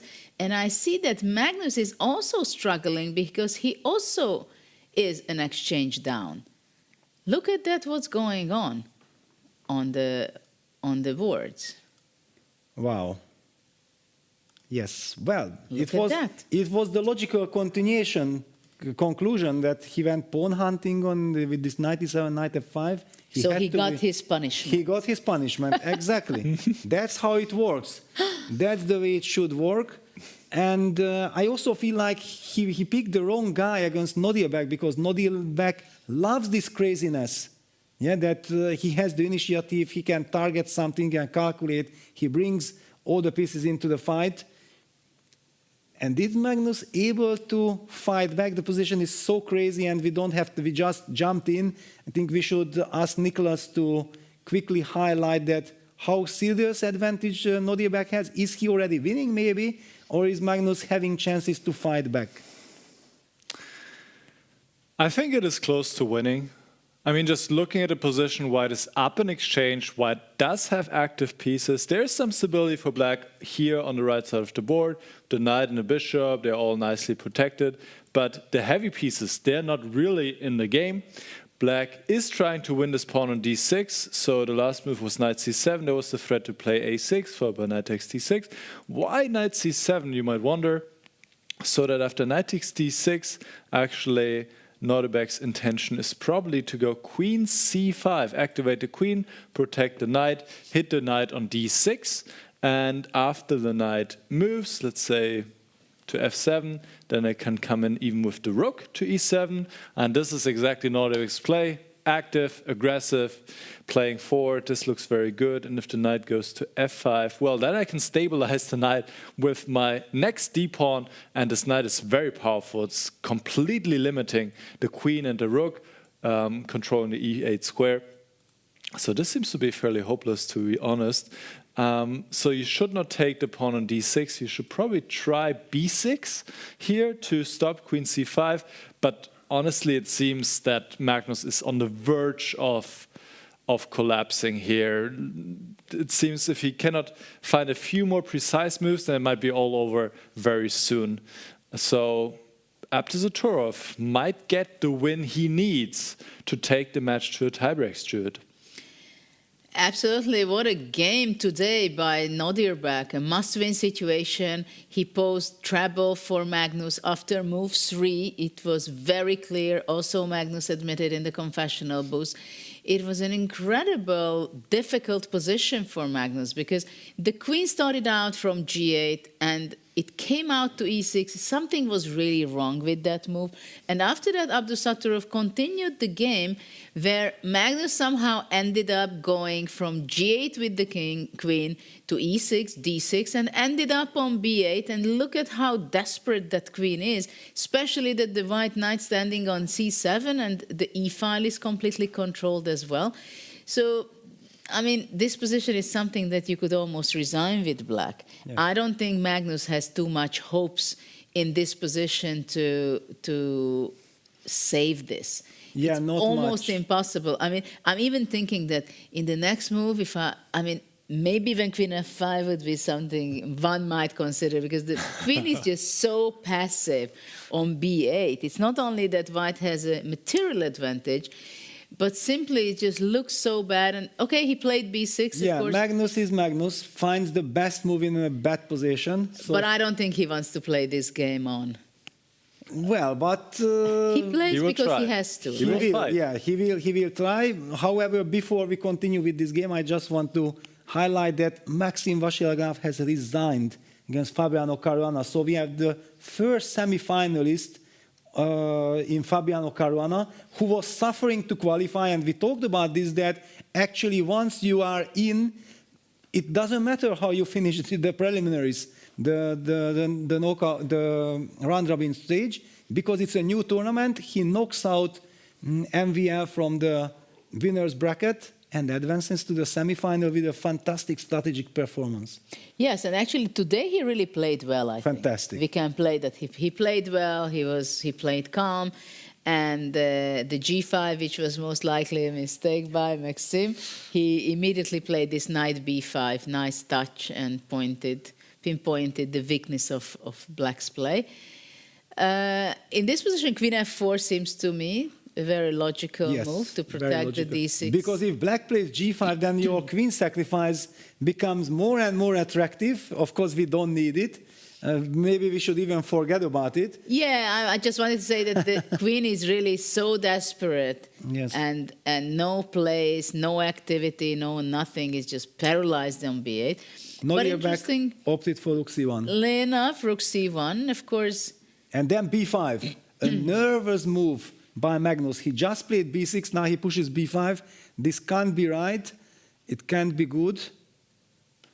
But is there a good move in this position, I'm asking? Yeah, but before we said that B6, we understand that's why it was the best move, because it covers the C5 square. Now, all of a sudden, okay, some things have changed. White has moved the rook away from E1 to C1. Magnus gets up, or he removes the jacket. Let's get into fighting mood. That's what he's signaling. I haven't given up yet. I know my position is difficult, but I'm going to dig deep down, and I hope, because actually Black has a hope. White has double pawns. We should highlight that just in case if Black somehow survives, there are ideas that maybe some fortress exchange done, he might be able to hold, but right now, of course, it's very far. Well, the question is whether can White stop Black capturing the D6 pawn in good circumstances. Because let's say if Black would be on move and can take knight takes D6, Queen C5, Black can maybe go Queen B6 trying to exchange. And if Queen B6, A B6, White has an exchange up, but it's not so easy to convert because the D6 knight is somehow defending everything. And then the C7 knight is also suddenly not that impressive anymore. Not impressive because the queen from B8 came out of the box. But that's what kind of difference removing the jacket means, yeah? Magnus immediately corrects B6 with B5. I'm having ideas, yeah? Wow, it's really nice to see the fighting spirit, and also that he wants to signal to Nodierbeck that don't even think or dream about that you will win this game easily. But you know, maybe Magnus is happy that the rook moved from E1, that all this kind of rook E7 move is not in the air anymore? Yes, that could easily be. And the clock situation, okay, Nodierbeck is now under 6 minutes.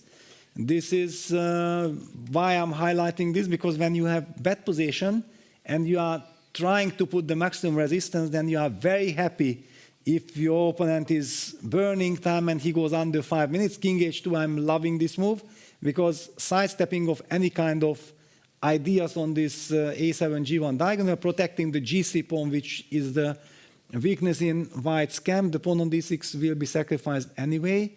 You know what I can say? If Magnus is saving this game, he wins the tournament. Because it means it's not only that he is in incredible good form, but all the stars are standing for him. Everything aligns for him, yes? Yes. But don't tell this to Fabi. He just advanced to semi-final. He's also hoping I'm catching up my momentum.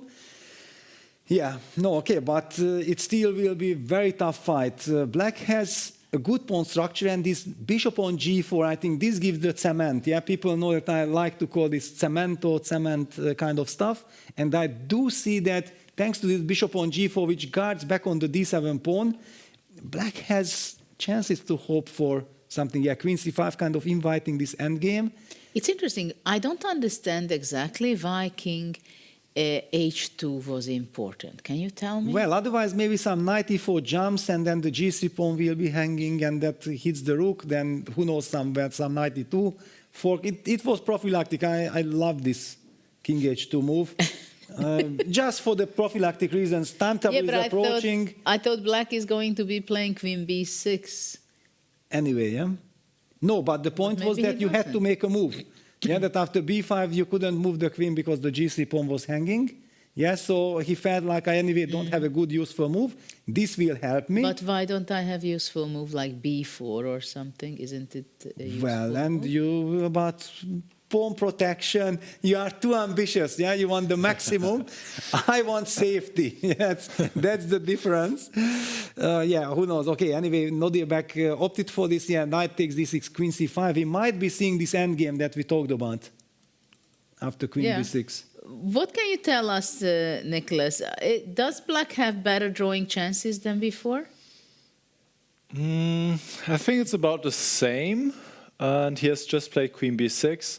Yeah, Magnus sees his best chance in this endgame, which will probably arise now after queen takes b6, a takes b6, where the knight on d6 is beautifully placed because it's protecting a pawn on b5. It cannot be attacked. The knight on c7 is for the moment also out of the game. But in the end, white is up in exchange for just one pawn. The knight on c7, it's not so great, but at the same time, it's still stopping the rook from f8 to join to go on the e file and become active. So I think here white still has very good winning chances. And after queen b6, however, b4 was played. Judith's move. Oh, okay. Oh, b4 is you not felt good. the prophylactic, yeah? B4 on the board. But why do I need my king on h2, Nicholas? You don't need your king on h2 here. No, Nicholas, don't do this to me. No, instead of king h2 earlier, white could have also played rook e1 and would have fulfilled a lot of the same functions as king h2, but king h2 was the second best move. b4, so up to the turn was saying, we can trade queens, but on my terms, if you take on c5 now, I'm very happy because I'll take back with the pawn, and Magnus will for sure not do that. That would be terrible. So instead, we see like the standoff. Who will trade first? But I think basically black can almost never trade. Maybe rook c8 has the intention to trade so that, let's say I play rook fe1. Now if I trade, at least white has to more or less take with the rook, because if the pawn takes this already would be not so bad for black, because this bishop is just perfectly placed here, protecting pawn d7, and black keeps the rook on the board and has some chances. So rook c8, Magnus's chances have slightly improved, but he is definitely still in a lot of trouble here. I agree, and I have to tell you that a few moves ago, when white had still the pawn on d6, I thought Magnus has no chance at all. Yes. And now it's like the beast came out of the cage. Really? The Cemento spirit is on. The Cemento beast is. No, I don't know. I mean, black really improved significantly with b5, queen b6. And what I very much like in this structure, that why I did not like the move b4 intuitively, that whenever we traded queens on b6, I wanted to use that b4 square for the rook, rook f4, rook b4. Now after b4, basically what Nodirbek is signaling that I will never take on b6. Because queen b6 AB, then this knight on c7 will be completely trapped, finished. It can never get out. I agree, but I don't know what the knight on c7 is doing and how that thing will come out. Yes, exactly. It's kind of trapped. I don't know. The big question for black to find the neutral move, just to pass it for white. Will white actually try to target the a7 pawn? Because then you could take away, touch the Achilles ace, because that's the pawn that keeps this a7 pawn queen b6 construction alive.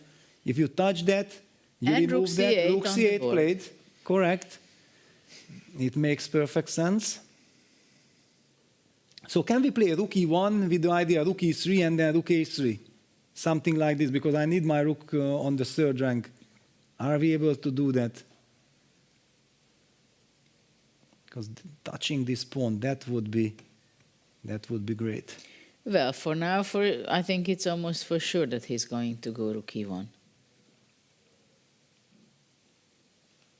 The point is that after rook c8 now, yes, rook e1 on the board, black will have the possibility of taking on c5, for example, after rook e3, queen c5, because b takes c5, knight c5. For example, black plays now a move like king b7 or some knight takes b5. Yeah, king f7 I can't play. Then queen b6, ab, knight b5 wins. Just to highlight this little tactic that if king comes closer, then queen b6, a b6, knight takes b5. With the idea knight takes b5, rook takes c8 is simple. And if rook takes c1 first, then knight b5 takes d6 with a check. Intermezzo wins the game.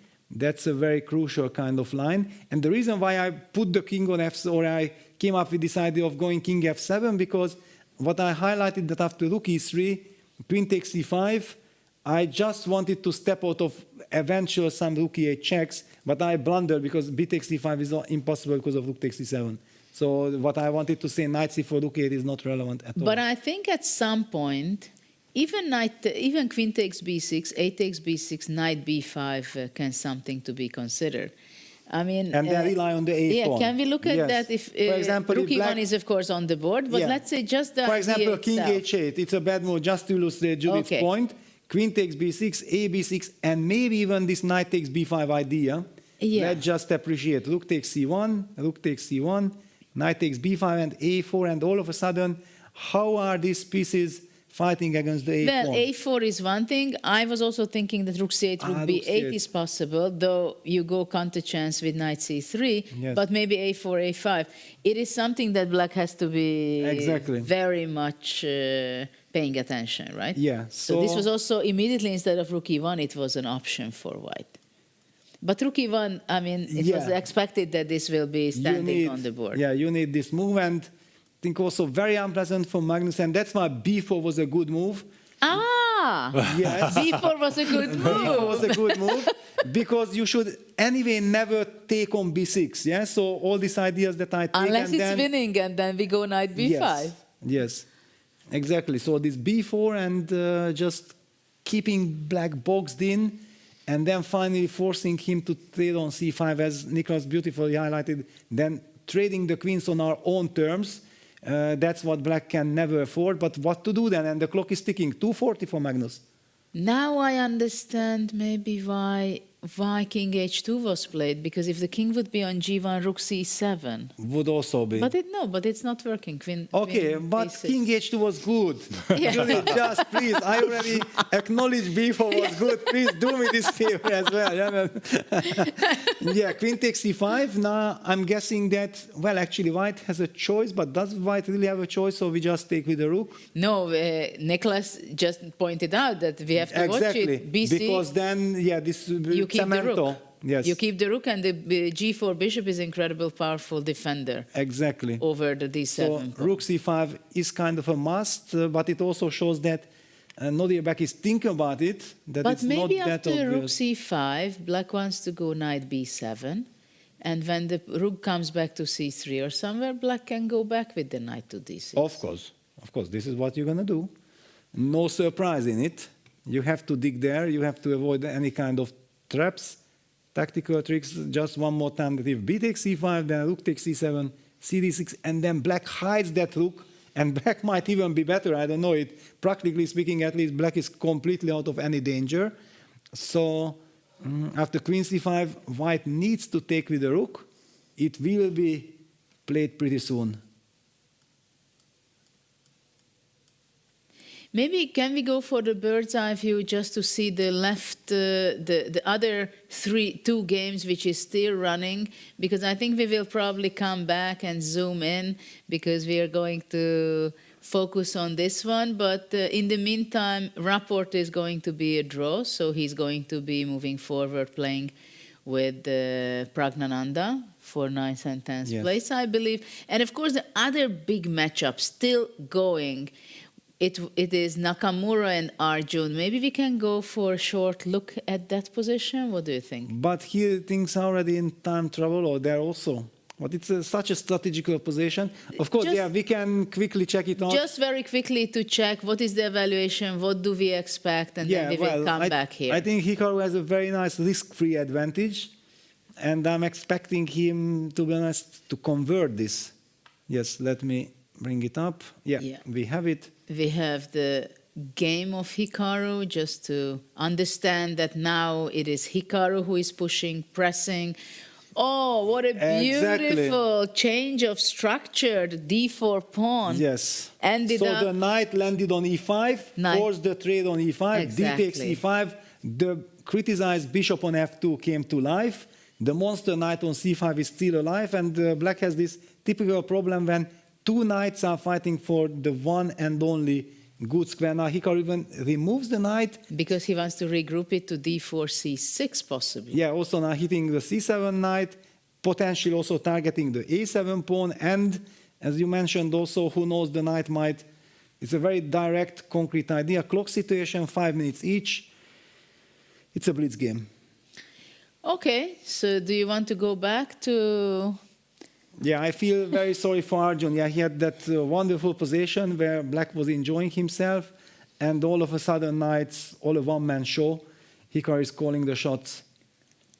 Maybe we wait until we see the move, because Abdusattorov is thinking, and he decides to go bc5. No, I cannot believe this.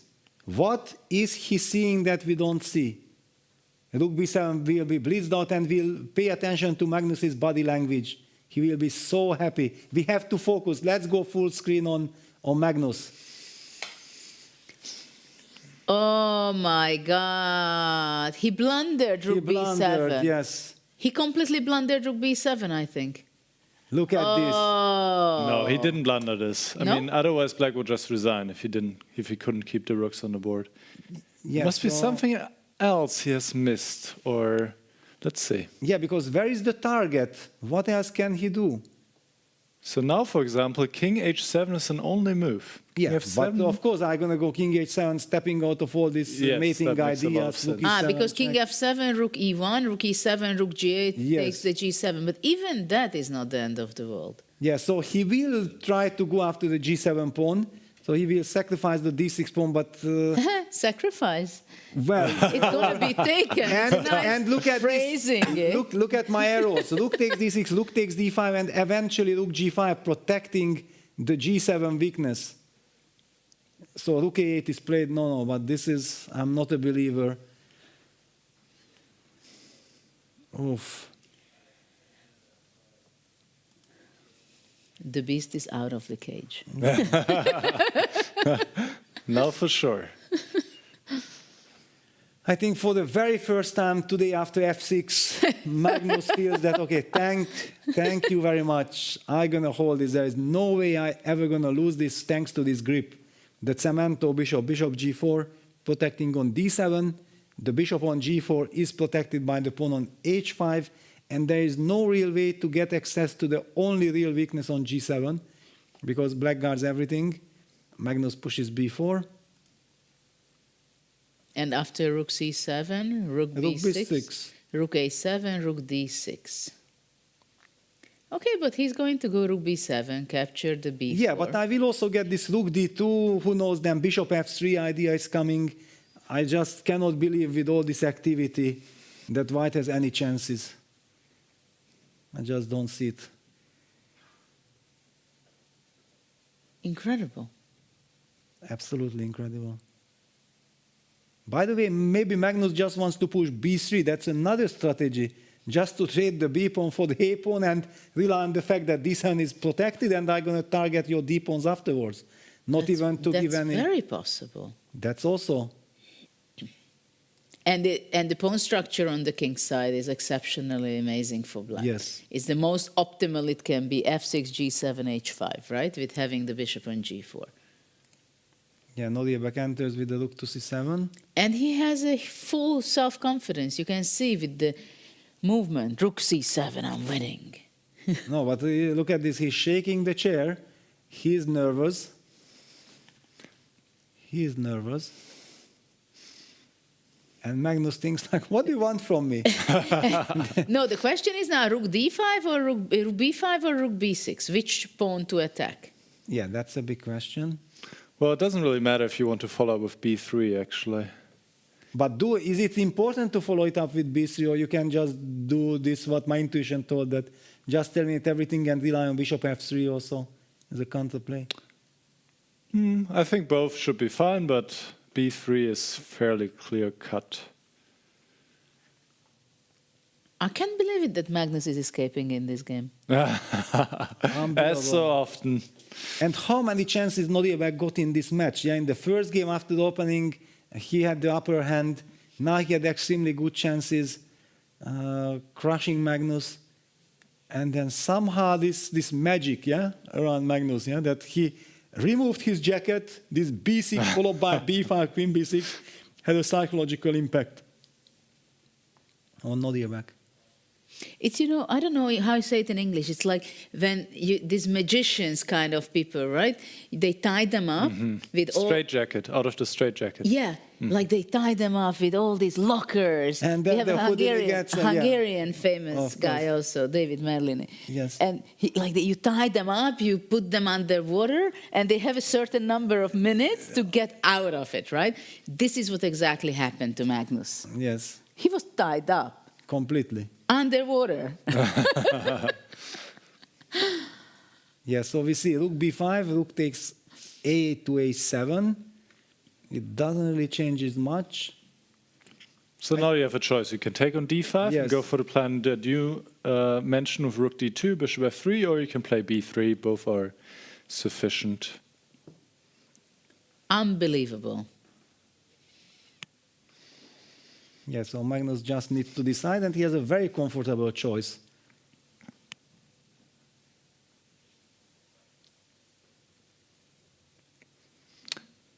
In the meantime, Hikaru actually collected that pawn on a7, so he's pawn up.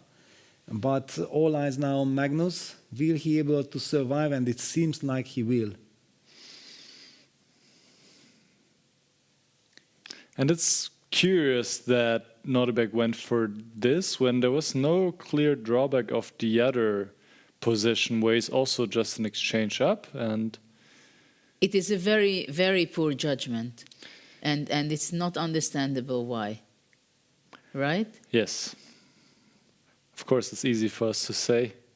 And by the way, Rapport made the draw as expected, so he wins his mini-match against Gukesh and will play Pragnananda for the 9th place and some Grand Slam points. So we just have 2 games remaining, up to Zatorov Carlsen and Nakamura Arigaisi. And we might end up with just 1 tiebreak in the end. It could be just between Keimer and Nepomniachtchi. Exactly. That's the only one so far. This is what I was just thinking about. Like, we were standing pretty different some time ago, but... B3. Second, and if I play rook c7 to b7, how do you react? Well, I can trade also the rooks. Yes, but okay, this was the... And then the king goes to e5 and collects the pawns. Or how is this? I will not get my king to e5 in time, yeah?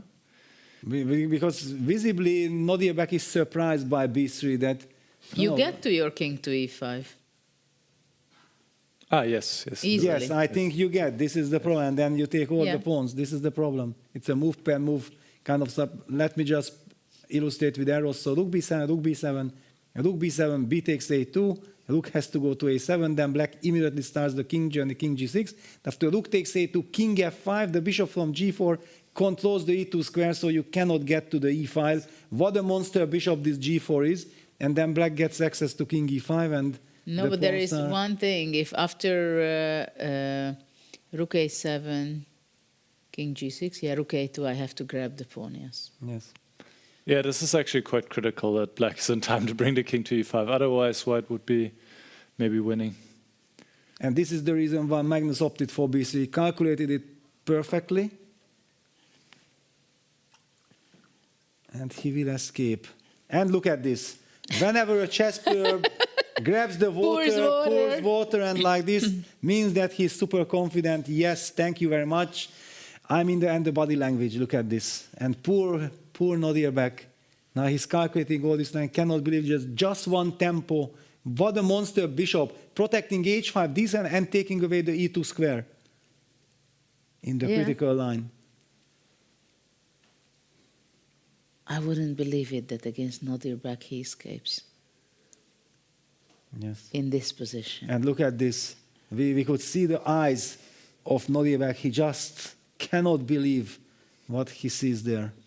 And Magnus knows it with 1 minute and 15 seconds on the clock that this one, I'm not going to be losing and I'm proceeding to the semifinal. Yeah, and this a takes b3 is a very sad choice because clearly Nodirbek wanted to use the moment to play rook b7 to trade the rooks because now I just don't see it. Rook takes d7 doesn't work. Yeah, then black just takes and gets the rook behind the d pawn and takes on d5 and will control the d6 pawn. So Nodirbek goes rook c5.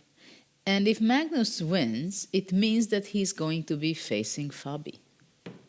Wow. Wow. So the semifinals are heating up there.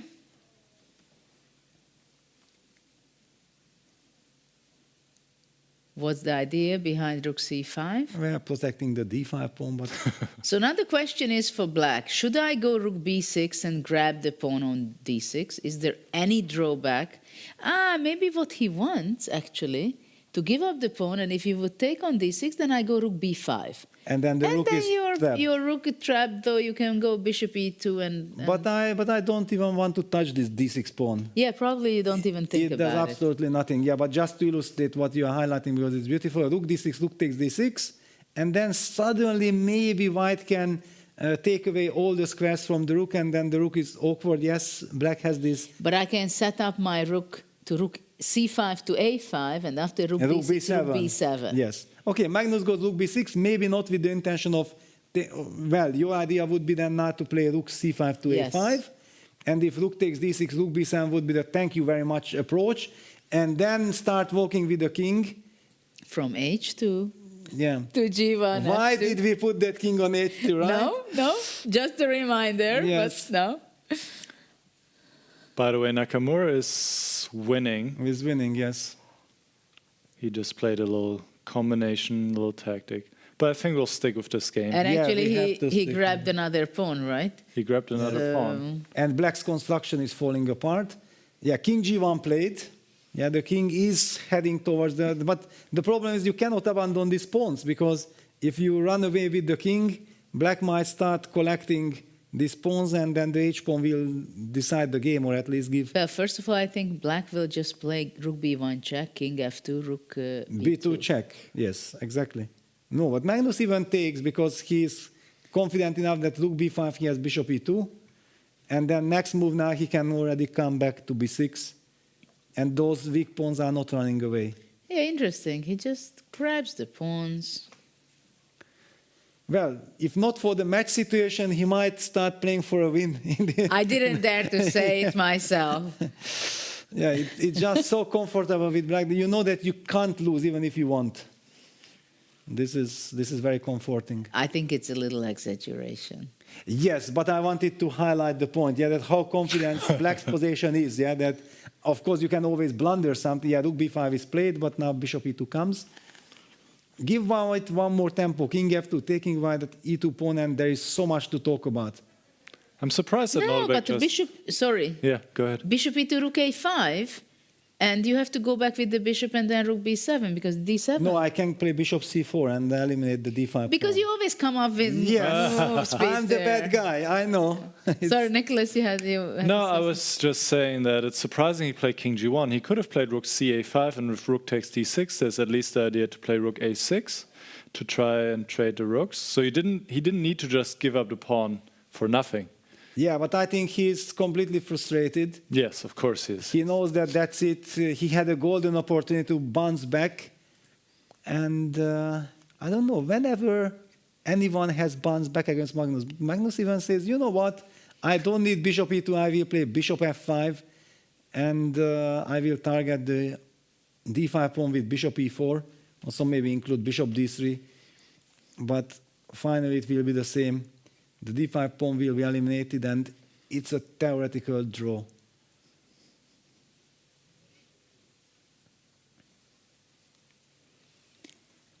So what is Nodirbek up to? Well, both players have like 50 seconds each, but clock doesn't mean anything. Players have 30 seconds extra time per move. Rook a4, eliminating the bishop e4 option. So that white doesn't need to worry about, but okay. Somehow it surprised me that Magnus voluntarily went for it, but on the other hand, the rook on d6 cannot be trapped. Just give me a lot of king moves. Yes. Yeah, but what I wanted to say that somehow if white could set up with rook b4, rook a5, but whenever white plays rook ba5, then rook b6 comes. If rook a b4, then rook a6 comes. There's just no way of trapping that rook. Bishop d3 on the board.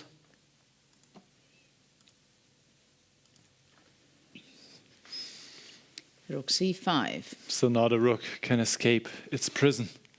But white can at least play g4. I mean, that must be some kind of achievement, even though it doesn't change anything. I like that.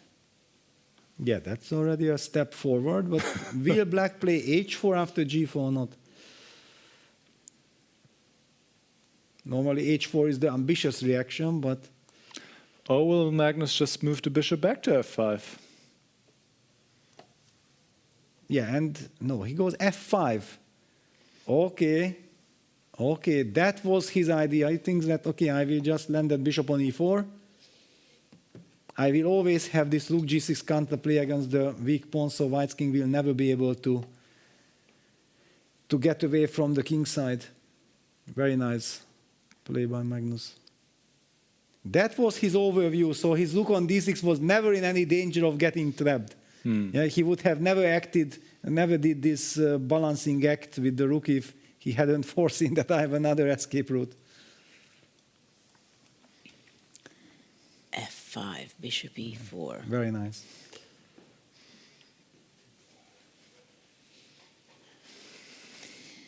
Well, of course, if white is going to be pressing like crazy and goes with the king to e3, yes. d4, then he can just lose the game. G pawns can fall off.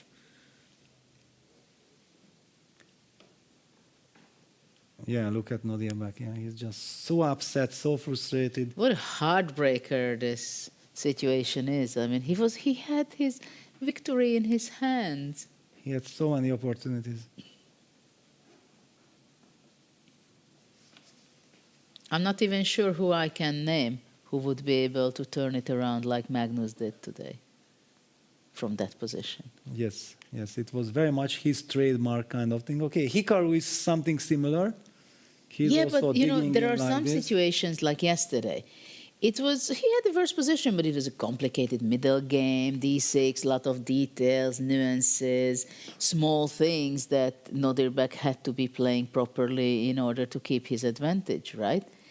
But in this position, it was like such a passive and material down in Magnus' position.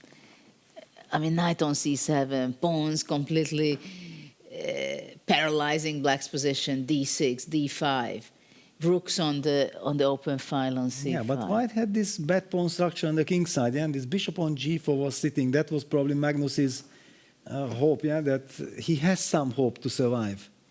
And he makes it a reality.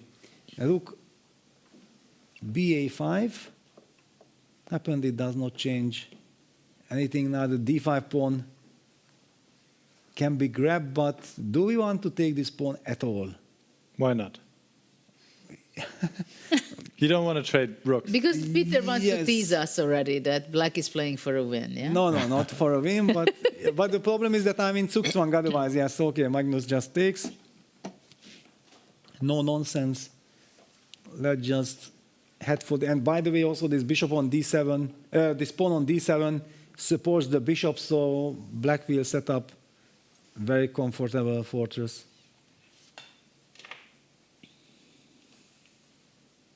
Maybe black doesn't even need a fortress because the g2 pawn is always hanging. Rook a6, cutting the king.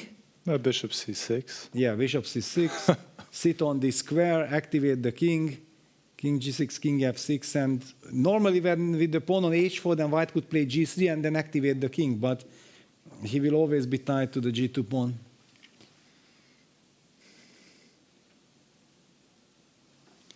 Well, it's very hard to imagine how black can lose it after he's bringing his king, right? Up to g6, g5, or f6.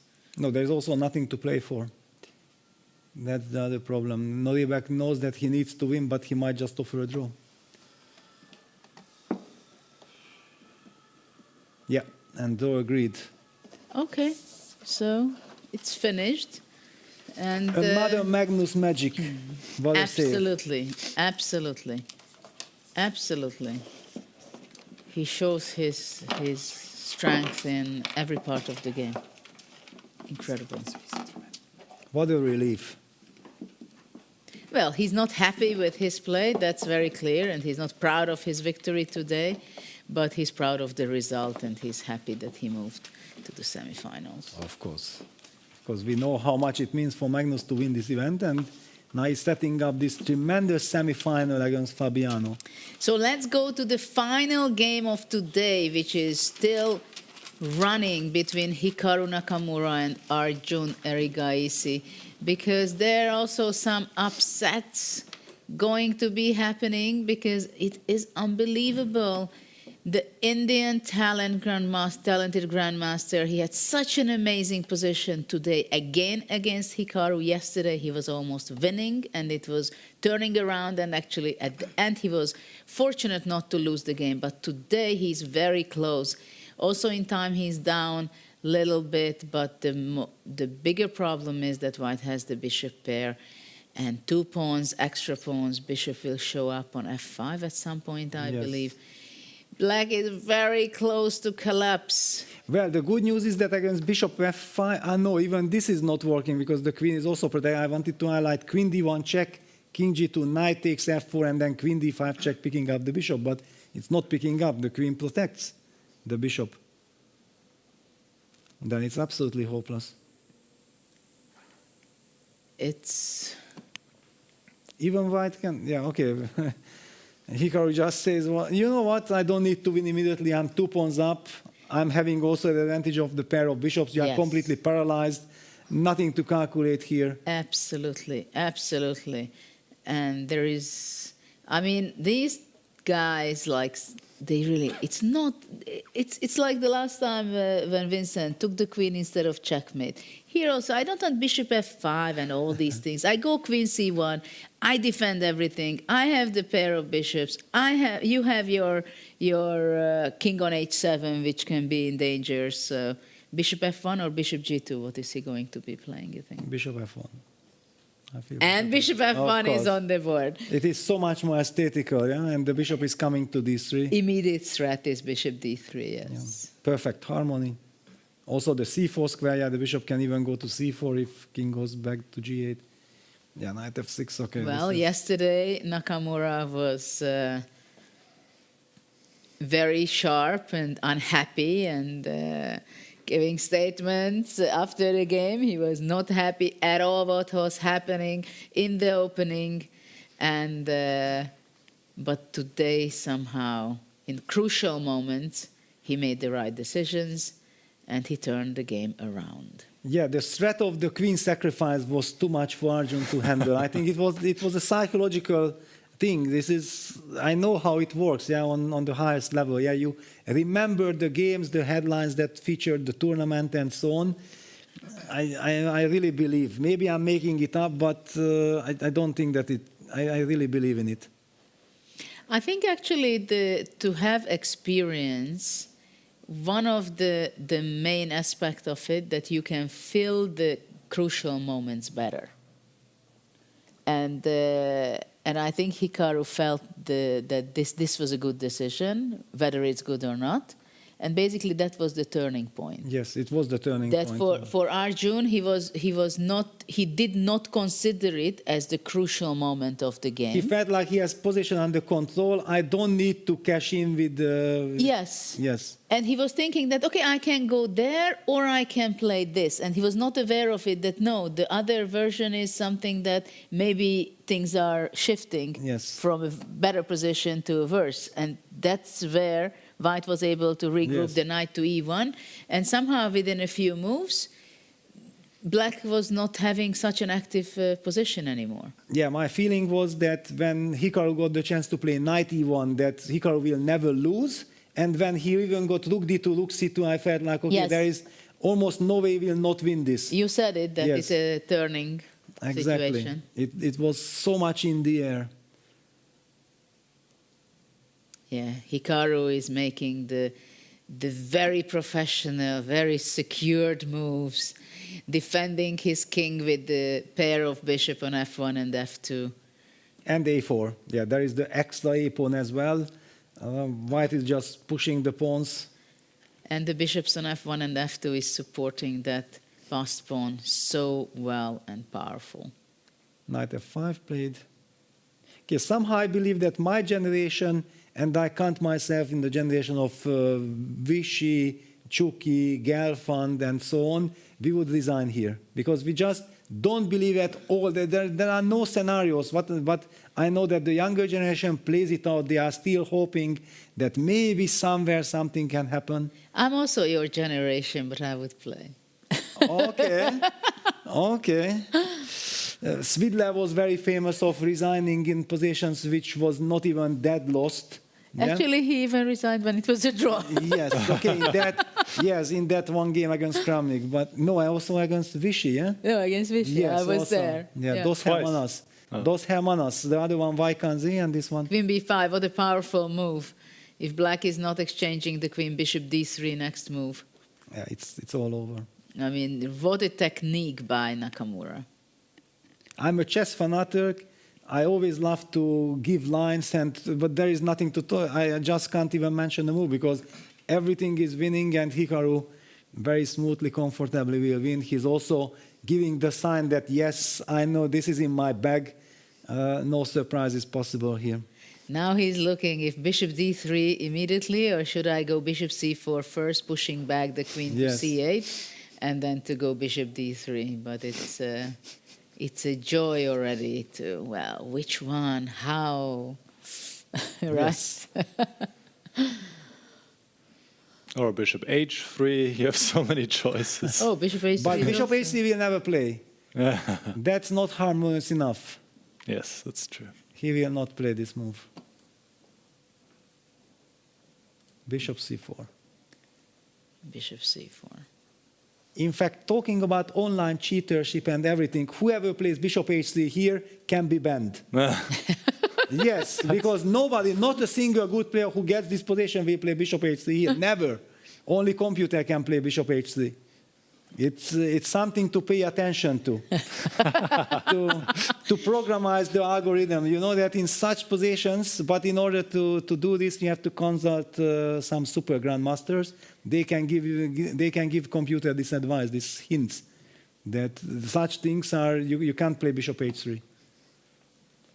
And bishop d3 bishop is d3. on the board. Exactly.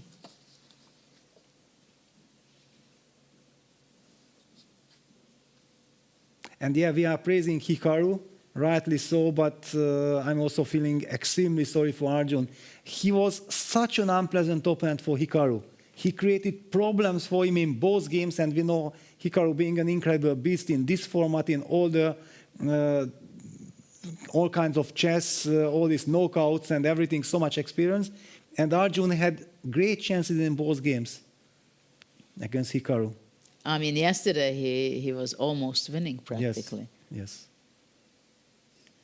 So will he play a5 or queen c5? Queen c5, because queen d7, queen a7 is a big problem now that Black was forced to weaken the king, because this diagonal had to be closed. Okay, queen e6. Queen d7, Queen a7, just highlighting, and this will happen. Queen Because a7 he will be blundered blitzed Queen out. a7. Look at there we go. And the handshake is coming. That was it. Poor Arjun. Yes. Well done. Congratulations for Hikaru. He was turning things around after a difficult middle game. Let's listen what they are saying.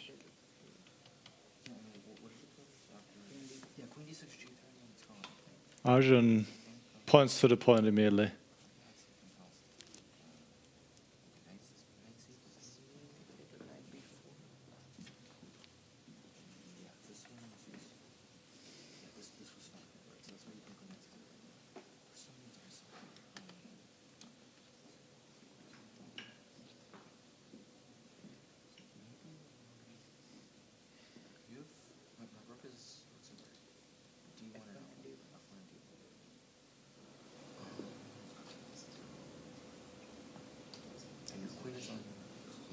E7.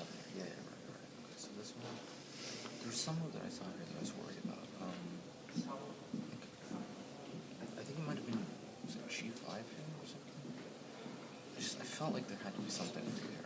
It felt like there should be something in this position. Right, because knight c3, knight b4, yeah, it's fine. It's knight c6, yeah. And your rook's on d8 or c8? D8 and b8. D8 and b8, right. So would you, no, actually, would you play with rook c8 or? I played queen d3.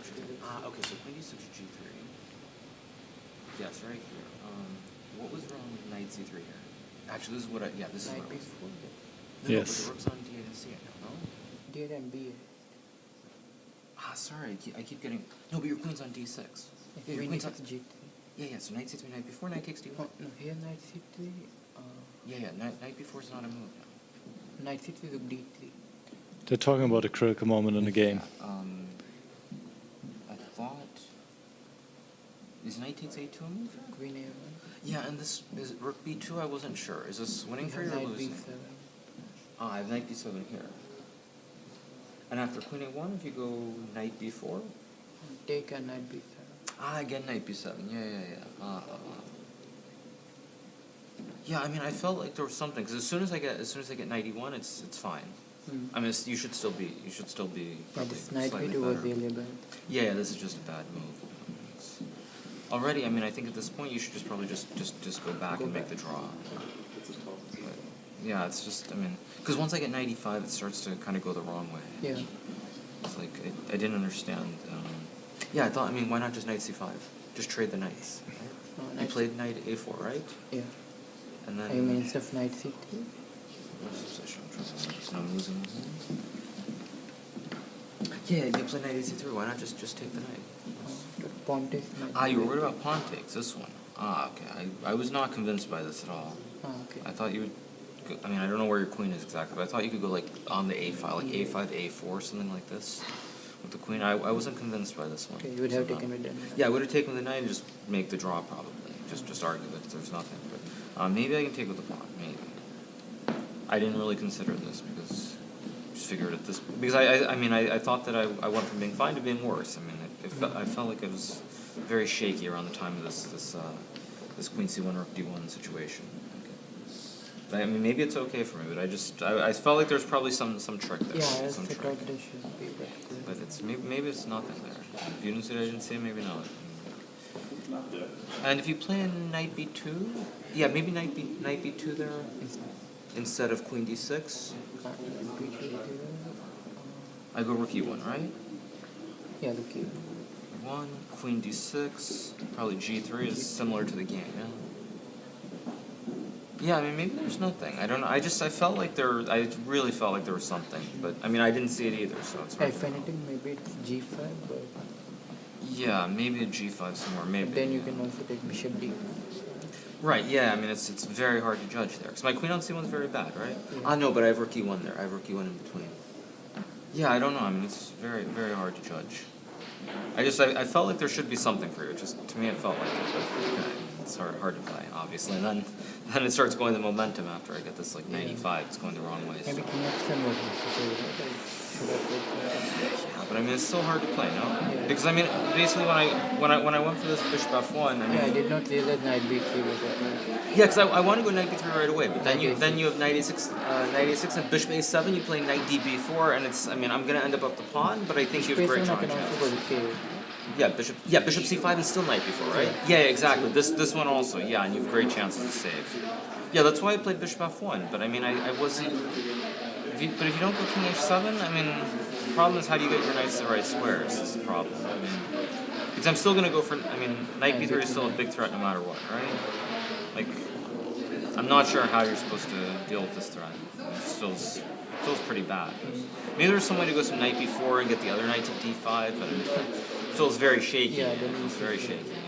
Yeah, I mean, maybe bishop h5 actually. I mean, it seems like an obvious move, but I actually had the feeling bishop h5 might be wrong, just because it weakens e6. Like, I get to the bishop on g2 is worse than f3, because maybe d-file or something, but I actually thought you should leave the bishop there, and not go bishop h5. Because then e6 is always weak, no matter what. So. But, I mean, already it's kind of going the wrong way there. So. Yeah, okay.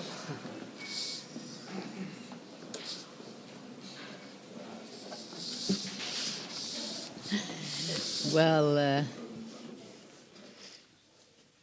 what an exciting game, and also afterwards I think it is beautiful to see the players discussing the games, and I don't know how much our audience could catch from that analysis, but you can see how the players were thinking, analyzing, debating, and of course they had their first impressions where things went wrong, and it was clear that for Nakamura also it was not so obvious, but he felt that he's bad. After knight e1 it is something really good already. But before we go on, and we will talk a little bit about that, I would like to invite us to see Magnus, what he had to say to us after his game. Magnus, congratulations. You're through to the semi-finals after drawing against Nordic, but it looked like you're in quite some trouble. Yeah, this was kind of the opposite, honestly, of Weissenhaus earlier this year, where I couldn't really get going at all in the rapid, and once we started playing classical, I felt a lot better. This time, like 2 days in a row, I felt like so clueless out of the opening and just not figuring it out at all. And then when we get to like a faster phase, then I actually play well. So it's been a bit frustrating. I think he did a fantastic job today, putting a lot of pressure on me. But I kept fighting, and I don't know how, but somehow I escaped. The cluelessness at the beginning, do you attribute it to the starting position? Yeah, I feel like a little bit, but I think it's mostly a skill issue, to be honest. You're lacking the freestyle chess skills, is that what you're saying? Like right now I am. Like I just cannot figure it out. It's the beauty of the game. It's supposed to be hard. That's why we play like this. You are through to the semi-finals without needing a playoff, as is your opponent Fabiano Caruana. Your thoughts on that matchup tomorrow? Yeah, I thought Fabiano put in a great performance today, and I think he's rounding into form, so that's going to be a very tough match. Last night you were at the PSG Stadium watching the match against Aston Villa. How was that?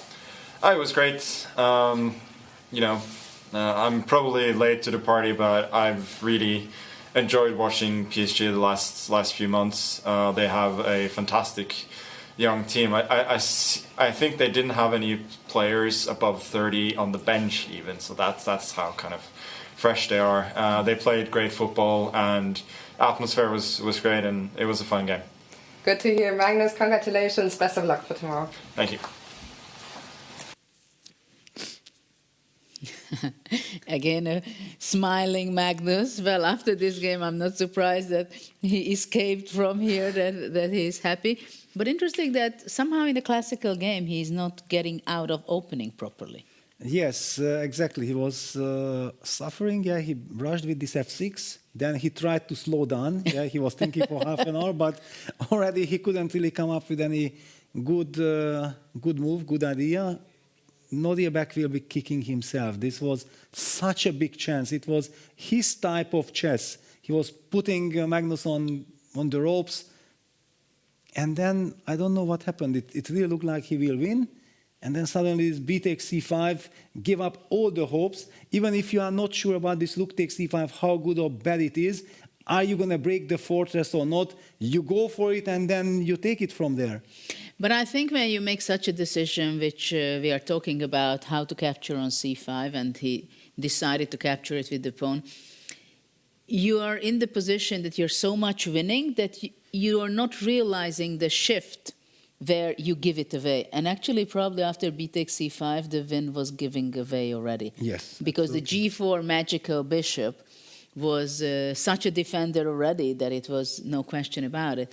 So that's quite amazing. The ease he played, Magnus, in the qualification part of the tournament, in the rapid games, it was very difficult for him to win against Nodirbek, contrary to Weissenhaus, where it was quite convincing. Yes, I think also we can see that Nodirbek is adapting to the freestyle chess much better, because he played very well the rapid portion, the 10 minutes portion. I even don't really call it because it's almost like a blitz, especially in freestyle chess. 10 minutes are absolutely nothing.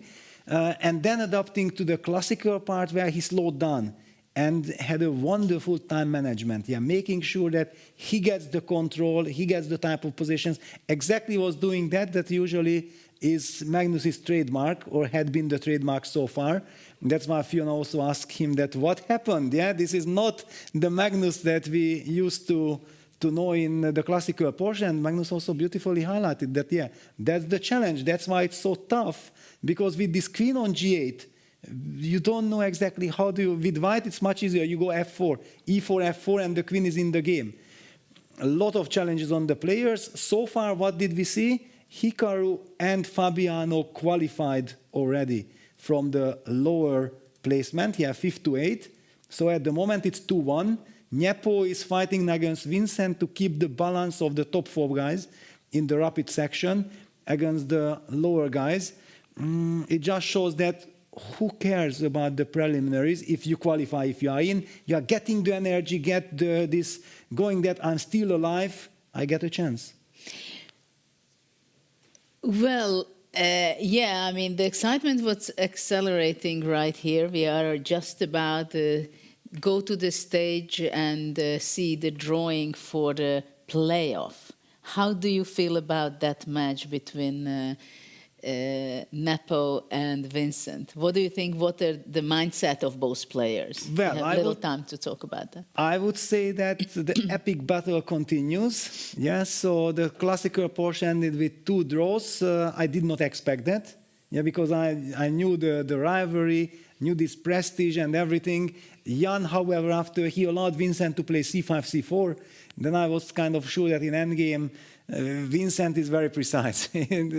and Jan, with all his dynamic possibility and playing quickly, putting pressure on the clock, will not really mean that much. Vincent comfortably held the draw, but now we are heading towards the 10 minutes portion, where, of course, Magnus Nepo's Speedy Gonzalez kind of attitude, playing a tempo, putting the pressure, good moves, and as an opponent, you feel like only my clock is ticking. This is such a horror state. I do hope that Vincent gets confidence out of this, that actually such a beast like Nepo I was able to control in 2 classical games. It's 1-1. This is a match. I have my chances. I don't care that you are faster. You are supposed to be the favorite because I'm still in the game, and I will put a hell of a fight. Well, now we are ready to see the drawing. We only have one playoff today, and it is for the final spot in the semi-finals between Jan Nepomniachtchi and Vincent Keimer. The 2 players will play 2 games of rapid, 10 minutes plus 10 seconds. If they are still tied, we will move to blitz, 2 games, and if they're still tied, to Armageddon. In order to draw the next position, I would now like to welcome to the stage the president of the French Chess Federation, Grandmaster Éloi Relange.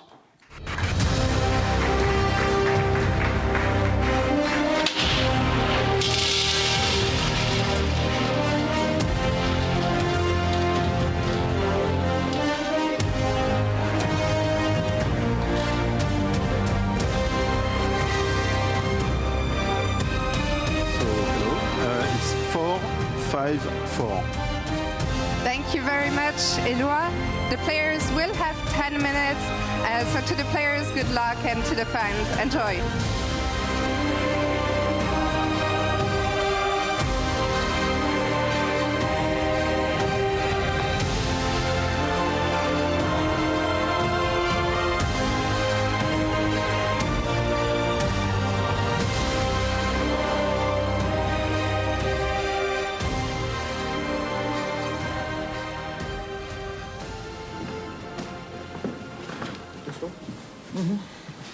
Queen to D1.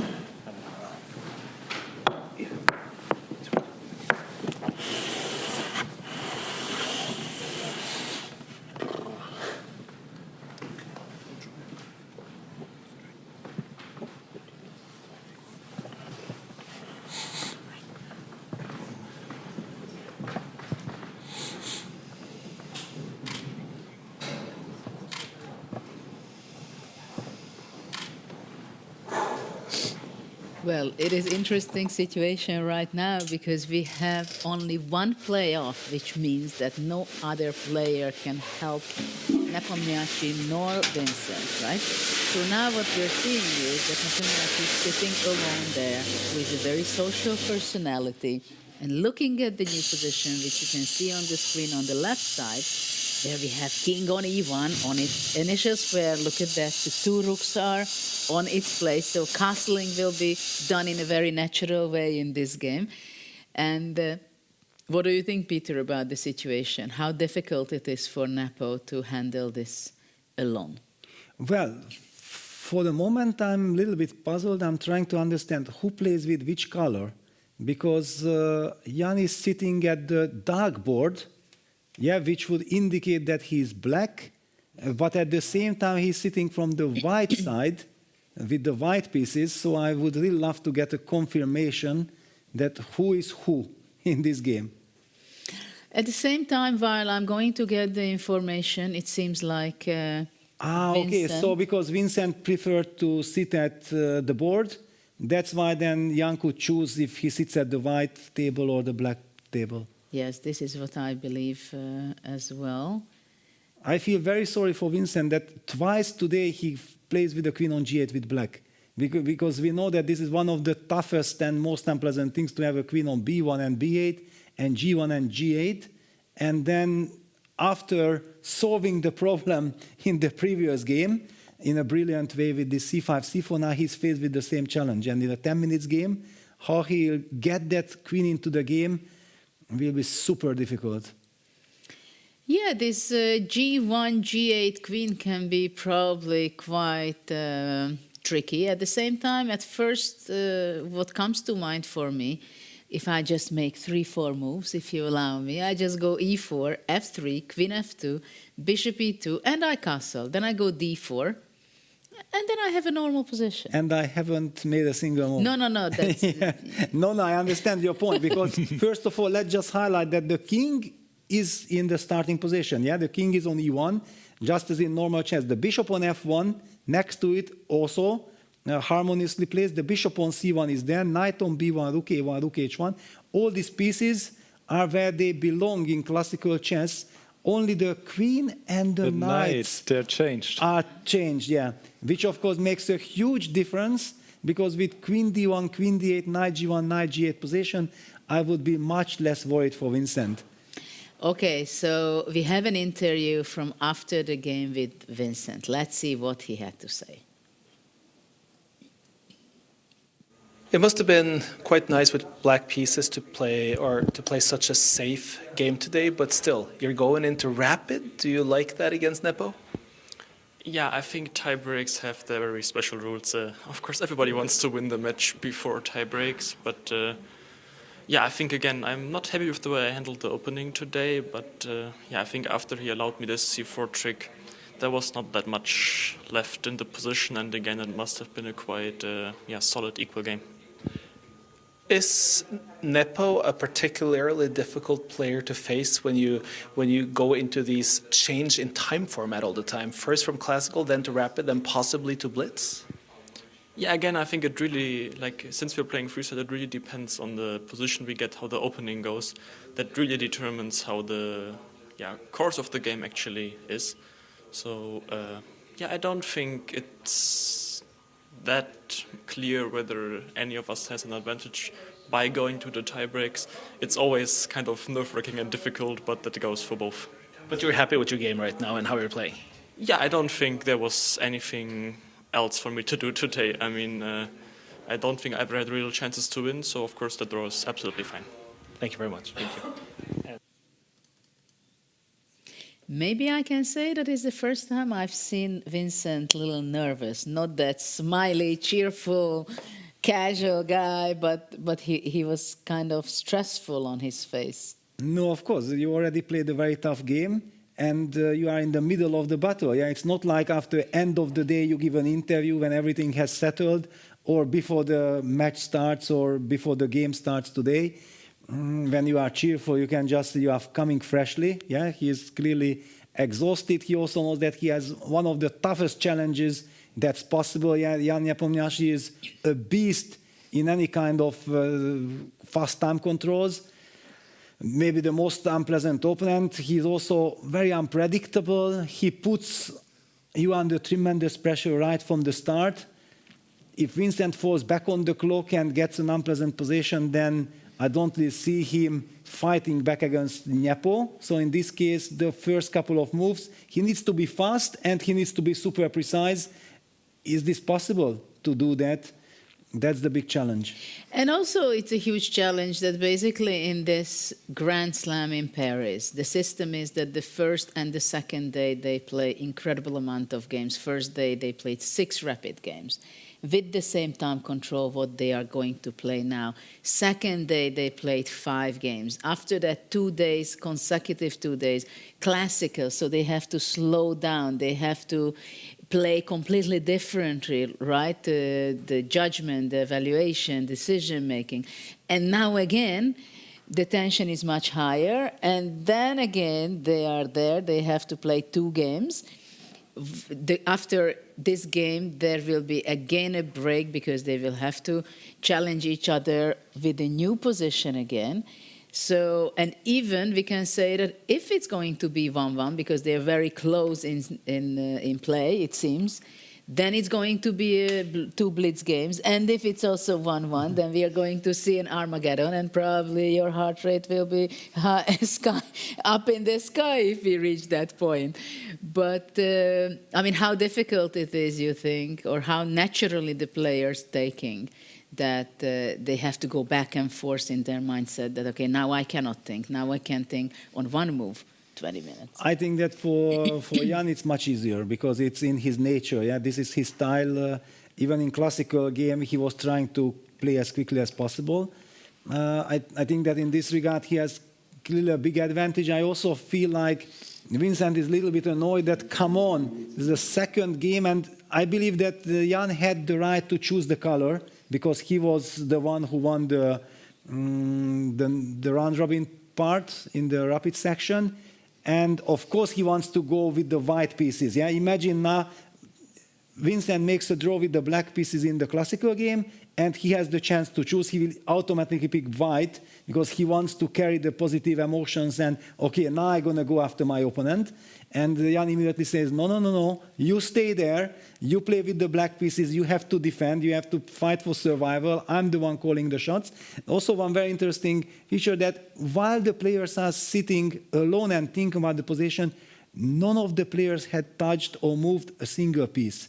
Because when you're analyzing alone, you just don't really feel like, what are you moving? Where are you moving? It's more like you are thinking about the certain ideas that what happens if I do this, what happens if I do that. But also when you have other players around you, you're trying to pull out information from the other one, right? That you inspire the others that I can go here, I can go there. And it's typical Nepo, for example, that he's throwing out moves like he did yesterday, right, in the opening also. And of course, now he's not going to be discussing it with himself. And we can see that he's quite stressful, and he knows that actually he was very near sitting So of course he didn't want to make any moves that Vincent might see from the score. Yes. Well, this is now the trick, yeah, the psychology that White in the blitz game, in the rapid game, of course, will blitz out his first move. And from the Black's perspective, you have to react, you have to be ready against every single first move. Yes, indeed, we'll see how fast the players are going to be playing. We see on these cards that, oops, we have already 2 moves, and it seems like Bishop c4. Is it really a bad move, Nicholas? Bishop c4 is not a bad move, but it got an X, which means it was a miss, because White should have played the King's Gambit with f4 right away, but I don't think we can spend too much time.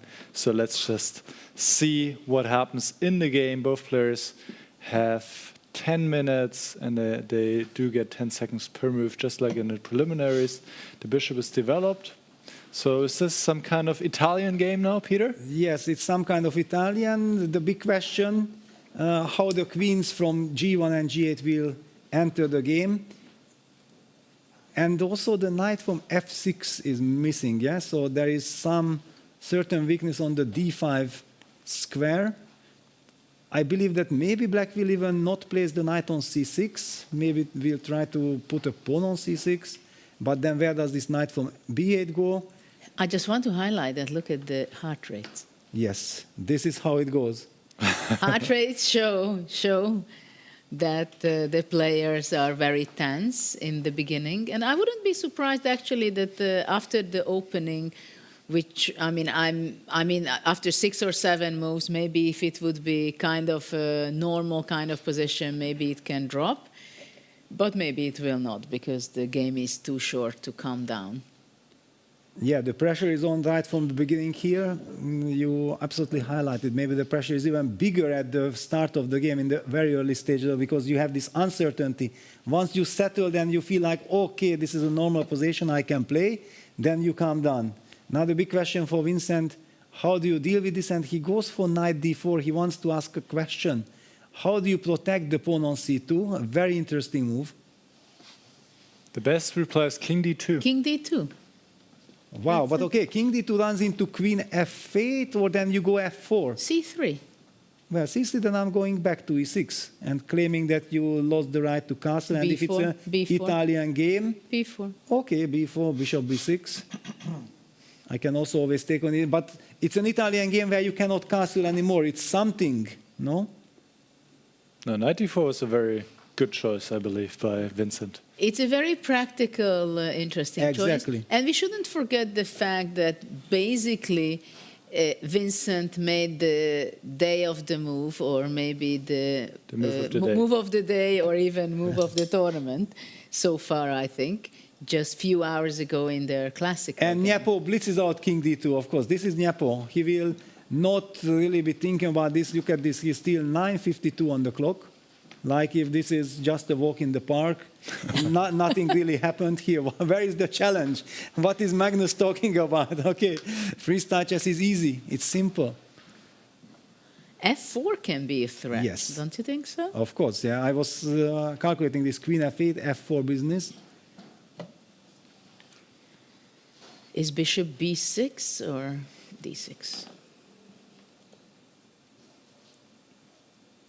Let's see how Vincent wants to develop with his bishop after yeah, f4. He wants bishop e6. He wants to go bishop e6. The big question is that after f4, can I play bishop e6? Because the bishop on c5 will be vulnerable. f4, of course, blitzed out.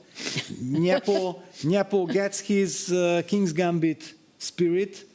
I'm very worried for Vincent, because he just cannot stabilize the position. This queen on g8, and white queen comes to f2. We see that white is so beneficial for white to have this queen g1, queen g8 construction, because always white plays first and activates that queen first. Yeah. Queen f2, rook f1.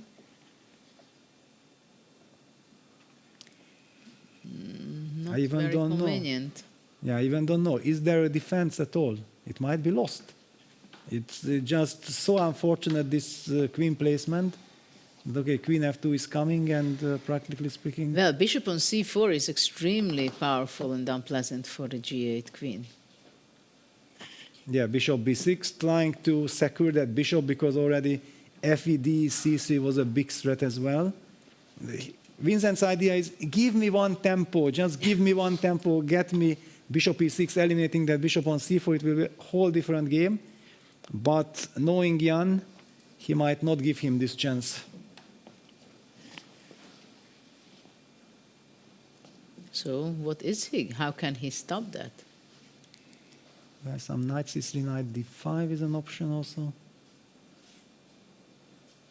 No, knight bc3, bishop e6, knight d5. I will not be making moves, I'm just highlighting with arrows so that we keep the current position.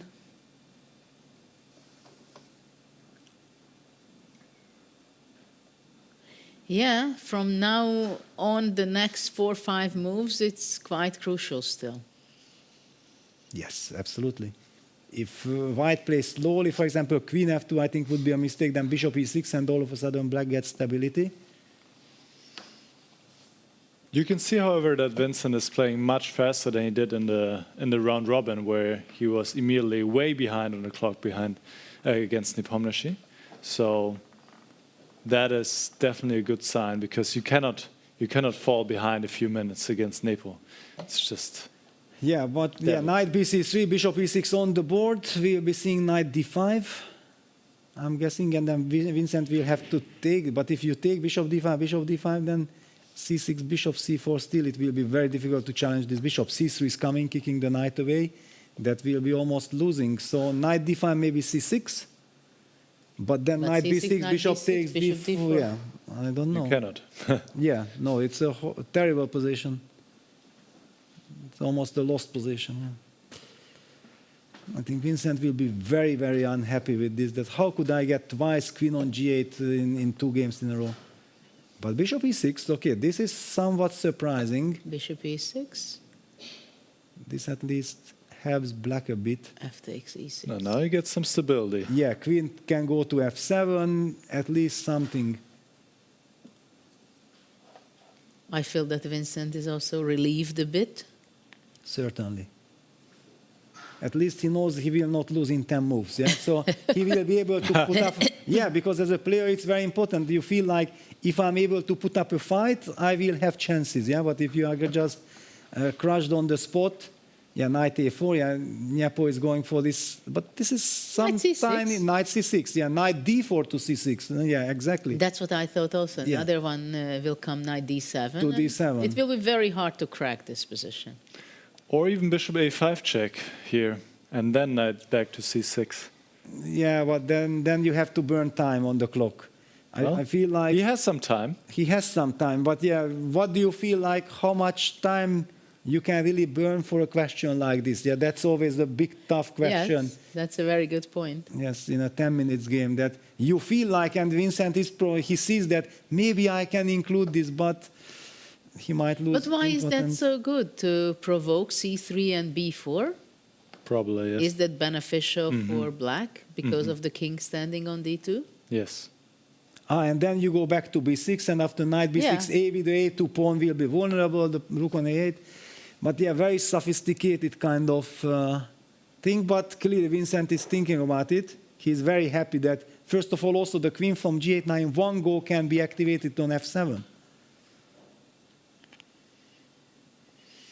Well, and this is one of the secret also. For example, I think Magnus plays many times like this, that it's not necessarily that he plays the very, very best move, especially in a short time control. But for example, this knight a4 is also like, I mean, it makes black think. Yes. Should I go knight c6? Should I go bishop a5? Should I go queen f7? Yeah, and Vincent plays queen f7. He says like, okay, I want to use this chance. But I don't understand. Isn't this a pawn? No, because f4 is hanging. But f takes e5 first. Okay, but this probably he sacrifices. Yes, because I mean, you spoil your pawn structure also. Yeah, with FED, then you don't have this e4, f4 pawn structure. But I take on b6, I take on d4, and I'm saying I have an extra pawn. Yeah, so FED, knight b6, AB, taking on d4, d4, ED, queen d4. Knight c6, queen e3, then knight c3. Yeah, queen e3. Okay, some maybe long castle, knight e5, knight c4 check is in the... Okay, there is some compensation. And yeah, Jan takes the pawn, or probably because if he already takes fe, d, I am believing that he will want to cash in. If white takes the pawn, black is better even. He shouldn't take the pawn. Wow, but this is a big temptation also for Jan to... Because he might think if I don't take the pawn, then maybe black will survive the moment, and how much do I get? Yeah, so it's a big psychological question, and how much time will Nepo spend on this question? Vincent is even ahead on the clock. So far, he's definitely doing a good job in terms of time management.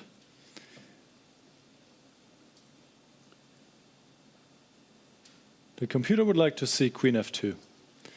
Just trading queens. Total tranquilo, yeah, and then squeeze this endgame. Yes, play the endgame with a better pawn structure. I think Nepo will take the pawn. You think with 6 minutes on the clock? Take the pawn in I don't see the big danger. You feel it's risky? Well, you have your knight on d1, I play castle. Or this knight e5, rook d8, or long castle and knight e5 with king e2, queen h5 check. All these kind of tricks. One thing I can tell you, Judith, against you, I would never ever even think about taking that. Queen f2, excuse me, we will play an endgame. No pawn hunting, poison pawns, and then you just start all your activity dynamic. Nepo is behind in time. Very unexpected looking the opening. Yeah, it looks so promising. I felt like knowing Nepo also is energetic. He loves this kind of things. He got an improved King's Gambit that he might just completely But I think crush. he's not happy with queen f2 because he thinks that maybe it's not going to be enough. Exactly, that Vincent is also very solid. Exactly. He will hold this, but And he he goes goes queen queen f2. And Vincent moves away with queen d7. Wow. Best move. And that was anyway a very good practical decision, I believe. Almost 2 minutes advantage for Vincent. Well, takes to f1. Well, now actually black is just absolutely fine. I don't see these weaknesses. The big question that black has to make up his mind, do you go c5? Probably I would go c5. So that I can put then the knight and I'm controlling more and more space. Vincent goes immediately knight c6. I'm not so sure about this, but okay, it's solid enough. But I can understand that he wants to develop. He doesn't want to waste time. And he wants to castle long. I love it for black. And white still has to deal with the issue of the king on d2. Absolutely, and black will be able to push b5, b4. Maybe even without the castle. I'm pretty sure Nepo does not like this position. 3 minutes behind. 2 minutes behind, sorry. Yeah, 2 minutes behind. 2 minutes behind. He also feels the pressure. First time in this tournament. Yes.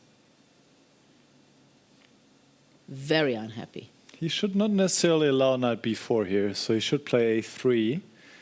When knight b4, I guess, would be still possible. Exactly. I was also asking this question. Yeah, that is knight b4 a possibility? And then rook c1. Not so easy to decide on that. But also playing a3 means that you can never play c3. I understand that one could argue that I will never play c3. We should highlight that now c3 runs into knight b3 check, winning the exchange. But anyway, c3 would be also a very committal move because of strategical reasons, not only the tactical one. You can tell Nepo's not happy. He's sighing. He's spending a lot of time, which is very uncharacteristic for him. Objectively, he is actually still better here, but this is not what he was hoping for after the opening. I think really his move bishop takes e6 that helped Vincent a lot to get stability, get his queen out, and now... Well, I'm pretty sure that if you ask Nepo at this moment, how do you evaluate the position, he will say, I have nothing. Yeah, that's the reason why if he would believe that he has advantage, he would be blitzing his move, knight c3 on the board.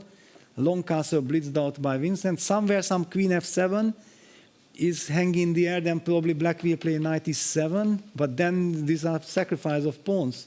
I'm not even sure he's not going to play just queen d6, threatening knight just c2. yes, yeah, queen d6, correct. Yeah, that was an escape. I just missed this square.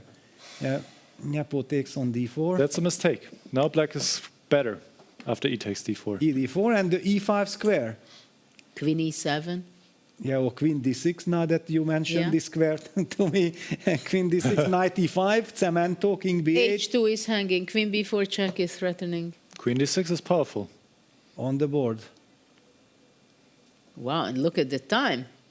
Vincent doing a Nepo here, playing quickly and strongly. And having doubled the But time. look at 140, Vincent is extremely tense, very nervous. He also needs to calm down because he has 7 minutes. Actually, yeah, this will be a big challenge. Yeah, that's how you calm yourself down. But he's feeling the chance here. I think this is also why his heart rate is going up. He knows he has more time, he has a better position, he is in excellent shape. Queen g3, queen b4 check, Rook king rook c1, f8. rook f8. Look at that a1 rook. Ooh. Rook f3 has to be played more or less. Yeah, rook f3 is only move. You cannot give up the f file. Which means that after rook takes f3, you have to take with the pawn. But this is not so bad because the queen supports then the f4 push on Yes, the don't board. blunder checkmate on e1. Yes, also, of course. But in general, I wanted to highlight because black has this e5 square for the knight in the future. So that's why this structure would also Why be beneficial. for the future? Why not for now? Knight e5 immediately? Yes. Yes, okay. If we can, yes, we can. Then it's good. But can we? There will be some a3 intermezzo kicking the Yes, queen away. knight e5, a3 only move. Yes, but unpleasant one, yeah? And queen d6. Just back like this, yeah? Then white would trade and play king d2 and somehow Trying to stable survive. enough, yeah. Yeah, stable enough. On the other hand, maybe Vincent also thinks like if I have a stable position and I'm slightly better, then it's kind of nice. Why? Is there something very special here for black? No. No, okay. Then we go for knight e5. Yeah, Vincent is also shaking the chair. Yeah, he feels he has the moment, but he has plenty of time, so Yeah, he and can. he's using it wisely now. Sorry? He's using it wisely Yes, now, I think. This absolutely. Is not so I mean, clear he here. still has almost double the time of Nepo. And it's a moment where should you take on f3 and play rook f8? Should you go knight e5? It's a moment, right, where Yes. the king is on c1, rook on a1. Can you benefit from it somehow? Yeah, because there is always this queen e1 checkmate, but for the moment the queen on g3 is protecting that square. White will be kicking the queen away with a3. Queen a5 seems to be a nice move also. Yes, it is. Probably white has to play a3. Prophylactic, yeah? Yeah, queen a5 is threatening knight e5 probably. But, okay, you can also play knight e5, a3, queen a5, no? It's the same. But then there might be b4, yeah? Yeah, but you just told that after queen a5 you are setting knight Yes. e5, I will Well, play. And Vincent takes on f3. Okay, I'm not loving this because this is a very committal decision. If it's good, it's fantastic. But there are also scenarios when this will backfire. He wants to put the pawn to g5 and Queen then h5 also. and then target this. Queen h5 yeah, is queen a great h5 as threat. well. Yeah. Okay, so Vincent is not afraid of changing the structure. It's a very ambitious move also. Yeah, because rook f3 is a threat on the spot now.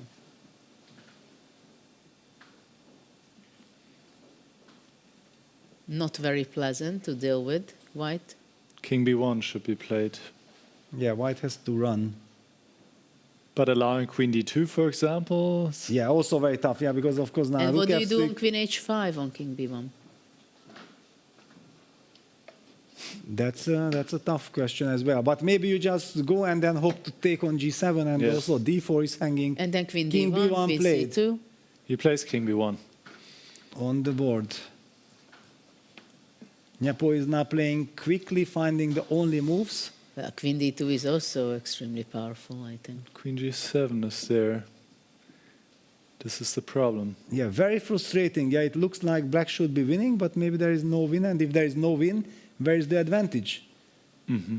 It's a very And if tricky there is position. no advantage, what is the next move of black? Exactly. Black should just defend the g7 pawn, go g6 or g5 here.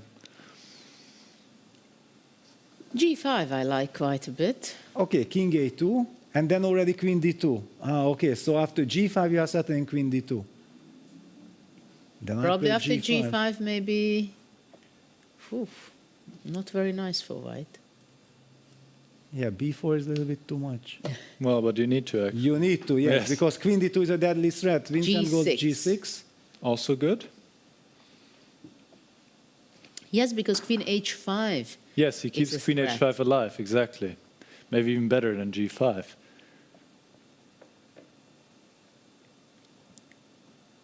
Yeah, very uncomfortable for Nepo here. Very uncomfortable. stressful for Nepo. Queen g1 is the best move, but it's very difficult. Very difficult. That's impossible because it looks like the queen on g3 keeps the position alive. Yes, absolutely. Very difficult position, queen g1. And then second best move is b4. But b4 invites queen h5, which is anyway the threat. Queen h3 is played. Now queen d2 is winning for black. Queen d2. Wow, so You can give up the pawn on e6 with check. Yeah, targets the e6 pawn with check, but yeah, this queen d2, and Vincent is shaking his chair like if he senses that, wait a second, why can't I do what I wanted? But why is it running? Queen d2, knight c1. Black is just too active here, I guess. Well, of course. Just king b8 and so on, yeah, because Yes. you can never play king a2, the pawn on c2 is then hanging. Yeah. White very much stuck with his pieces. In the other hand, I mean, queen h3, it's a very human move. b4 is crazy to play. Queen g1 is in a robot.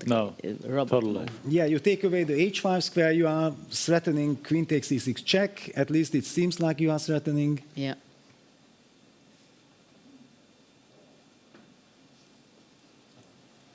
What an opportunity for Vincent. Yeah, he's double checking that what am I missing? What is Nepo planning after queen d2? He's And playing he played it.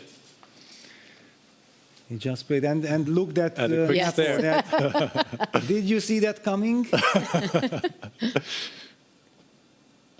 And yeah, Nepo is very unhappy. You can see it on his face. He is very concerned. And he knows there is no other move, but he just doesn't like this knight c1. Yes, what else are you going to do? I guess you can briefly consider queen takes e6 and knight g1, but this would also not end well for white. Not really. But then also h2 pawn can be captured, yes? And then you still have knight c1 finally played. Nepo under 2 minutes. And king b8 blitzed out. Yeah, this is the point. Yeah, that black can just play this very natural move. His king is also super safe. And how is white getting out? It's crazy with white. Now what do? The rook is stuck. Yeah, I would love to sacrifice a pawn like knight b3, queen d1, king a2, queen takes c2, but d3 pawn is hanging. Everything is falling Everything is apart, falling and then apart. the f3 pawn is falling. It's too much. How do you get out? But black is also starting to play maybe e5 and just okay, then taking away the e5 square Okay, from knight the knight. e5 is also a threat. Yes, You can play h5. e4 is the best move. b4. Yes. Nepo is Best Nepo, try. yeah. He finds the best move. He puts up heroic fight.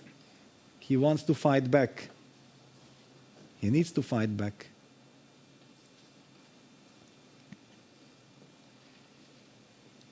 Well, many options, I guess. Queen d1 is an option. Queen d1 is strongest, yes. Queen d1 or queen e1? Queen d1. Queen d1. Is that what you said, yeah? Yeah, queen d1. Queen d1, king b2, and then what? Rook f3. Queen takes e6. Rook f2. And then I have to come back with the queen to b. Then I'm completely boxed. Yeah, Yes, no, yes, that's you cannot. that's do that. horrible.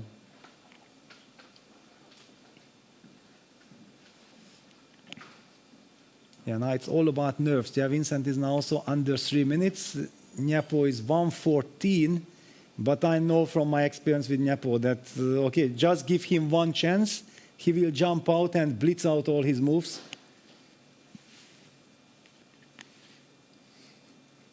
But it's very good that Vincent is not blitzing. He can control himself and think. Yeah, if he can think. Yeah, this is. It's never easy. Yeah, and he plays Queen E1, not Queen D1. Yes, he played Queen E1, so after King B2, Queen C3 check Exactly. he still has. But I don't know why the Queen will be standing so well on C3. Probably because then he wants to go Knight E5. King A2 played. Well, now Queen C3. Queen C3, yes. Queen C3 is strong. And then Knight E5, and I can Yes. visualize a Knight on D2. Yes, that's another.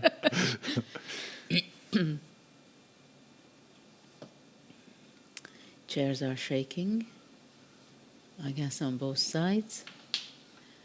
Heart rate is the same, almost, compared when we started the game. Yes. Queen Queen C3. C3. There we go. Now 95 is just crushing. 95 is just crushing. 95. What is White going to do? Yeah, Vincent is double checking. Cool guy. 95. Everything is under on control. the board, and he looks at Nyapo. That's basically almost it. Yeah, as Judith visualized, Knight takes F3, Knight D2, yeah? And Queen C2 mate. And Napo goes under a minute. And of course, Vincent's heart rate is climbing He's up. coming. You can see how nervous he is. He knows that Oh. he's winning, but... Probably Nepo want to go Knight A2, but it doesn't work. No, he Queen takes the E6? pawn. E6? What is this? Knight takes B3, Knight takes F3, Knight B3. G5. Queen C4? Or what? Still alive somehow. Well, Still alive. as much as this can be, it's not a quality life for sure. Computer just wants to take on H2. Yeah, I was just thinking about it. If you That's a go very Queen safe C4, move. Because you only can protect the mate by trading queens. Okay, but for this you need to calm down. It's not an easy move. Yeah, what because about Vincent, Knight E5? Vincent is thinking, can't I just give checkmate? How is it possible? What about Knight E5, guys? I Queen serve Knight E5. C1. I serve Knight C1. Yes. Yeah. Doesn't work. Vincent is going now crazy. He cannot believe that this is not over. And this is one of the most dangerous things in a blitz game, yeah? When you think like it's over and then it's not. He cannot believe it. Maybe he's thinking about B5? And he takes it. He takes on H2. And he gives the look. He gives the look, yeah.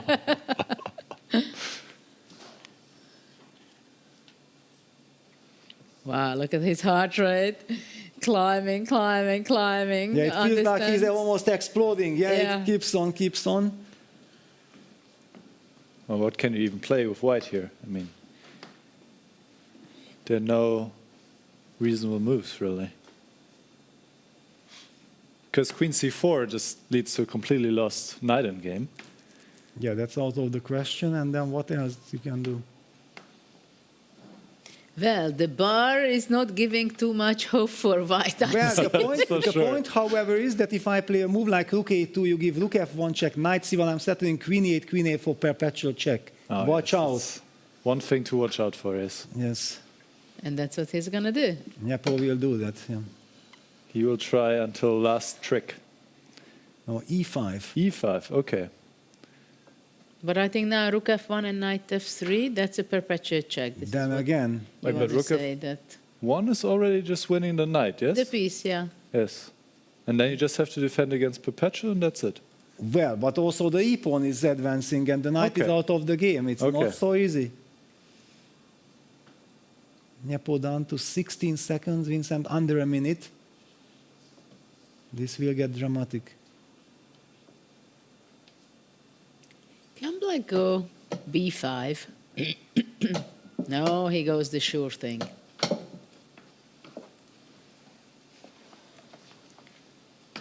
Takes. Queen c3, queen c6. Yeah, Looks very stable. And the king is still also close enough for the e-pawn to... Yes, but and the also knight would also yes. be enough, yes.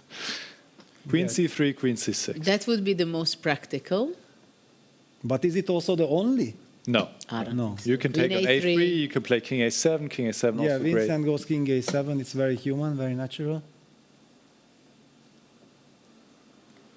Queen d7.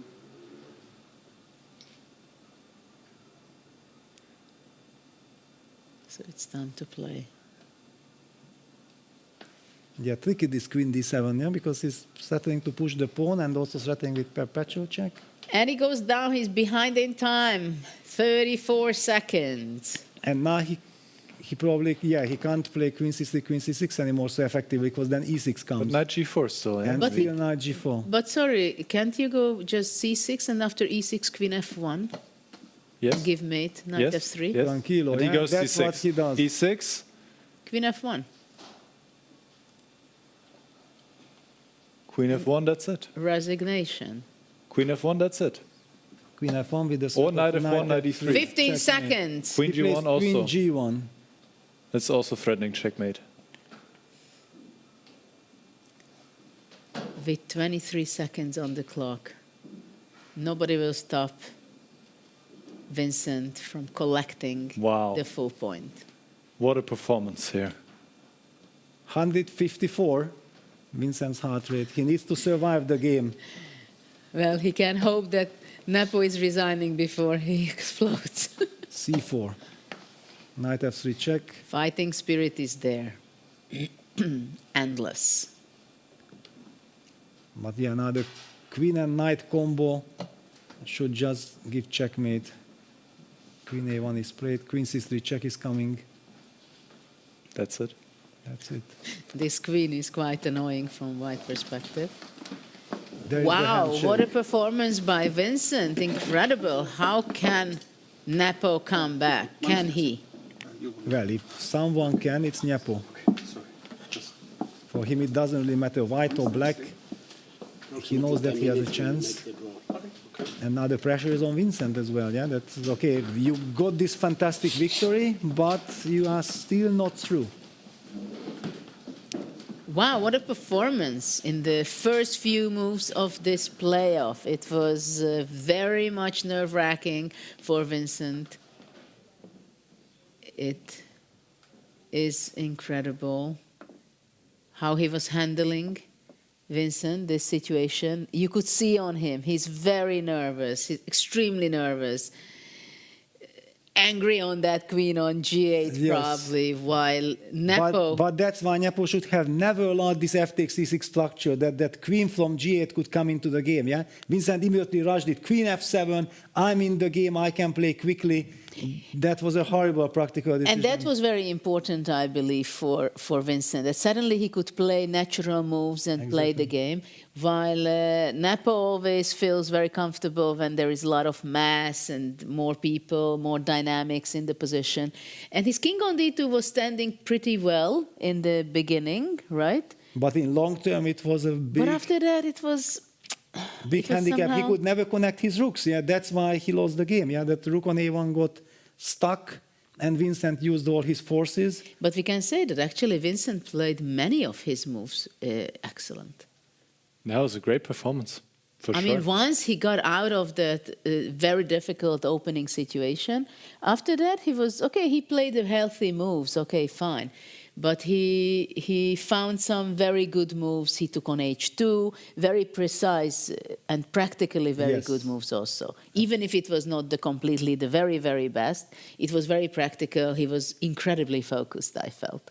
Yeah, he knew that he cannot give Nepo a chance to climb out somehow of this terrible position, because then he might lose his chance of winning this game. And he delivered. How's your heart rate, Peter? I'm trying to calm down. I'm trying to calm down. It's not easy. And it's also such a match that, yes, of course, I'm very much rooting for Vincent to succeed, but I'm also in very good terms with Nepo. So it's a very unpleasant match in this regard in my heart. Yeah, that, of course, I want the best for Vincent. Vincent is my family, and Nepo is my good friend. Well, I think we had so many action going on that all of us deserve just a few minutes of break, but don't go anywhere because we are going to be back in a few minutes and with the second game where Nepo for sure going to show everything he can so he can bounce back and we can continue with the playoff.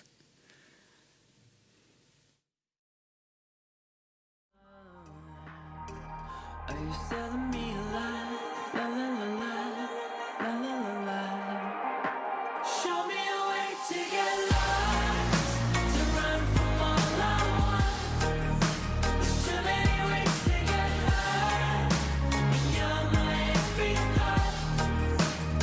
It's like I'm invisible, visible, visible, visible here. Show me a way to get lost, to run from all I want.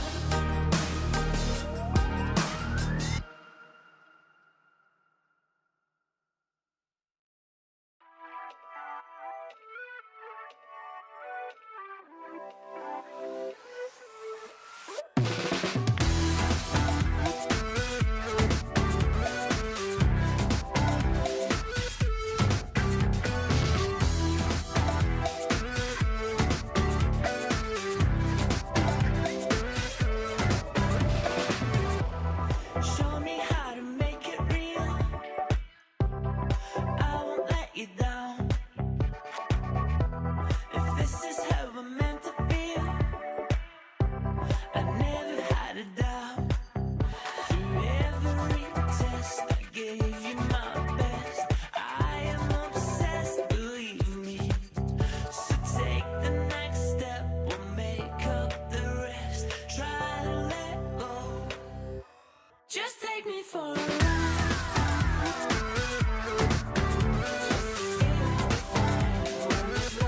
Just take me for a ride.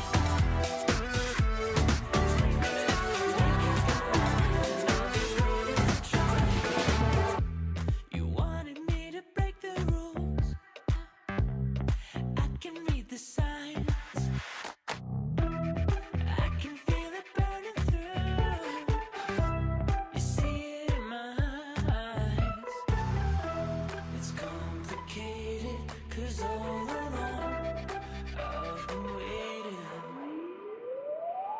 Just take me for a ride.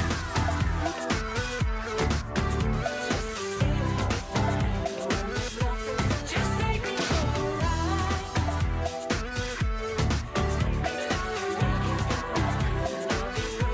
Just take me for a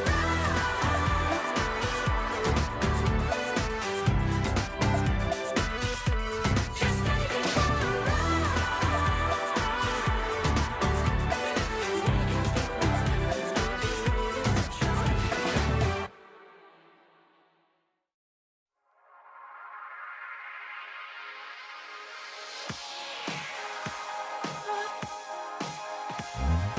I don't know.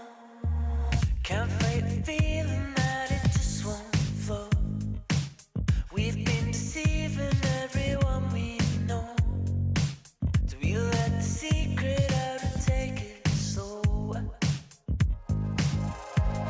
You say it's time to let it go, but I just don't believe it. Choosing if you take me or you make me disappear. Before the end begins, we lose ourselves and take control again.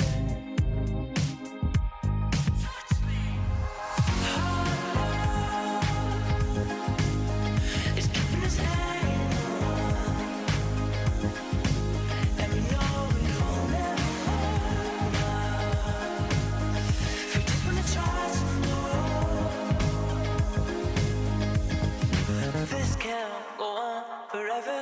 Can we escape and start again when no one can get us? Now you say that the most we can be is a memory where we are.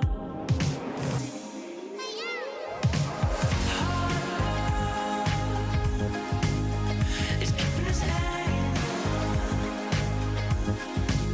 and we know it will never work out. We just wanna try some more.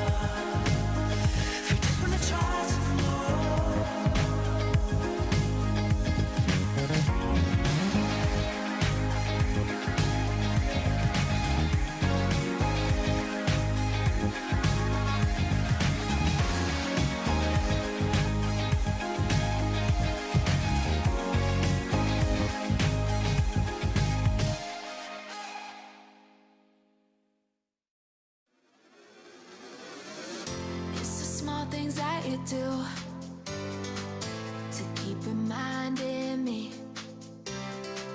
there's magic inside me and you. Dreams to reality. Welcome back to Paris, where things are boiling in the playing hall, as we've seen and witnessed an incredible game by Vincent, winning the first playoff game versus Nepomniachtchi. How do you feel, Peter? I mean, you have extra emotional feelings in this game because you're the coach of Vincent. Yesterday, when I went for a walk, you were very energetically talking with Vincent, preparing for your game, for your match today. Yeah, well, okay, we first of all thought like it's fantastic that he survived the rapid. Yeah, so everything else is a bonus. Then already the tension is much less. We knew exactly that Nepo is one of the toughest challenges. And I told Vincent that, okay, if it gets to a tie break, it's a tie break. Forget about this, that Nepo is fantastic in quick play and like this. But the same applies now, that it doesn't mean anything that Vincent has won the first game. I have seen Nepo bouncing back in such situations, has tremendous experience. He has this incredible fighting spirit. He's also the type of player who can just make a move with black and put the pressure on you. Yeah, he can play even in a normal chess game, in the classical game, the Dutch defense, because he needs to play for a win, for example, just like this. Yeah, and this kind of attitude you need in order to bounce back. Yeah, it's interesting what is the strategy for Nepo, right? Because he won the first 2 days of the tournament for the qualification. He played steadily, but one of the trademarks it was for him that he played incredibly fast. So by playing very fast, he put extremely big pressure on the opponent by time-wise. And here in this game, it was tricky. He played fast in the beginning, but actually more or less they had the same amount of time from the very beginning, until Nepo made a decision capturing the bishop, and after that things went wrong for Nepo. He couldn't recover from there. Yes, it was a very strange decision. This bishop trade on e6 was, practically speaking, a game changer. Yeah, I believe that Vincent was in a state of shock, in a state of horror, that how do I survive the opening stage? And suddenly after f takes e6 he got stability.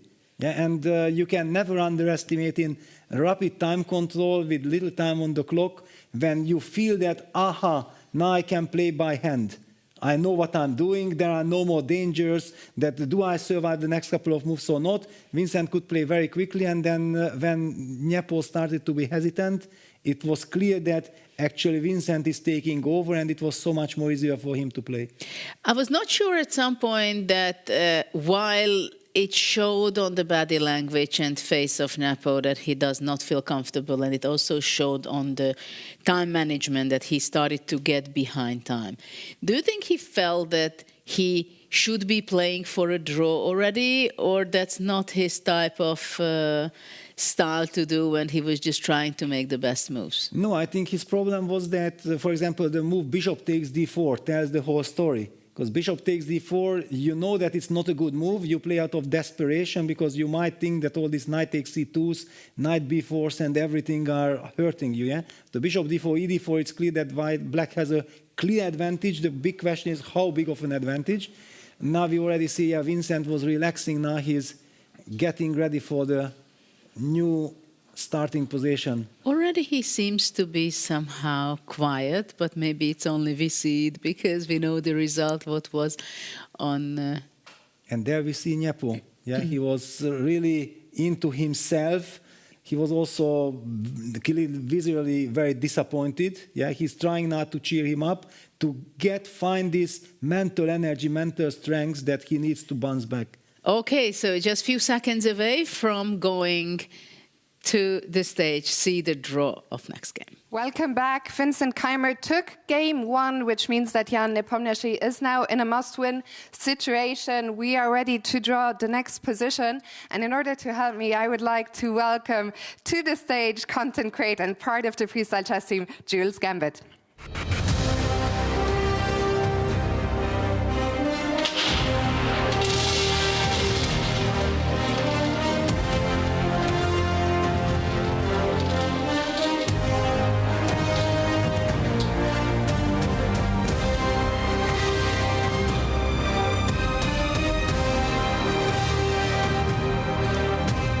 1-1-1.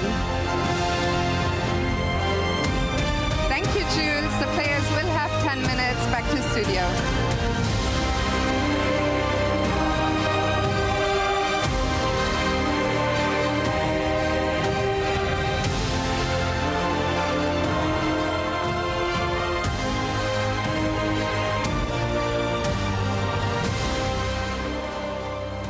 Thank you so very much, Fiona. Position 1-1-1. I call that a dub for me. I'm giving myself the victory on that one. Either way, there's a quick peek at it there on the central monitor inside the playing hall. Of course, the players. What is your first impression? Well, I see that the bishops are bishop h1, bishop g1, queen on a1. Those are the special things because it means that white has the chance of playing some g3, immediately opening up the diagonal. Also pinning the queen on a8. Clearly black will do the same, will mirror with g6 to get the same medicine back to white. Yeah, that you also cannot, because if white could play g3 and b3 together, then he's kind of winning. Because then black can never activate the bishop on h8 and the queen on a8. So the big question, however, will be afterwards that how much dynamic, because sometimes this bishop on h1 gives a lot of stability for the position. Do you think there isn't any chance that white can be extremely fast in getting a castle? Or it's not very important, like g3, f4, you come out with the bishops and then you put king on g1. Can it be a strategy of Vincent? Because for him, draw is enough. Is it possible to play for a draw from this position? No. It cannot. Yeah, you have to play the game, and well, it's clear that g3, especially knowing the match situation, it's so logical to open up the bishop, avoiding black to push b5 because then there will be unbalance. Yeah, that's why, for example, from white's perspective, to push b4. Maybe it's a more ambitious move, but it's a more murky move. Yeah, b4, b5, and then how do we develop that bishop from h1? So I'm pretty sure Vincent will play g3. The good news for Nepo in this regard is that he can almost be sure that g3 will be played, and he can already now decide, he has 10 minutes to decide that how I gonna create counter chances against this move. But why g3? Well, of course, you know Vincent much better, and g3 is a very logical, I can say maybe positional move or strategical move that you want to get out with your bishop. But what happens, let's say, if I do play b4, which you suggested, and after b5... Yeah, then I play b5. I go f4, then I move the bishop out to f2, and I play g3. Wow. Okay, you have good nerves. I do. Very good nerves. Yes, I know this. We have the same setup now. Vincent is sitting at the board. It worked in the game one preparation. While Nepo, we saw he does the same again, sitting alone and trying to figure out for himself what the strategy and look will at be. this. Vincent is already shaking the table. Yes, so he feels the heat. He feels like exactly that is a very important match. Also, let's just talk about his situation. He has won the Weissenhaus Grand Slam, the first leg. If he enters the semifinal, then basically he might even think about, wow, in this series I can do something very big. That is one of the things that he should not be thinking right now. You know it. Yeah, because exactly normally when you think about this, you will be knocked out. Yes, some miracle happens. No matter in which situation you are, you will be punished. So he has to stay in the right here, right now mindset. Well, indeed, the players have a big challenge ahead of them because while Vincent is leading in the match, psychologically he's not having an easier situation because he can carry it away and he say, okay, I'm playing with the white pieces, everything is going to be okay. While for Nepo, from that point of view, it's a much easier situation. From one hand, of course, it's much more difficult because he lost the first game. On the other hand, he can play double or nothing. Right? Yes. But I also remember Nepo had this match with Magnus in one of these Magnus tours when Nepo was leading 2-0, then Magnus bounced back and it was 2-2, and it looked like, okay, now it's over, and then finally Nepo knocked Magnus out in the tiebreak, And I talked to Nepo after that what I was very worried after 2-2 and Magnus gets the upper hand. No. I was already absolutely fine after I lost 2 games. So Nepo is thinking completely differently because then we start from new. Yeah, and Nepo is capable of adapting to all situations. At the same time, I see Vincent has a completely different face expression compared to the previous. Before the previous game, there he was very, very, very nervous, very worried. Maybe that's with a better the queen word. on g8, yes. And somehow with the black pieces, and of course you win the first game, you know, whatever, even if things go very badly, you are still in the match. Yes, but now after you won the game, it's a completely different scenario because suddenly a draw is enough for you as white.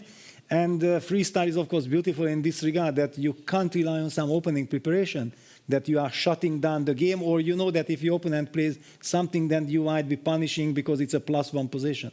And we've seen when Vincent played with Fabiano in the knockout phase of the event, when the draw was enough for Fabiano and for both of the players, but actually Fabiano couldn't get out of the opening, and Vincent just won the game.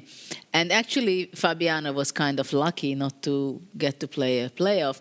But now I think I will ask Nicholas, what do you think about the position, and what can you tell us? First of all, what is the evaluation and what are the best starting moves?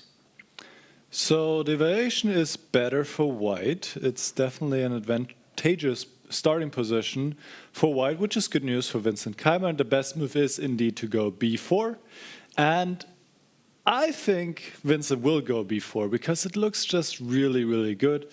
I know Peter said he will go for the more safe move g3, but then black goes g6. And you also have the issue that you have to find a way to get your queen out of the corner, whereas when you play b4, you have your queen already on the long diagonal, you stop black from going g6 or g5 because the pawn is pinned. And if black mirrors going b5, well, you can play a4. It's a very nice and typical move, actually, immediately breaking, being the first to play a pawn break, and white has the upper hand. So b4 is definitely posing the most questions to black, and I think Vincent will do it. Peter already gave his guess. What do you think, Judith? Which first move can we expect? Well, of course, it's a matter of style as well, right? What kind of move you're choosing. Also, it's a matter of tournament situation. At the same time, we all know, as grandmasters, that you cannot play for a draw. You cannot play just that, okay, I'm going to be playing solid. The best strategy is you try to make the best move. So I believe that if Vincent thinks that b4 is the most unpleasant for black, of course he will do it. I would bet on b4. Yeah, Peter, the more you change your mind? Yeah, I mentioned that, g3 is kind of the safer move, but after g3, g6, the problem about thinking about safety, that it will be annoying for white to make a move, because you are supposed to play for something, but you cannot really make a good move. Your queen is stuck on a1, and psychologically it can be very tricky that you burn time on the clock. Nepo, you build up your opponent that, okay, I'm getting a time advantage. My opponent doesn't know what to do. With b4, you also put some pressure on the opponent. So let's see. I think we are very close to it, just a minute or two, and we'll see it on the board. What is the decision of Vincent? What is the first move, and how Nepo will be reacting? Obviously, he's not happy, nor with the situation of the result after the first game. And I have a feeling that he's not so happy with the position either. It's not so deadly complicated. Yeah, I mean, there were much worse positions. Yes, I think that this bishop on h1, queen on a1 construction is kind of annoying in the sense that you have to play for a win. It would be better to have a much murkier position. Players are getting ready for the second fight. 10 minutes for each player, 10 seconds per move. And let's see what will be the time management of the players, because before, Vincent was able to turn it around. b3. b3. And d6. Basically, the approach that I don't want any confrontation. I want to go e5, g6, and get a game. Vincent goes f4, stopping e5. Very important. That's a Knight nice d7. move. Now is the question, do we just play a move like g3 from White's perspective? G3 looks a very normal But okay, move. Nepo wants to play e5, so that's his idea. Bishop d4 is also possible, maybe. Bishop d4 looks quite nice, because if black has to go f6, it looks very strange. Yeah, that's not building up a nice bishop, nice black square f6, bishop. f5 maybe from White, yeah, who knows. But okay, bishop d4 is also a committal decision. Once again, the heart rate's very high for both players at the start of the game. And I think they will stay high. Bishop d4 played. On the board. Attacking the pawn on g7. Knight e6 looks quite promising, don't you think so? And then bishop back. Then bishop Can't e2. I? No. I wanted knight f4 and g5, but that's over-optimistic, to say the least. Yes. It's interesting. Why computer gives this a question mark? No, this is harsh. White is clearly better here. Black should play f6 now. And then, yes. Well, what do you do? Knight e6 is bishop b2. You can't play f6. Threatening f5. Well, will Nepo maybe play e5 and we see another gambit? Sacrificing the pawn, getting Maybe. the dark squared bishop? I would Maybe. not be ruling it out. That we might be But I seeing don't e5 like on it. the board. I know Nepo. Yes, you do. Never f6. No, Never f6 was, I think you cannot make f6. But this is not going to be good for him. Well, I don't know. In long terms, he will have lovely compensation. But what do you do on bishop e5? Yeah, You okay, take it. takes, knight e6. And if ever I get the chance to activate that bishop from h8, I'm claiming But you big never do. compensation. But this is the point that you will never do it. Or in the next that's 5 moves, for sure not. Knight e3. That's the bad news. Yes, that's I the mean, bad Nepo news. showed it what it is to have a knight on f5 But against wait a Lukash. second, black can play long castle, castle long, That's and true. then rook f8, and who knows? That's true. You are changing your mind immediately. That's true. I There respect we long go. castle. Long What? castle. Ah, yes. No, Long this castle I played. respect. Yeah, long castle is another story. We are in for a very big battle. But black still has the queen trapped on a8. And That is still important. has a beautiful bishop on h8, which is not so easy to get into play. Well, but if I get rook f8 and your queen will have to move from e5, then how do you keep the diagonal? And then I have G6 to is coming. admit that it's a fantastic try by Nepo. Absolutely. I admit. And it's also True. his style. Yeah, going for the initiative. He's very energetic. These are the type of positions he needs. Yeah, this I agree. It's simply very dangerous for white. Yes. And Vincent goes knight d1 to c3. That's what I haven't seen coming. But yeah, also the d2 pawn is hanging, so he keeps the knight on b1, protecting the d2 pawn. But where to put the knight on b1 then? And where to put the A3 king? or- That's another big question. Yes. Can white castle Yes, white king castle. But where without do you moving want the to- b1, yeah? Yes. Yeah, where That's do you a want good to news. castle? Long, of course. Long or short? Long, long, long. Long, yeah? Yes, long seems safer, yes? Well, I go short castle, I can visualize that bishop eventually comes to d4. I don't want to.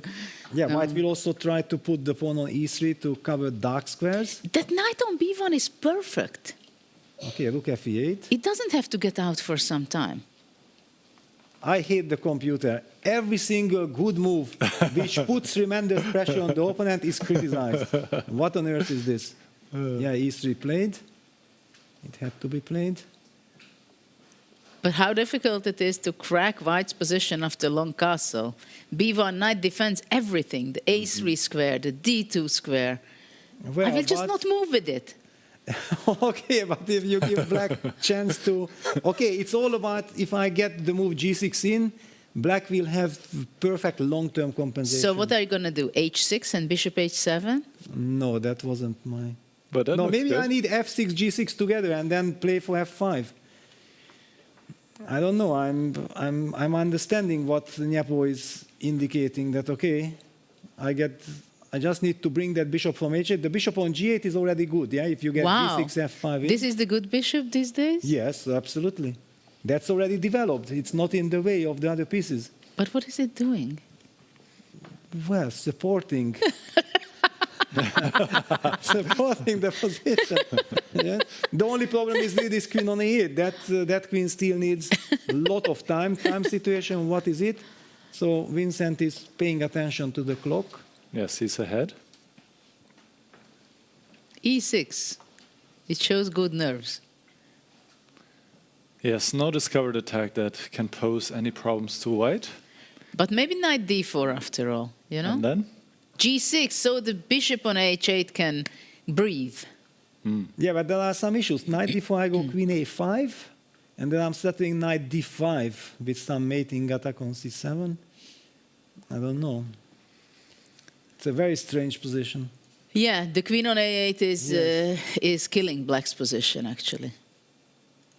Yeah, imagine that queen would be on f8, but then maybe black's king would also get under direct attack. That's another problem. But I still feel, yeah, queen on f8, and maybe we will be talking black is better. But white's position is extremely Solid. tough and solid.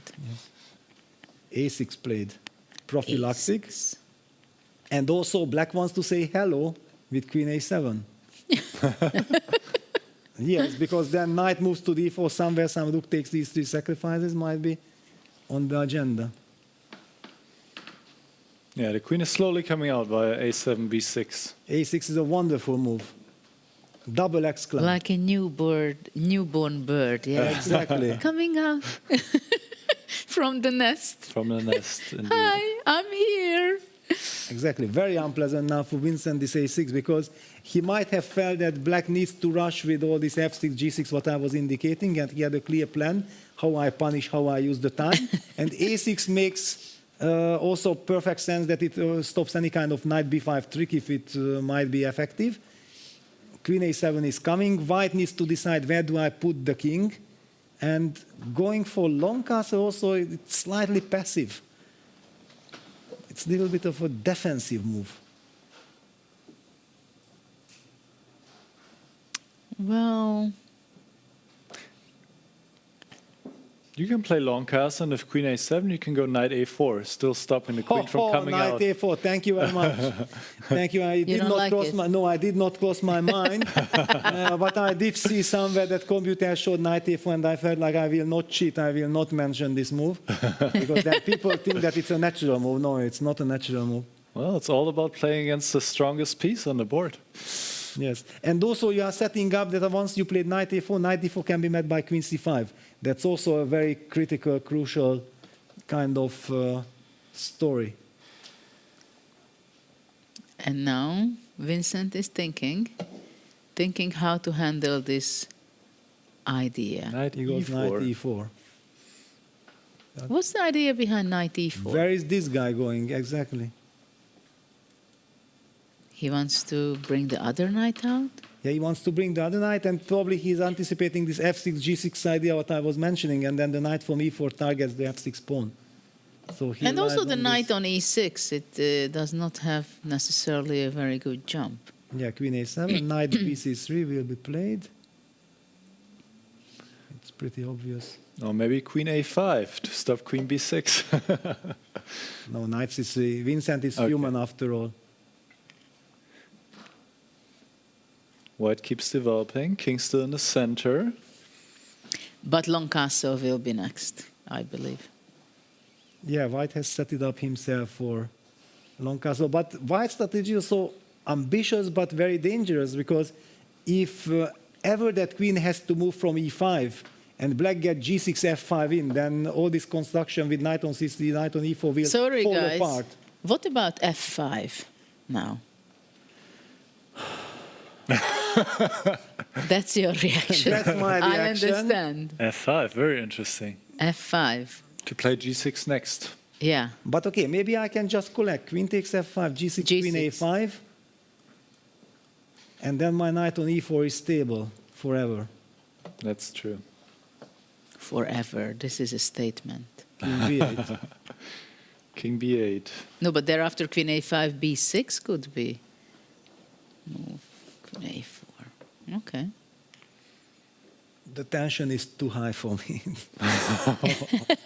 Poor Peter. Unbearable, yeah. It's so tough. Castle, Queen A5. Just think about the fact if you would be playing, it would be higher. Would it be? Would it be? Yeah, exactly. That's the big question, because then you are playing yourself, you are not worried for someone else. But what we can say, Vincent must be reasonably happy at this point. Yes, he also has the clock situation under control. His heart rate is still normal, 125 versus 131. Nepo is more stressful. Of course, he has to win. He has to win. And he needs to win.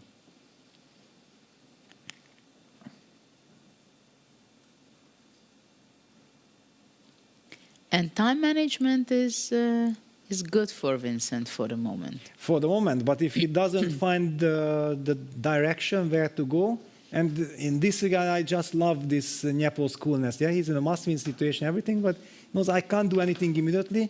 He goes A6, Queen A7, King B8, all the good moves. His king is now much better. The queen is in the game, and for white, it's so difficult to decide. Long castle. What's so difficult to decide? You think so, yeah? Why not? Yeah, good question. Where is the danger? On the board, finally. We understand each other with Vincent. Yes, but it cost 1 minute or a little bit more. Yeah, that was okay. He's careful. He's double checking everything. Whether once I go long castle, I will not move my king to the other side. Actually, one good idea that I just noticed, maybe G4, G5 with white. I would love to push that pawn to G5. It would give me so much more happiness and freedom. Nice. Queen B6. It's an idea you can But play. now G4 at the F6, just in time to stop Queen A5. Knight A4. Knight A4 Yes, is Knight possible. A4, trying to Queen trade C3. queens, and Queen C3, yes. Queen B4, Queen C3 on the board. And Knight C5, and Knight C5 shows up. Where Queen A3 check. King B1. Not even Queen B2. And if Knight C5, then you will have D4. Knight and who is C5 attacking and whom? Then you can always block the long diagonal like this. King B1. Yeah, then Vincent found the perfect setup. Who can stop me from playing Knight C5? And also D4. And yeah, D4. just everything. Yeah, And then look at the that bishop on H1. Yeah, bishop on H1 Yeah. is gorgeous, and bishop on H8 is simply blocked. What a play by Vincent. I mean, this was quite something, Knight E4, Knight 1 to C3. Yes, it was not obvious at all.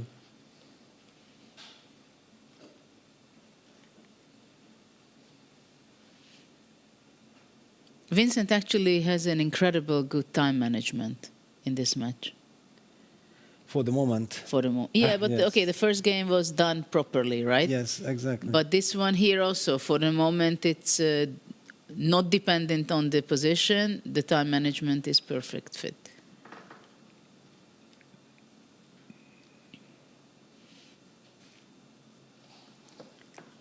Well, the H8 bishop, how to get into play, right?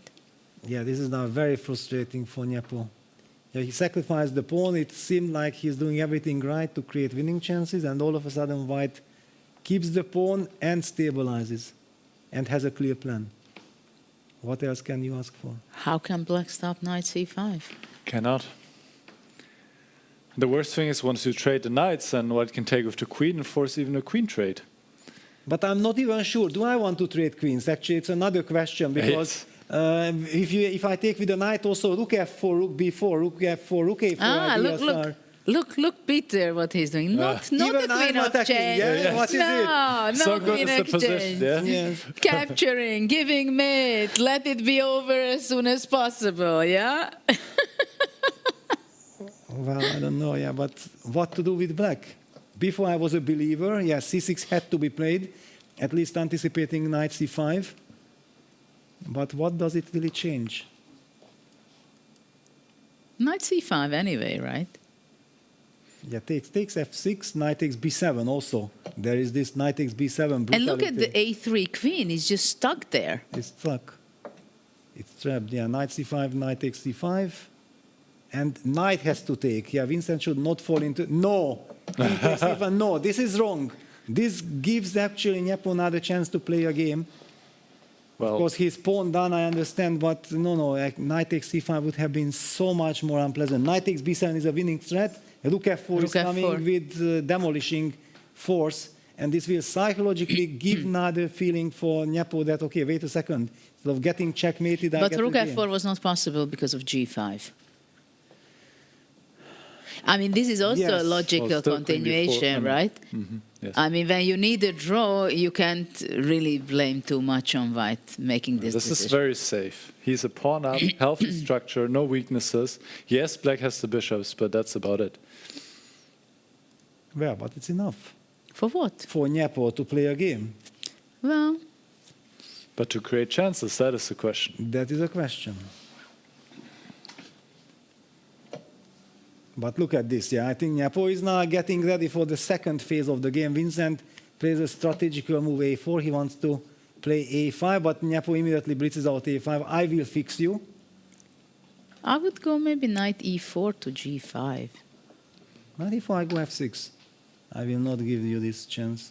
Rook f5 maybe. Bishop h7. Sorry. I anyway want this f6, bishop h7. No, I think this is very tricky. Psychologically very tricky. Well, okay, I can go rook e1 now, and then d4. Yeah, Vincent goes knight e4. Okay, f6 will be blitzed out.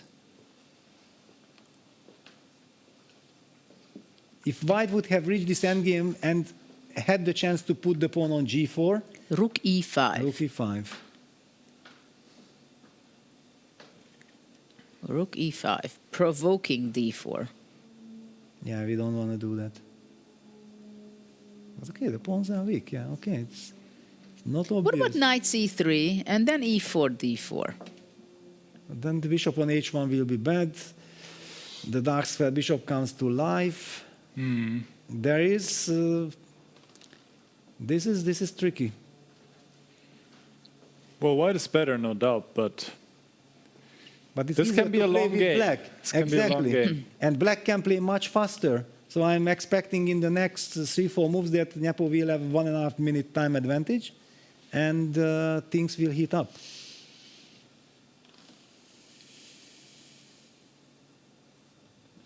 Maybe maneuver the knight to f4 via f2 d3. Yeah, but it came from c5. Yeah. He could have played knight d3, knight f4 then, yeah? He could have, yes, but he didn't. Yeah, exactly. This knight e4 I don't like. I hate this move. So, okay, what if I go d4? Okay, I go back with the rook to Rook e7. Rook f e1. Oh, no. King c7. I go away with my knight. Oh, I can't take this. Yeah. Then, okay, g6, f5, rook d8. Somewhere some bishop takes d4. I'm pinned here, pinned there. No. But if you ask me what to do, I have no idea. h4 played. Yeah, I was thinking about this, but I didn't feel that. After f6 pawn could be a weakness long term. Okay, on the other hand, he's fixing the structure. Yeah. g6. g6. I thought f6 will be played on bishop. Yeah, but now here Nepo is using that knight f6 is impossible because takes rook e3. This is a tactical idea of Nepo. So you can't play, and then he wants to play f5 in one go. And then he goes king c7 and b5. I also dislike the a4 very much. This is super scary. Yeah, really, it's very scary. I don't know, is knight f6 takes, rook e3, bishop f3 a way of bailout and then we cannot be worse? No, but what about knight g5? I'm not going to chicken out here, I'm sorry. Not yet, yeah? Oh, he chickens out. Yeah, no, he plays correct. He plays correct because he already misplayed everything. He already had to go for it. Now the bishop is at least stuck on g8. Yeah. No, this had to be played. No, I mean... If it's not best, but... No, but if he already played like this, practically he had to. Okay. Now position is equal, but can Nepo create chances here? That's the big question. With the bishop stuck on g8.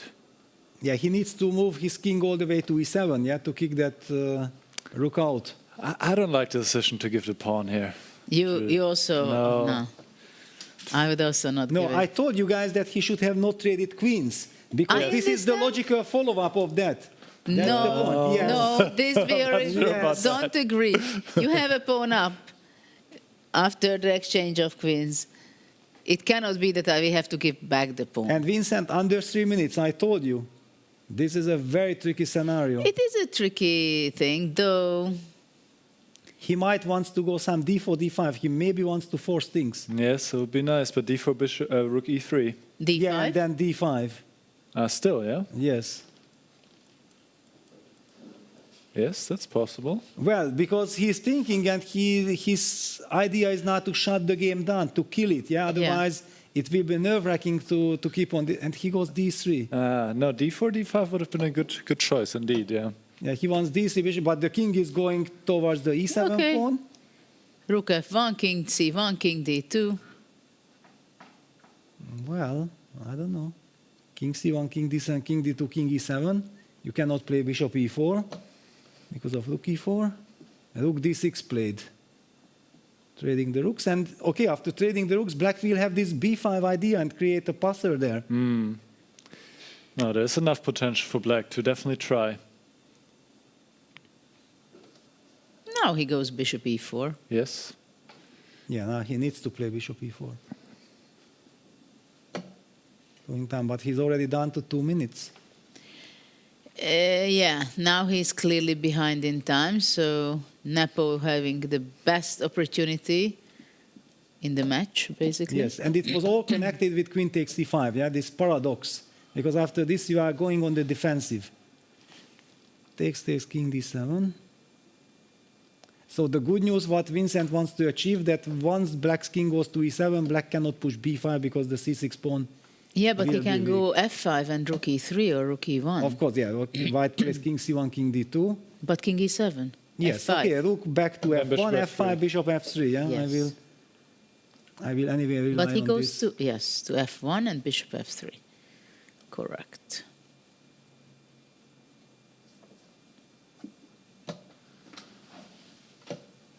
Yeah, f5,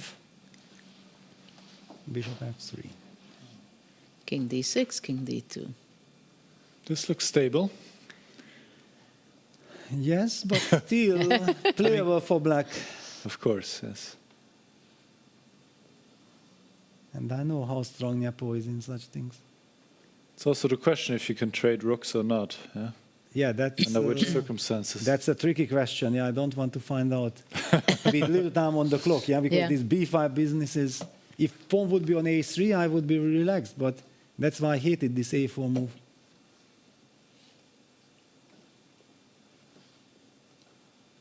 The big question for black. Maybe black should just make a pass, or is white thinking? Yeah, he goes rook e7.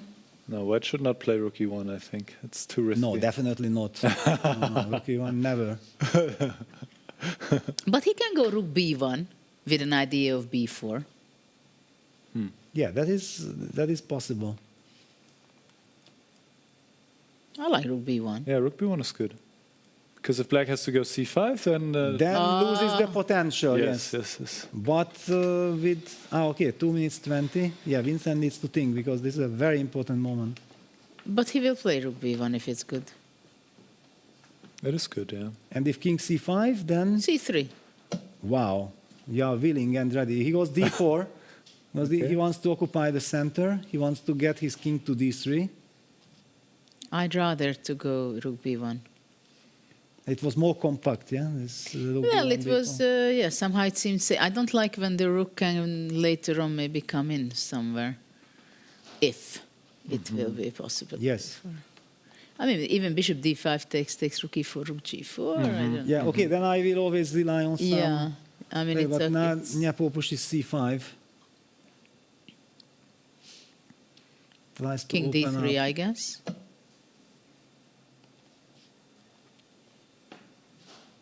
On the board.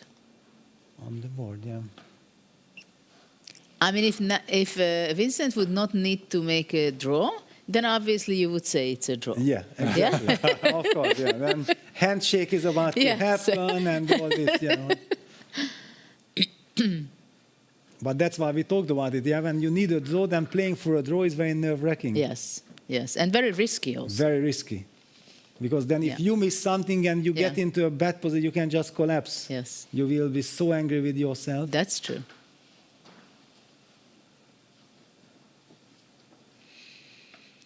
Well, let's see what can Nepo do in a pretty equalish position. Yeah, how to keep the tension and can he squeeze how water to out create, of stone? Yeah, also how to create this psychological pressure that it looks like I'm wanting something, actually I don't want anything, but please burn time, you might overthink. Yeah, B6, one of those unpleasant moves. Yes, that's true. Now, for example, if Vincent thinks that, can I play rook f2, rook e2, but rook f2, rook e1, rook e2, rook d1 check, all of a sudden, so this idea doesn't work. He cannot shut the game down.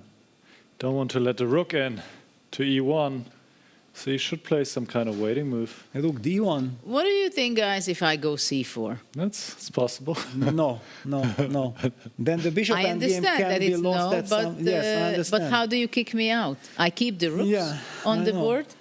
Yes, but it's tough. I'm more active. Come on.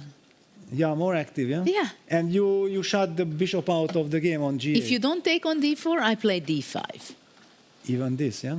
No, Vincent goes rook d1. That was also my kind of move. Okay, rook d1. I still haven't made up my mind. I can still go c4 if I want.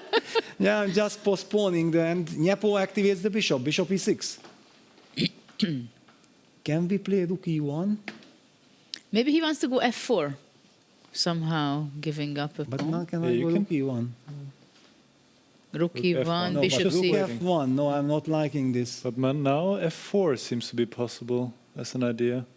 But f4, dc and then gf? And then bishop to f5, king b4, and then you start coming in, king a3, king b2? I don't know. Don't frighten me like this. 135 heart rate. Vincent, down to 1 minute 30.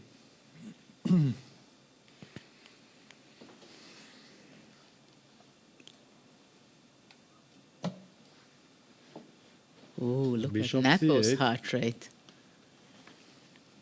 Yeah, he wants to provoke c4. I was ready to do it without provoking me. What's the problem? Yeah, but if he provokes it, and Vincent will have to play c4, it will hurt him so much more because Vincent obviously does not want to play c4. Yeah, so it's a big psychological game. Okay, I understand. Vincent going under a minute. Whew. Time to play c4 or d5. We could wait until bishop a6 to play c4, yes? True. And then what? What does black do? This was my Rook question. g1, yeah, Vincent is suddenly just waiting, but I hate this strategy. Well, what can he do? Then wait. Yes. But I mean, really, I'm so curious when he's going to put his pawns on c4 and d5. no, he will never push d5. What complaints you're going No, to then have? f4 will come at some point. No, this will never. No, this then all the dark squares. But you cannot prepare f4, I think. That's the problem. Yeah, maybe, but with 1 minute on the clock, Vincent can never be sure of this. Yeah, so he will feel that he cannot do this. If he plays c4, he will probably balance with bishop d5 and just try to keep that bishop on d5, justifying why he played c4. But then already f4 comes. Yeah, and always dc, you can sacrifice that pawn, Yeah, bishop that's and true. king b4. That's true. That's why I hate this c4. It's not my cup of tea. But after bishop a6 now you have to go c4. Yes. There's no other move. That's why it hurts so much.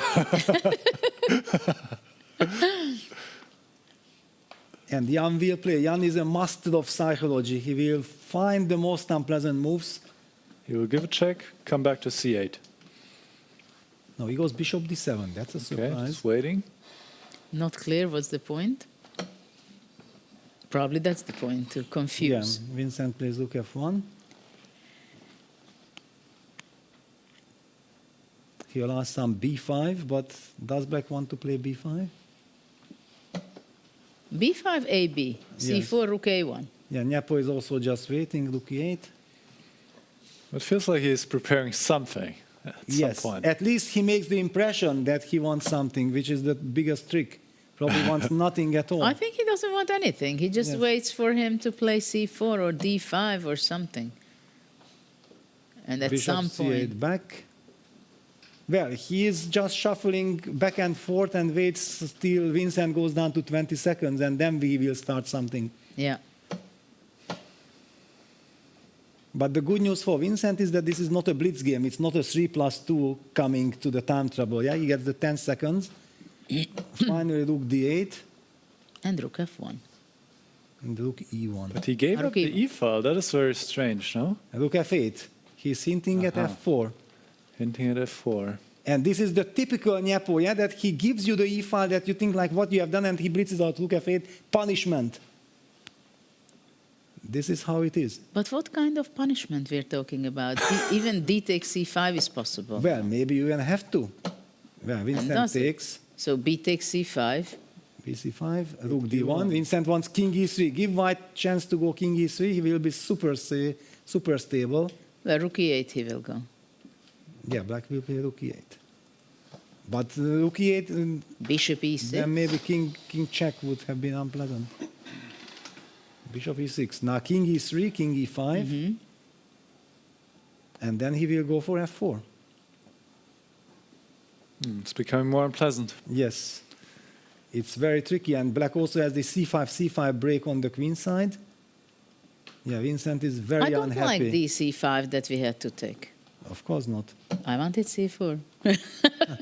Yeah, Rook G1, a super passive defense.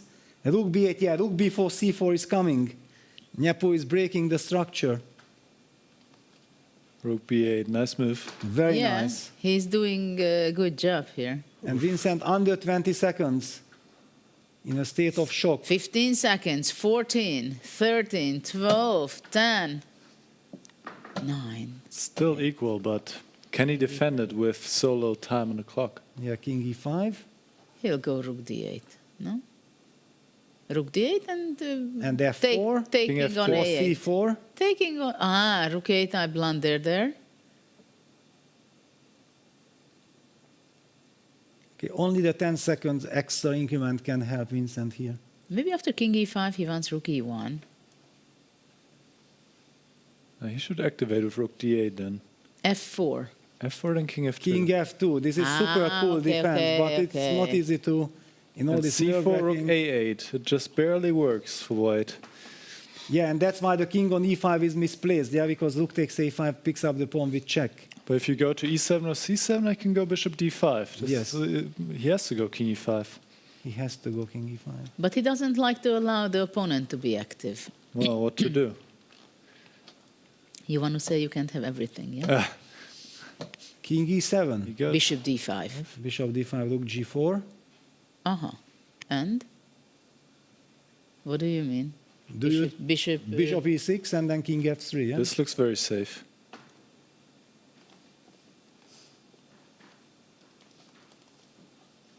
Bishop E6, King F3. What do you want? Maybe F4? Yeah, F4. Takes and Rook D8. Okay, Vincent is under 10 seconds. Yeah, takes King F3, and he's back to 30. This is what I'm talking about. The 10 seconds increment gives a lot of safety net. C4 Nyapo is breaking. But now Rook D8, Rook CB, D8. CB, Rook B8, Rook A8, Rook B3, King F2, and we pick up the A5 pawn. That looks safe enough. And That's what he does. Yeah, after the exchange of the bishops, this is now... I mean, King wants to go to E4, yeah? What is his idea? but White goes King F4. No, you cannot go King F4. Why not? Then Rook B4 check. And King F3. Ah, sorry. Yes, you cannot, yeah. Even that would be a draw, by the way, but Ah, no need to give up 2 pawns. King G2. So a king can hide on H3 if necessary. And Vincent is very close to that draw. He needs to advance to the semifinals. Rook A5 and Rook A6. And it's over. And Rook B2 check, King H3, you hide on Yes, H3. that's it. That's why he went King G2.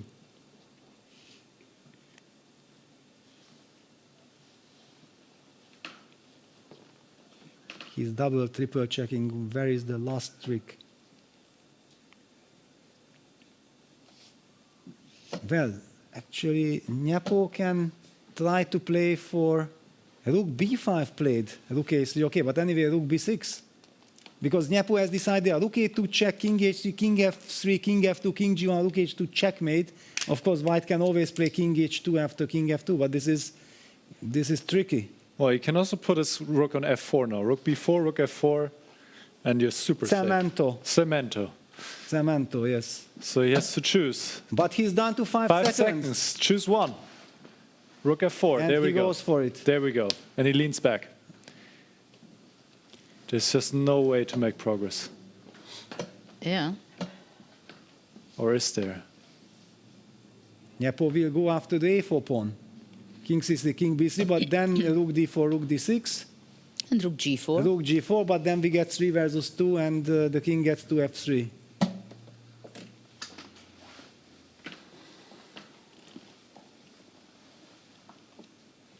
King G1. King G1, King B3, Rook D4. Well, you can never take anyway, right? Can you take on A4? Ah, you No, can never, cannot. because the pawn endgame out, and he It's can also just draw, yes. he can just wait. You can just wait, technically. Ah, but then it's completely. But he goes Rook F3 check. Okay, King D4, Rook F4 check.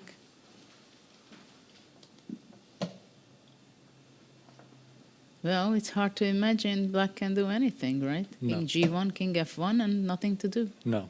But this case now Vincent will even rely on this Rook F3, Rook F4 business. Yeah. Yes. Why should I move my king?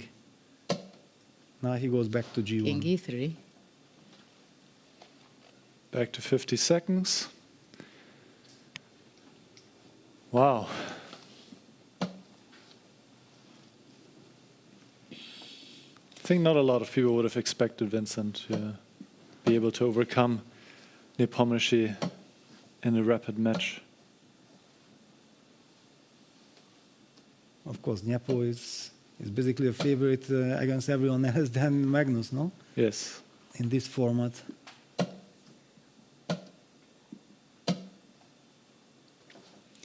And we've been here Okay, before. maybe Hikaru and Fabi disagrees, but I just wanted to state that, yeah, he is extremely strong. Okay, One of so the now very the best. king is back. Probably eventually he will go G5, or what does he? Well, but it Yeah, doesn't but- achieve anything. Exactly. That's I'm not saying I'm not saying he's going to be achieving anything. I'm just saying what is he going to be trying? Otherwise, he can move around with the king, right? But now Vincent gives up his fortress, Rook F4 fortress. He wants to go after the G6 pawn. Fair enough. But no, don't do this. Rook B4 check. Rook B4, back if to it F4. works, why to change Okay, he went back. the working formula? Look at the heart rate of Vincent, 157. Rook F4 back. He could even ask already probably the repetition. Same position we had maybe 3 times. Already. Yeah, but he also doesn't need, he can still shuffle around and make sure that it will get 4 times when I Yeah. claim, yeah, just to be on the safe side. Very frustrating for Jan Vincent. that he created chances for himself. It was nerve-wracking, but then this trade of bishops killed Jan's hope. The heart rate of Vincent is He wants to set up escalating. this Rook E4 idea, but Rook E4 doesn't work. You can never... Why is he moving around with his rook? Yeah, now he allows Rook E4. After King F1, there was no Rook E4 because takes King E1. Okay. Rook B3, Rook A3. Also very safe, yeah. I mean, he's already trying to... But yes, okay. but still... The game continues. Game continues. For no reason, right? But okay, Vincent is now 1:16 on the clock, yeah, so the clock is not an issue. Well, not that much, I understand.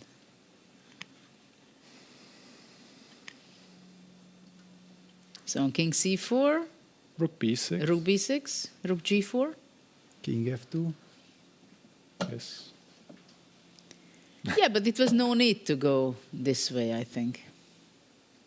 He just wants to force things, yeah, but there was no need to force things. But it also shows that he knows that this is a dead draw. Why not? Well, it is. 150 heart rate. He understood. Yeah. There is not much to play for anymore. Vincent has this look to the opponent. Yeah, look G4. Do you see how he moved the piece? King F2.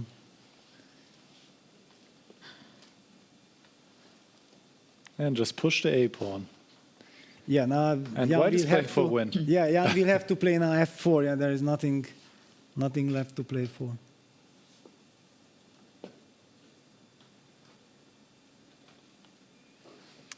Well, getting less and less pawns then. Vincent's heart rate is dropping. Yeah, Jan is trying to calm himself down. He came to this event, he wanted to win at all costs. He showed his true brilliance in the rapid section. But Vincent just played really well in the whole match. Yeah, and F4. I mean, there were some chances for Nepo's white games in the second one today and in the first one of the rapid, but at the never very winning early event. stage, yeah, at the very Yes. early stage, yeah. Yes. And draw for Jan. We have another winner, Vincent. What an incredible performance by him. What he did today, he showed everything what he needed to win against the world's number 2, right? No, not number Well, okay, 2. Nepo, but- winner but- of 2 candidates, World Yeah. Championship finalist, winner Finalist, of, right, yeah. sharing the title with Magnus in New York. Just an Incredible. unbelievable performance by Vincent from the champion of Weissenhaus. And he's still in the game. And he's in the semifinals, And facing he's in the Hikaru Nakamura. semifinals. What an incredible performance. He was nervous. He was stressed. He had a heart rate of 140 at the start of the game of the first playoff. We could feel the tension. And somehow, of course, I mean, Nepo, who is a fantastic player, and clearly he was the favorite. And he played incredible in the rapid portion of the tournament. And still, you can never be sure that you win. Let's hope to hear the interview. No, not yet. Later, maybe. Yeah. Teasing us a bit. Yeah, just a few seconds, Yes. and then Yeah, we will actually, also- reflecting to what you said, probably there was much more pressure on Nepo. That he knows that he's a favorite in Rapid, but he was probably already very angry that the match got to Rapid. At the same time, Vincent felt like he's in the game. He also got so much energy and everything from qualifying, winning the last 3 games. He settled in. He's also very comfortable playing the classical portion of the freestyle event, so he's basically not afraid of anyone in that formula. He got to the playoff against Nepo, and then Nepo outburned himself. You also mentioned it when Nepo was coming to the first game that he seems visibly very nervous. Yeah.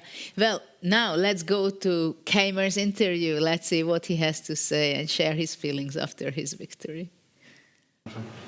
Vincent, congratulations. You've just beaten Jan and are through to the semifinals. Before we talk about the games, how do you feel? Yeah, I'm still very nervous. I mean, of course the position has been drawn for a long time, but when all you need is the draw, you're still nervous. So I'm just very relieved that I finally managed to hold the game. You beat Jan in the first rapid game of the playoff, and in the second, you were way, but it was nervy. What emotions were you feeling?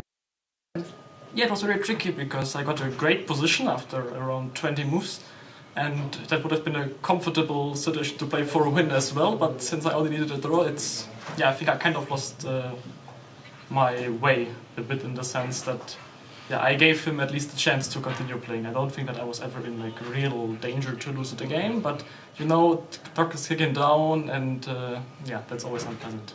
The first game you won looked like a very nice game. Your thoughts on that one?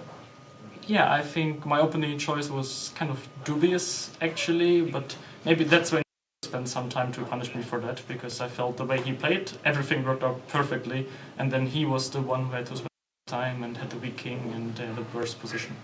Do you think at the next tournament the players will stop picking you first?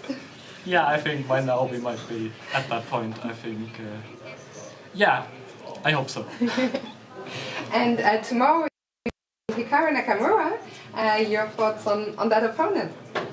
Yeah, I think he's one of the few players that were both in Vice Noster tier who I haven't in the classical match yet, so I'm certainly looking forward to that. But yeah, as always, no matter who you play, it's going to be one of the top players. So it's going to be very tough, but of course, having won that, I'm really looking forward to that. Well, Vincent, we're going to let you go enjoy your evening. Congratulations once again, and best of luck for tomorrow. Thank you. May I steal you here? Thank you. And then on this side, you have to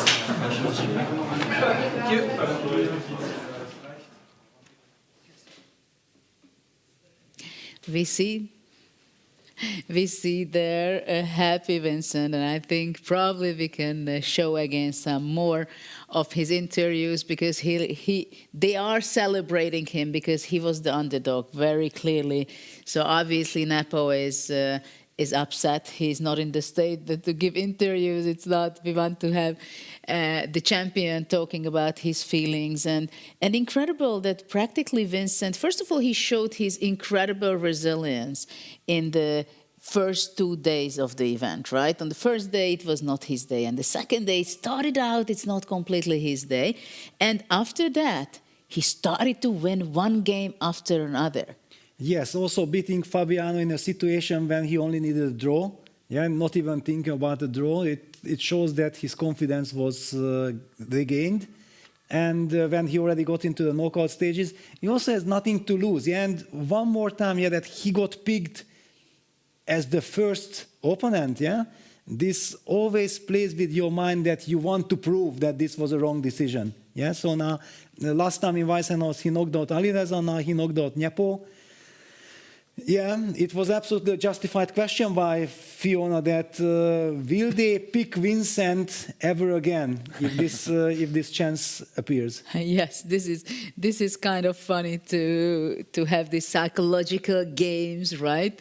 And actually, Nepo was the only person who picked the black pieces first against Vincent. All the other matchups, they decided they chose the white pieces in game one. What did that mean, you think, by Nepo? Is it that he wanted to go on the safe side, that if it's a draw, then the next game he wants to kill with white? Or it's just... I think it was a natural kind of reaction, because also in the round-robin stage, he crushed Vincent with the black pieces. So maybe he also wanted to provoke Vincent that, you want to take your revenge immediately? Come, I will beat you with black, and then the match is over. Yeah, so... we know that Magnus always picks white, and because Magnus picks white, everyone else then also picks white because thinks that this is a great strategy, but I actually like Nepo's kind of mindset that he wants to go his own way. It's not so easy to provoke Vincent, as we've seen already in Weissenhaus and also here. So let's see the brackets shortly to see what are the matchups for tomorrow. We talk about the semifinals. Here we see Vincent. Just outside our door, I believe. Yes, and I want to ask you, can we ask the first question to Vincent? Of course, we congratulate him that, does he regret queen takes c5 in the last game? Because I think I will be very upset. I will be telling him that you have no right to play queen takes c5 in this situation. Okay, we can ask him. Sure, but Peter, but my first question is about the move of the day. Yes. Move of the day, c4. Do we still have time before Vincent comes in? I have it ready. But, yeah, we can also okay. look at it when Vincent is here and then do the move of the day together with the player. Yes. Yeah, that would be a lovely novelty, actually. So let's see, follow the champion of today. And now he's much calmer than he was. And we see the champion coming into our studio. Welcome. Vincent, congratulations with your incredible performance. How do you feel now? We saw your heart rate, it was quite high. Probably now it's lower, right? Yeah, I'm just relieved. I mean, tie breaks are always a matter of nerves. And, in general, you could say it's a dream position to have won the first game, but then also you really feel the pressure to win that match once you won that first game of black. So, yeah, it was in a weird situation. My position was even much better for me, so I could have also played for a win, but somehow that I needed a draw. I was not that direct with my play and gave him at least a chance to play on, which wasn't necessary. But yeah, sorry to interrupt, Vincent, but I was so angry, and everybody have seen that you took queen takes c5. Because I told immediately that no, queen takes e5 is wrong because black has the chance to play and it will be a psychological game. You will be in 3 or 4 moves, 2 minutes behind on the clock. Exactly everything happened as I have foreseen. While if you take knight takes e5, I felt that you would have just crushed him in the next 5 moves. What is your take? Do you regret this choice? How can you defend now yourself? Not, yeah. I mean, now that I drew this game, I don't really care. But I agree that it wasn't necessary, but it's so, at least for me, it was very natural to trade the queens going into a position where I'm a pawn up and have no immediate issues if I only needed to draw. But it's true that, of course, knight c5 should be the better move. Vincent, also congratulations from me. We just want to talk about the move of the day, and it's perfect timing you just came in because I want to give the move of the day to your move c4, which I believe Nepomniachtchi did not see coming, that you could just leave your queen hanging and then would trap his queen on g1. Then you equalize the game more or less and reach an equal endgame. Did you also have the feeling that he overlooked this resource c4? Yeah, I assume, because I felt that I wasn't that happy with my play actually. I thought that if he goes for f5, he should be slightly better. After g5, f5, and I think that there was no immediate reason for him to go fg bishop e3 if he sees c4, unless he wanted to go to a tiebreak, but I don't believe that that was his intention. I think the computer wanted to see bishop f3 here. G takes f4, e5. Okay, yeah, but this was the computer solution. Sorry, I have only one question. When you played g5, you saw already, obviously, this trick or move of the day, c4, right? Yes. And did you consider g5 is the best move, or you wanted to set up this trick because you couldn't resist? No, I didn't want to set up the trick. I thought it's I was already not feeling that great. My whole problem was that I was actually trying to make b5 work after f4. So I thought that after I play f6, so that after f4 I have b5. And then knight b5, I have 3 moves. I have queen c4, queen a2, and d5, which I believe are all kind of decent options, but none of them I really liked. So for example, queen c4, bishop e2, queen e4, knight a7, and it's not that easy. If I want to take f4 pawn, I will have to go to an endgame, and he has a lot of tempi, so I believe I should be worse here. And d5 was crazy. I thought maybe the best move is bishop e2, and Tira wasn't sure. I thought it's too risky to go here. But I was kind of relying on that. Also, maybe queen a2 also works, but queen a2 I was worried about, I think, c4. The queen is a bit out of the game for the moment. But here actually I have a6 maybe. Well, very complicated, very difficult. How did you feel in general about the opening, the starting position in this game? Were you surprised by e4? Or? No, I think e4 is a very normal, ambitious move. Also, it's clear that basically at somebody to move this f-pawn, and f5, f4, f5 was quite symmetrical. I mean, okay, not immediately, but in general was quite symmetrical. So e4 is clearly the ambitious move.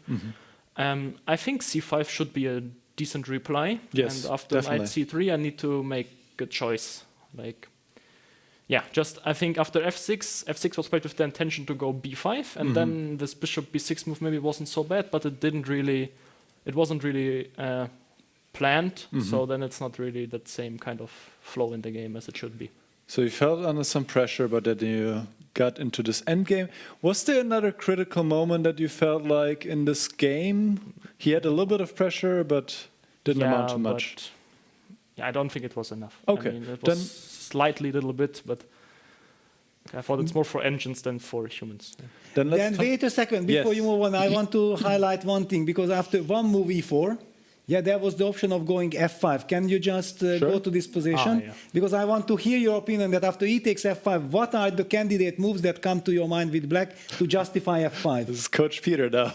Yes, I want the audience to hear how players are thinking and why we say that this is kind of impossible. Yeah, what of course. I mean, computer I was think saying. we didn't have any other candidate move than queen a2. Yeah, so. Okay, queen a2, but it's too dangerous. And if not queen a2, then how do you justify f5? And it's a good move. f5 is the best move. Yeah, it's so difficult. Exactly. That's why I'm showing. I think for the audience, it's very interesting that queen f7 is the move. I almost fell from the chair, and then you go short castle, queen f5, you have a fantastic position. It's insane, no? I mean, it's still around equal, but maybe slightly more comfortable for black. Yes. Okay, yeah, well, that's crazy. I mean, Yeah, incredible game, this freestyle chess. Something like this. Yes. yeah, but it's also so natural. Usually, if you get your queen out that early, it's like really bad. But here, since the knights are so far away, there's no way to win any tempo. So of course, if you're seeing it, it's an amazing idea. But I don't think it would ever cross my mind, like even after telling me that there was something, it was very difficult. All right, let's go to the first rapid game. Once again, you're black. Once again, you're faced with e4. Once again, your queen is on g8. Yeah. So here, you already said in interview, e5 was not best, but One interruption, tricky. sorry. Yes. Were you worried that your queen on g8 again? Because Peter said that you must be frustrated too. You're sitting there and you're frustrated about your queen that it's on g8 again. Not really, no. I thought maybe it's not the like very pleasant starting position, but it didn't feel like a really bad one. So to me, it was fine.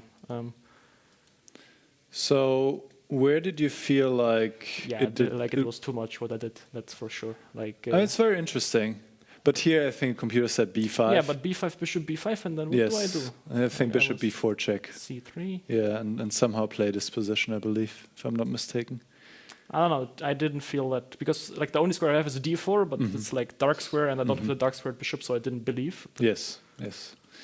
No, I mean what I did was I was just lucky that that's exactly what sometimes works against Nepo, because if he would have taken like 1-2 minutes to crush that, it could have been incredibly unpleasant. But he was playing a bit too long by hand. And then, for example, I think his move, like taking on b6, I mean, e6 is maybe not the best, but I was actually expecting him maybe to play f5 even instead of, I mean, instead of knight c3 to cut off like the bishop, and then I can't even play f6, get my queen out. I thought that was interesting. Taking it was, I mean... Yeah, knight d5 was maybe more uncomfortable for black. Take knight a4, I don't believe I'm really much worse here. Like, I like queen f7 in the sense that, okay, he can take this pawn, but I don't believe this will be... even equal for him. Like, no, he should not take that pawn for sure. No, what he did was... I think he should play b3 here. Like I was... b3, yeah? Yeah, and then that he gets c3 and like knight b2 and some... Like taking on b6, it's just... he needs to find a way to untangle, because you can never play c3 due to knight b3. I think the computer said something like a3, king c1, king b1. Okay, but again, that's a little crazy. I mean, like rook f1 is a very natural move. No, maybe here a3. Yeah, rook f1 was fine, but not maybe here a3. Yeah, it's just like, you see a knight on d4 and you want to kick this knight away, and the only way to kick it is c3, and then to play a3 is not the most natural. That's exactly what Peter said. Yes. So then taking on d4 like was definitely basically a mistake. Accepting that he's... But what is he supposed to play? Something else here, for sure, yes. Just that, okay, I'm kind of threatening to take on c2 at some moment. Knight b4 is also coming, so I think there are direct threats. There's a lot happening. The odd problem for him is also that if he doesn't take this knight, like every move he has to calculate all the captures and attacks, which is incredibly unpleasant for a rapid game. So yes. But now taking, he just doesn't have the coordination. Awful position, yeah. Rook f3, I think you played very reasonable here, obviously. King b1, g6, okay, and now the computer wants to defend with like queen g1 or b4, but it's for a human, this is very difficult. I go queen h5 and I win that pawn, that was my... Yes, this also queen looks... G1, but queen g1, e5. Yeah, the computers maybe can put up resistance. Queen g1 was instead of b4, and I said, come on, this is impossible. Yes, queen g1 is, of course, very difficult. And then it was fairly smooth, or how did you feel? His pieces are like so bad, and that's... I mean, he put up some resistance, but it's just you took this pawn and... Sorry, which was the point that you felt that the victory is in your hand in this game? Here, yeah, knight h2. After knight before, I h2. felt that my position should be much better, but I wasn't entirely certain. But here, I felt that there's simply like no move to even continue fighting, really. Yeah. All right, let's go to the second game. We already talked about it briefly. So let's have a look. You had a good start to the game. We're considering, or we were, Julian and I said you're going to play b4, and Peter said you're going to play g3. In the end, you opted for a more, let's say, humble move b3. I thought that b4 should be the best move. Yes. But b4 is not the move you want to make in a, like, it gives some target, and I didn't want to do Right. it. So I thought b3 is fine. Okay. Like, I think you can't really copy. For example, like b6, I go f4, and that's like very similar to the game that I had against MVL from the starting position, because here again we have this huge problem for black that I threaten both f5 and bishop d4, and you can't stop both. Like if you play c5, I'm gonna go f5, and then like the bishops are just dead. And if you play f5, there's gonna be bishop d4, and it's very this unpleasant. pin is. So I think okay, he just decided to play any random move to get me out of my prep and fight. Yes. Yeah, maybe c5 should be played Yeah, I here. think c5 or Okay. f5. d6, so we get into his position. He sacrificed a pawn, but it should not be enough compensation. Yeah, it's so weird that this queen on e5 should usually like get kicked away with a lot of tempi, but suddenly here it's a really Very good difficult piece. for black. But it's also because his queen on a8 is It's so just bad, terrible. yeah. Yes. So this all went pretty well for you. We were quite impressed with your maneuvering here. Knight e4, knight c3, knight a4. Yeah, I thought that knight on e4 is nice because basically long term what he wants is f6, g6, f5, and by putting the knight on e4 I get some control over that f6 square. Yeah, that's what And of Peter course I need said to as develop well. the knight at some point. Yes, for sure, yes. King b8. Yeah, I was considering maybe to go queen a5 here. Sorry, Yes. did you Queen a5. consider any time after knight e4, f5 with black? Yes, but I thought that never worked. You're right. Yes, I mean f5 is I thought interesting. queen but f5, shouldn't- g6, queen h3, and Yeah, somewhere the just queen. pinning that, and then long castle will be my next move. And Yeah, but I just wanted to check if you were checking f5. yes. No, I. He was ready for Okay, it. it's like the move that if I overlook it, I can just lose the game Yes, immediately. exactly. So Yeah. I thought queen f5. Queen f5 I didn't is a play very it nice because move of also. f5, but maybe there's just nothing. I can just take and go back, and probably there's yes. nothing. Because now the queen still Yeah, is but not that's coming out. queen f5 would have been very nice also, yeah, just to cut this queen on a7 out from the game, and then he is in huge trouble. Like he can't play g6 because of knight f6, and yeah, queen f5 would have been very nice. But this, what you did yeah, was I also saw very that here good. I have king b1 and knight c5 will follow. So now he's in a lot of trouble. Knight c5. And this was the moment that Peter highlighted here. He was, of course, advertising for knight takes c5, so you keep your good queen position. Maybe there's even some knight takes Like my next b7 move is threat. d4, yeah? You can play d4. But okay, Let's say he threaten goes knight rook e7. Exactly. d4. Yeah. This is Nice. quite good for white. But of course, the endgame is also better for you. But okay, it will be a a4 long was game. also a stupid move. That's what Peter Why said. not to start? Why not to start with b4? Yeah, like a normal human being. I mean, With that's- b4, yes? Yeah, I mean, if I want to go for this plan at all, yeah, then to start Yes, with b4 yes, and yes. push a4, a5 Yes, yes. would have been like. I just kind of forgot that a5 was even there from his side. So. And then you decided to cop out, let's say, with knight f6, Yeah. give back the pawn. Peter actually said if you played like this, then you need to play knight f6 here. Yeah, no, I also felt that this was because then I guess at least it was like a Some new clarity. situation I could get used to, and like yeah, You gave that back was- the pawn, but the position is equal. But I'm assuming, yeah, you felt a bit nervous here. Yeah, probably. for sure. I mean, okay, such games, even if it's, I mean, the game is not dead. He has some breakthroughs with Exactly. the pawns, and And then he was just shuffling around for a while until he suddenly played rook f8. Yeah, then to actually, play one f4. question: that was there any moment when you felt like, oh my God, maybe he has some that somewhere some f4. Once he put the bishop on e6, then there was this f4 g bishop f5 Yes. idea in the air. but Also, yeah. again, it's like only one idea, and I didn't ever see it really working. So. Also Right. depends on the situation. But after f4, sometimes I can even go bishop e4 myself, and I don't even need to take. So yeah. No, of course I was aware that there are all these kind of ideas, like even g5, also in some moment f4. It's clear that this is like his only chance, but yeah. So were you completely sure that you're not going to lose this game and you hold it? No, of course. If I was sure, I would be sitting there calmly and enjoying my life. But Yes, I mean, yes. in such games, even in the Rooken game, I wasn't entirely sure. Like you also know how tricky Nyempo is, and if there will be one trick, he will find it. And I think it was just good Absolutely. that there was absolutely nothing left to do. Yeah. Yeah, once you get bishop d5, and you probably felt pretty safe. But if he goes king e5, you're also in time for f4, d8. and then there was the question, like, will I go king f2 or rook a8? I take in rook a8. Like king f2, there's rook d4. Yeah, you should have probably tried something like this. You Yeah, need but to, I thought I would just just play take- king f2, actually, I think, here. Take rook a8. Oh, okay, rook f3, yeah. Oh, yes. Getting tired already. But, so it's good that he did play king e5. yeah, I think Maybe king you would have f2, there noticed was it. rook d4. And then maybe Rook rook d4, d4? then I can take on f4, yeah. Probably that works. Take on f4. King f4, rook. This would have been a bigger challenge. Scary business. You were also down to 20 seconds or something. Yes, Yeah. no, that's, of course. It's never that easy.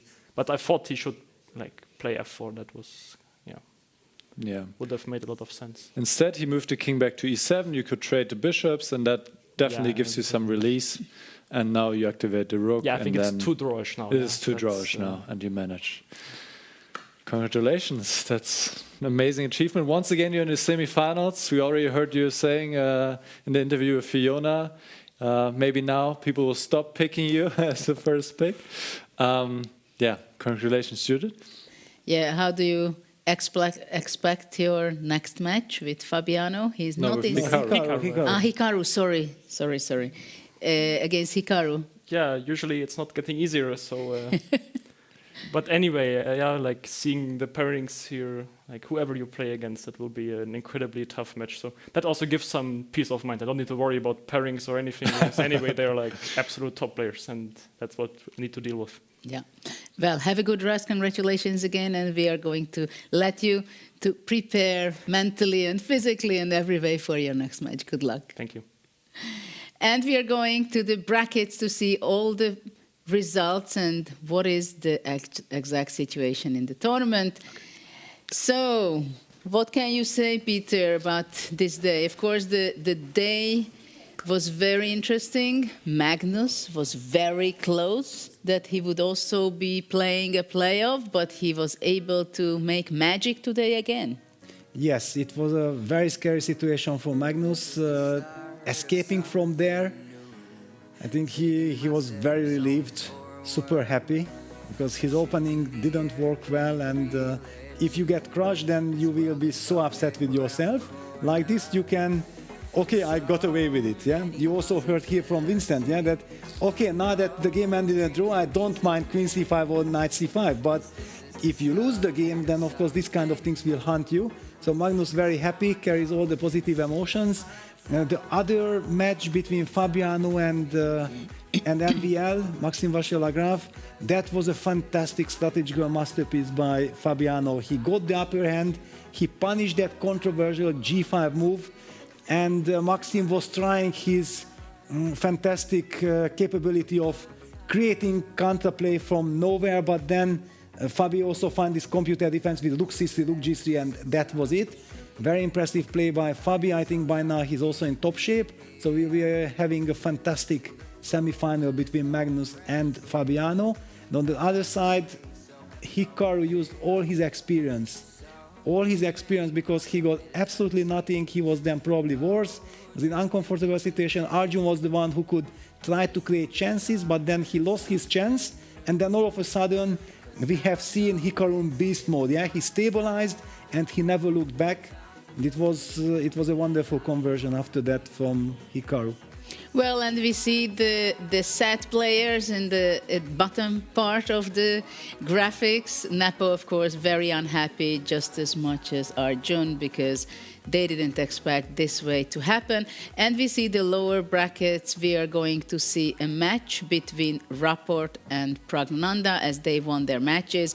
They are going to be playing out for the points, for the Grand Prix points, and for money, while Vidit and Gukesh finished their tournament. They are not going to be playing out for the 11th and 12th place.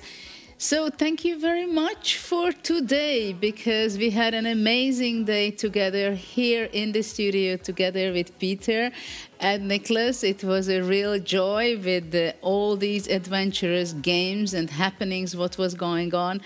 And maybe you want to say a few thoughts, final, Nicholas? It was a great day of freestyle chess. We saw amazing defensive resources, we saw brilliant play, and Vincent Keimer going through in the tiebreaks against Nepomniachtchi, once again proving that he is a force to be reckoned with in freestyle chess. And by the way, he is the only young player of the new generation who made it to the semifinals. Other than him, we see 3 veterans, Nakamura, Carlsen, and Caruana, making it through, and all of them, by the way, were also in Weissenhaus already, and they already have some experiences, of course, in freestyle chess. So I can't wait for the semifinals. Carlsen against Caruana, Nakamura versus Keimer, mouth-watering semifinals that await us, and tomorrow we'll be back, same time, same place, and please join us again. Peter, final thoughts? I think you also calmed down with all these playoffs with Vincent. Okay, he won. You're sure now. So what are your thoughts about today? I'm trying to calm down. Yes, it was such an epic battle, and as I said, yeah, Vincent is family. Jan is a very good friend, so I'm happy that this match is over. Yeah, I was psychologically getting ready for both results because, okay, I knew that this is a crazy match. I'm happy that it's over, and I'm looking forward rooting for Vincent and supporting him in the semifinals against Hikaru Nakamura. It will be a very interesting match because, as Vincent also said, he never played a match against Hikaru yet in the freestyle. In Weissenhaus, Hikaru was on the other bracket. So, well, stay tuned, follow us, because the drama and the tension, the excitement, the craziness continues here. Absolutely, and we can say, I think, that the hero of today was Vincent Keimer, the youngster who won Weissenhaus already the first leg of the Grand Slam. And here in Paris, he's on the way to the semifinal now, and tomorrow we'll be back, same time, same place, and with at least as much excitement as today. See you tomorrow. Got me thinking about tomorrow more than I ever have before. You're bringing light to my shadows. Every day you leave me wanting more. Every time you come up in my mind, a smile comes across my face. Even though I have no idea what we'll find, when I'm with you it falls in place. You're one of a kind. You're one of a kind. You're one of a kind. You're one of a kind.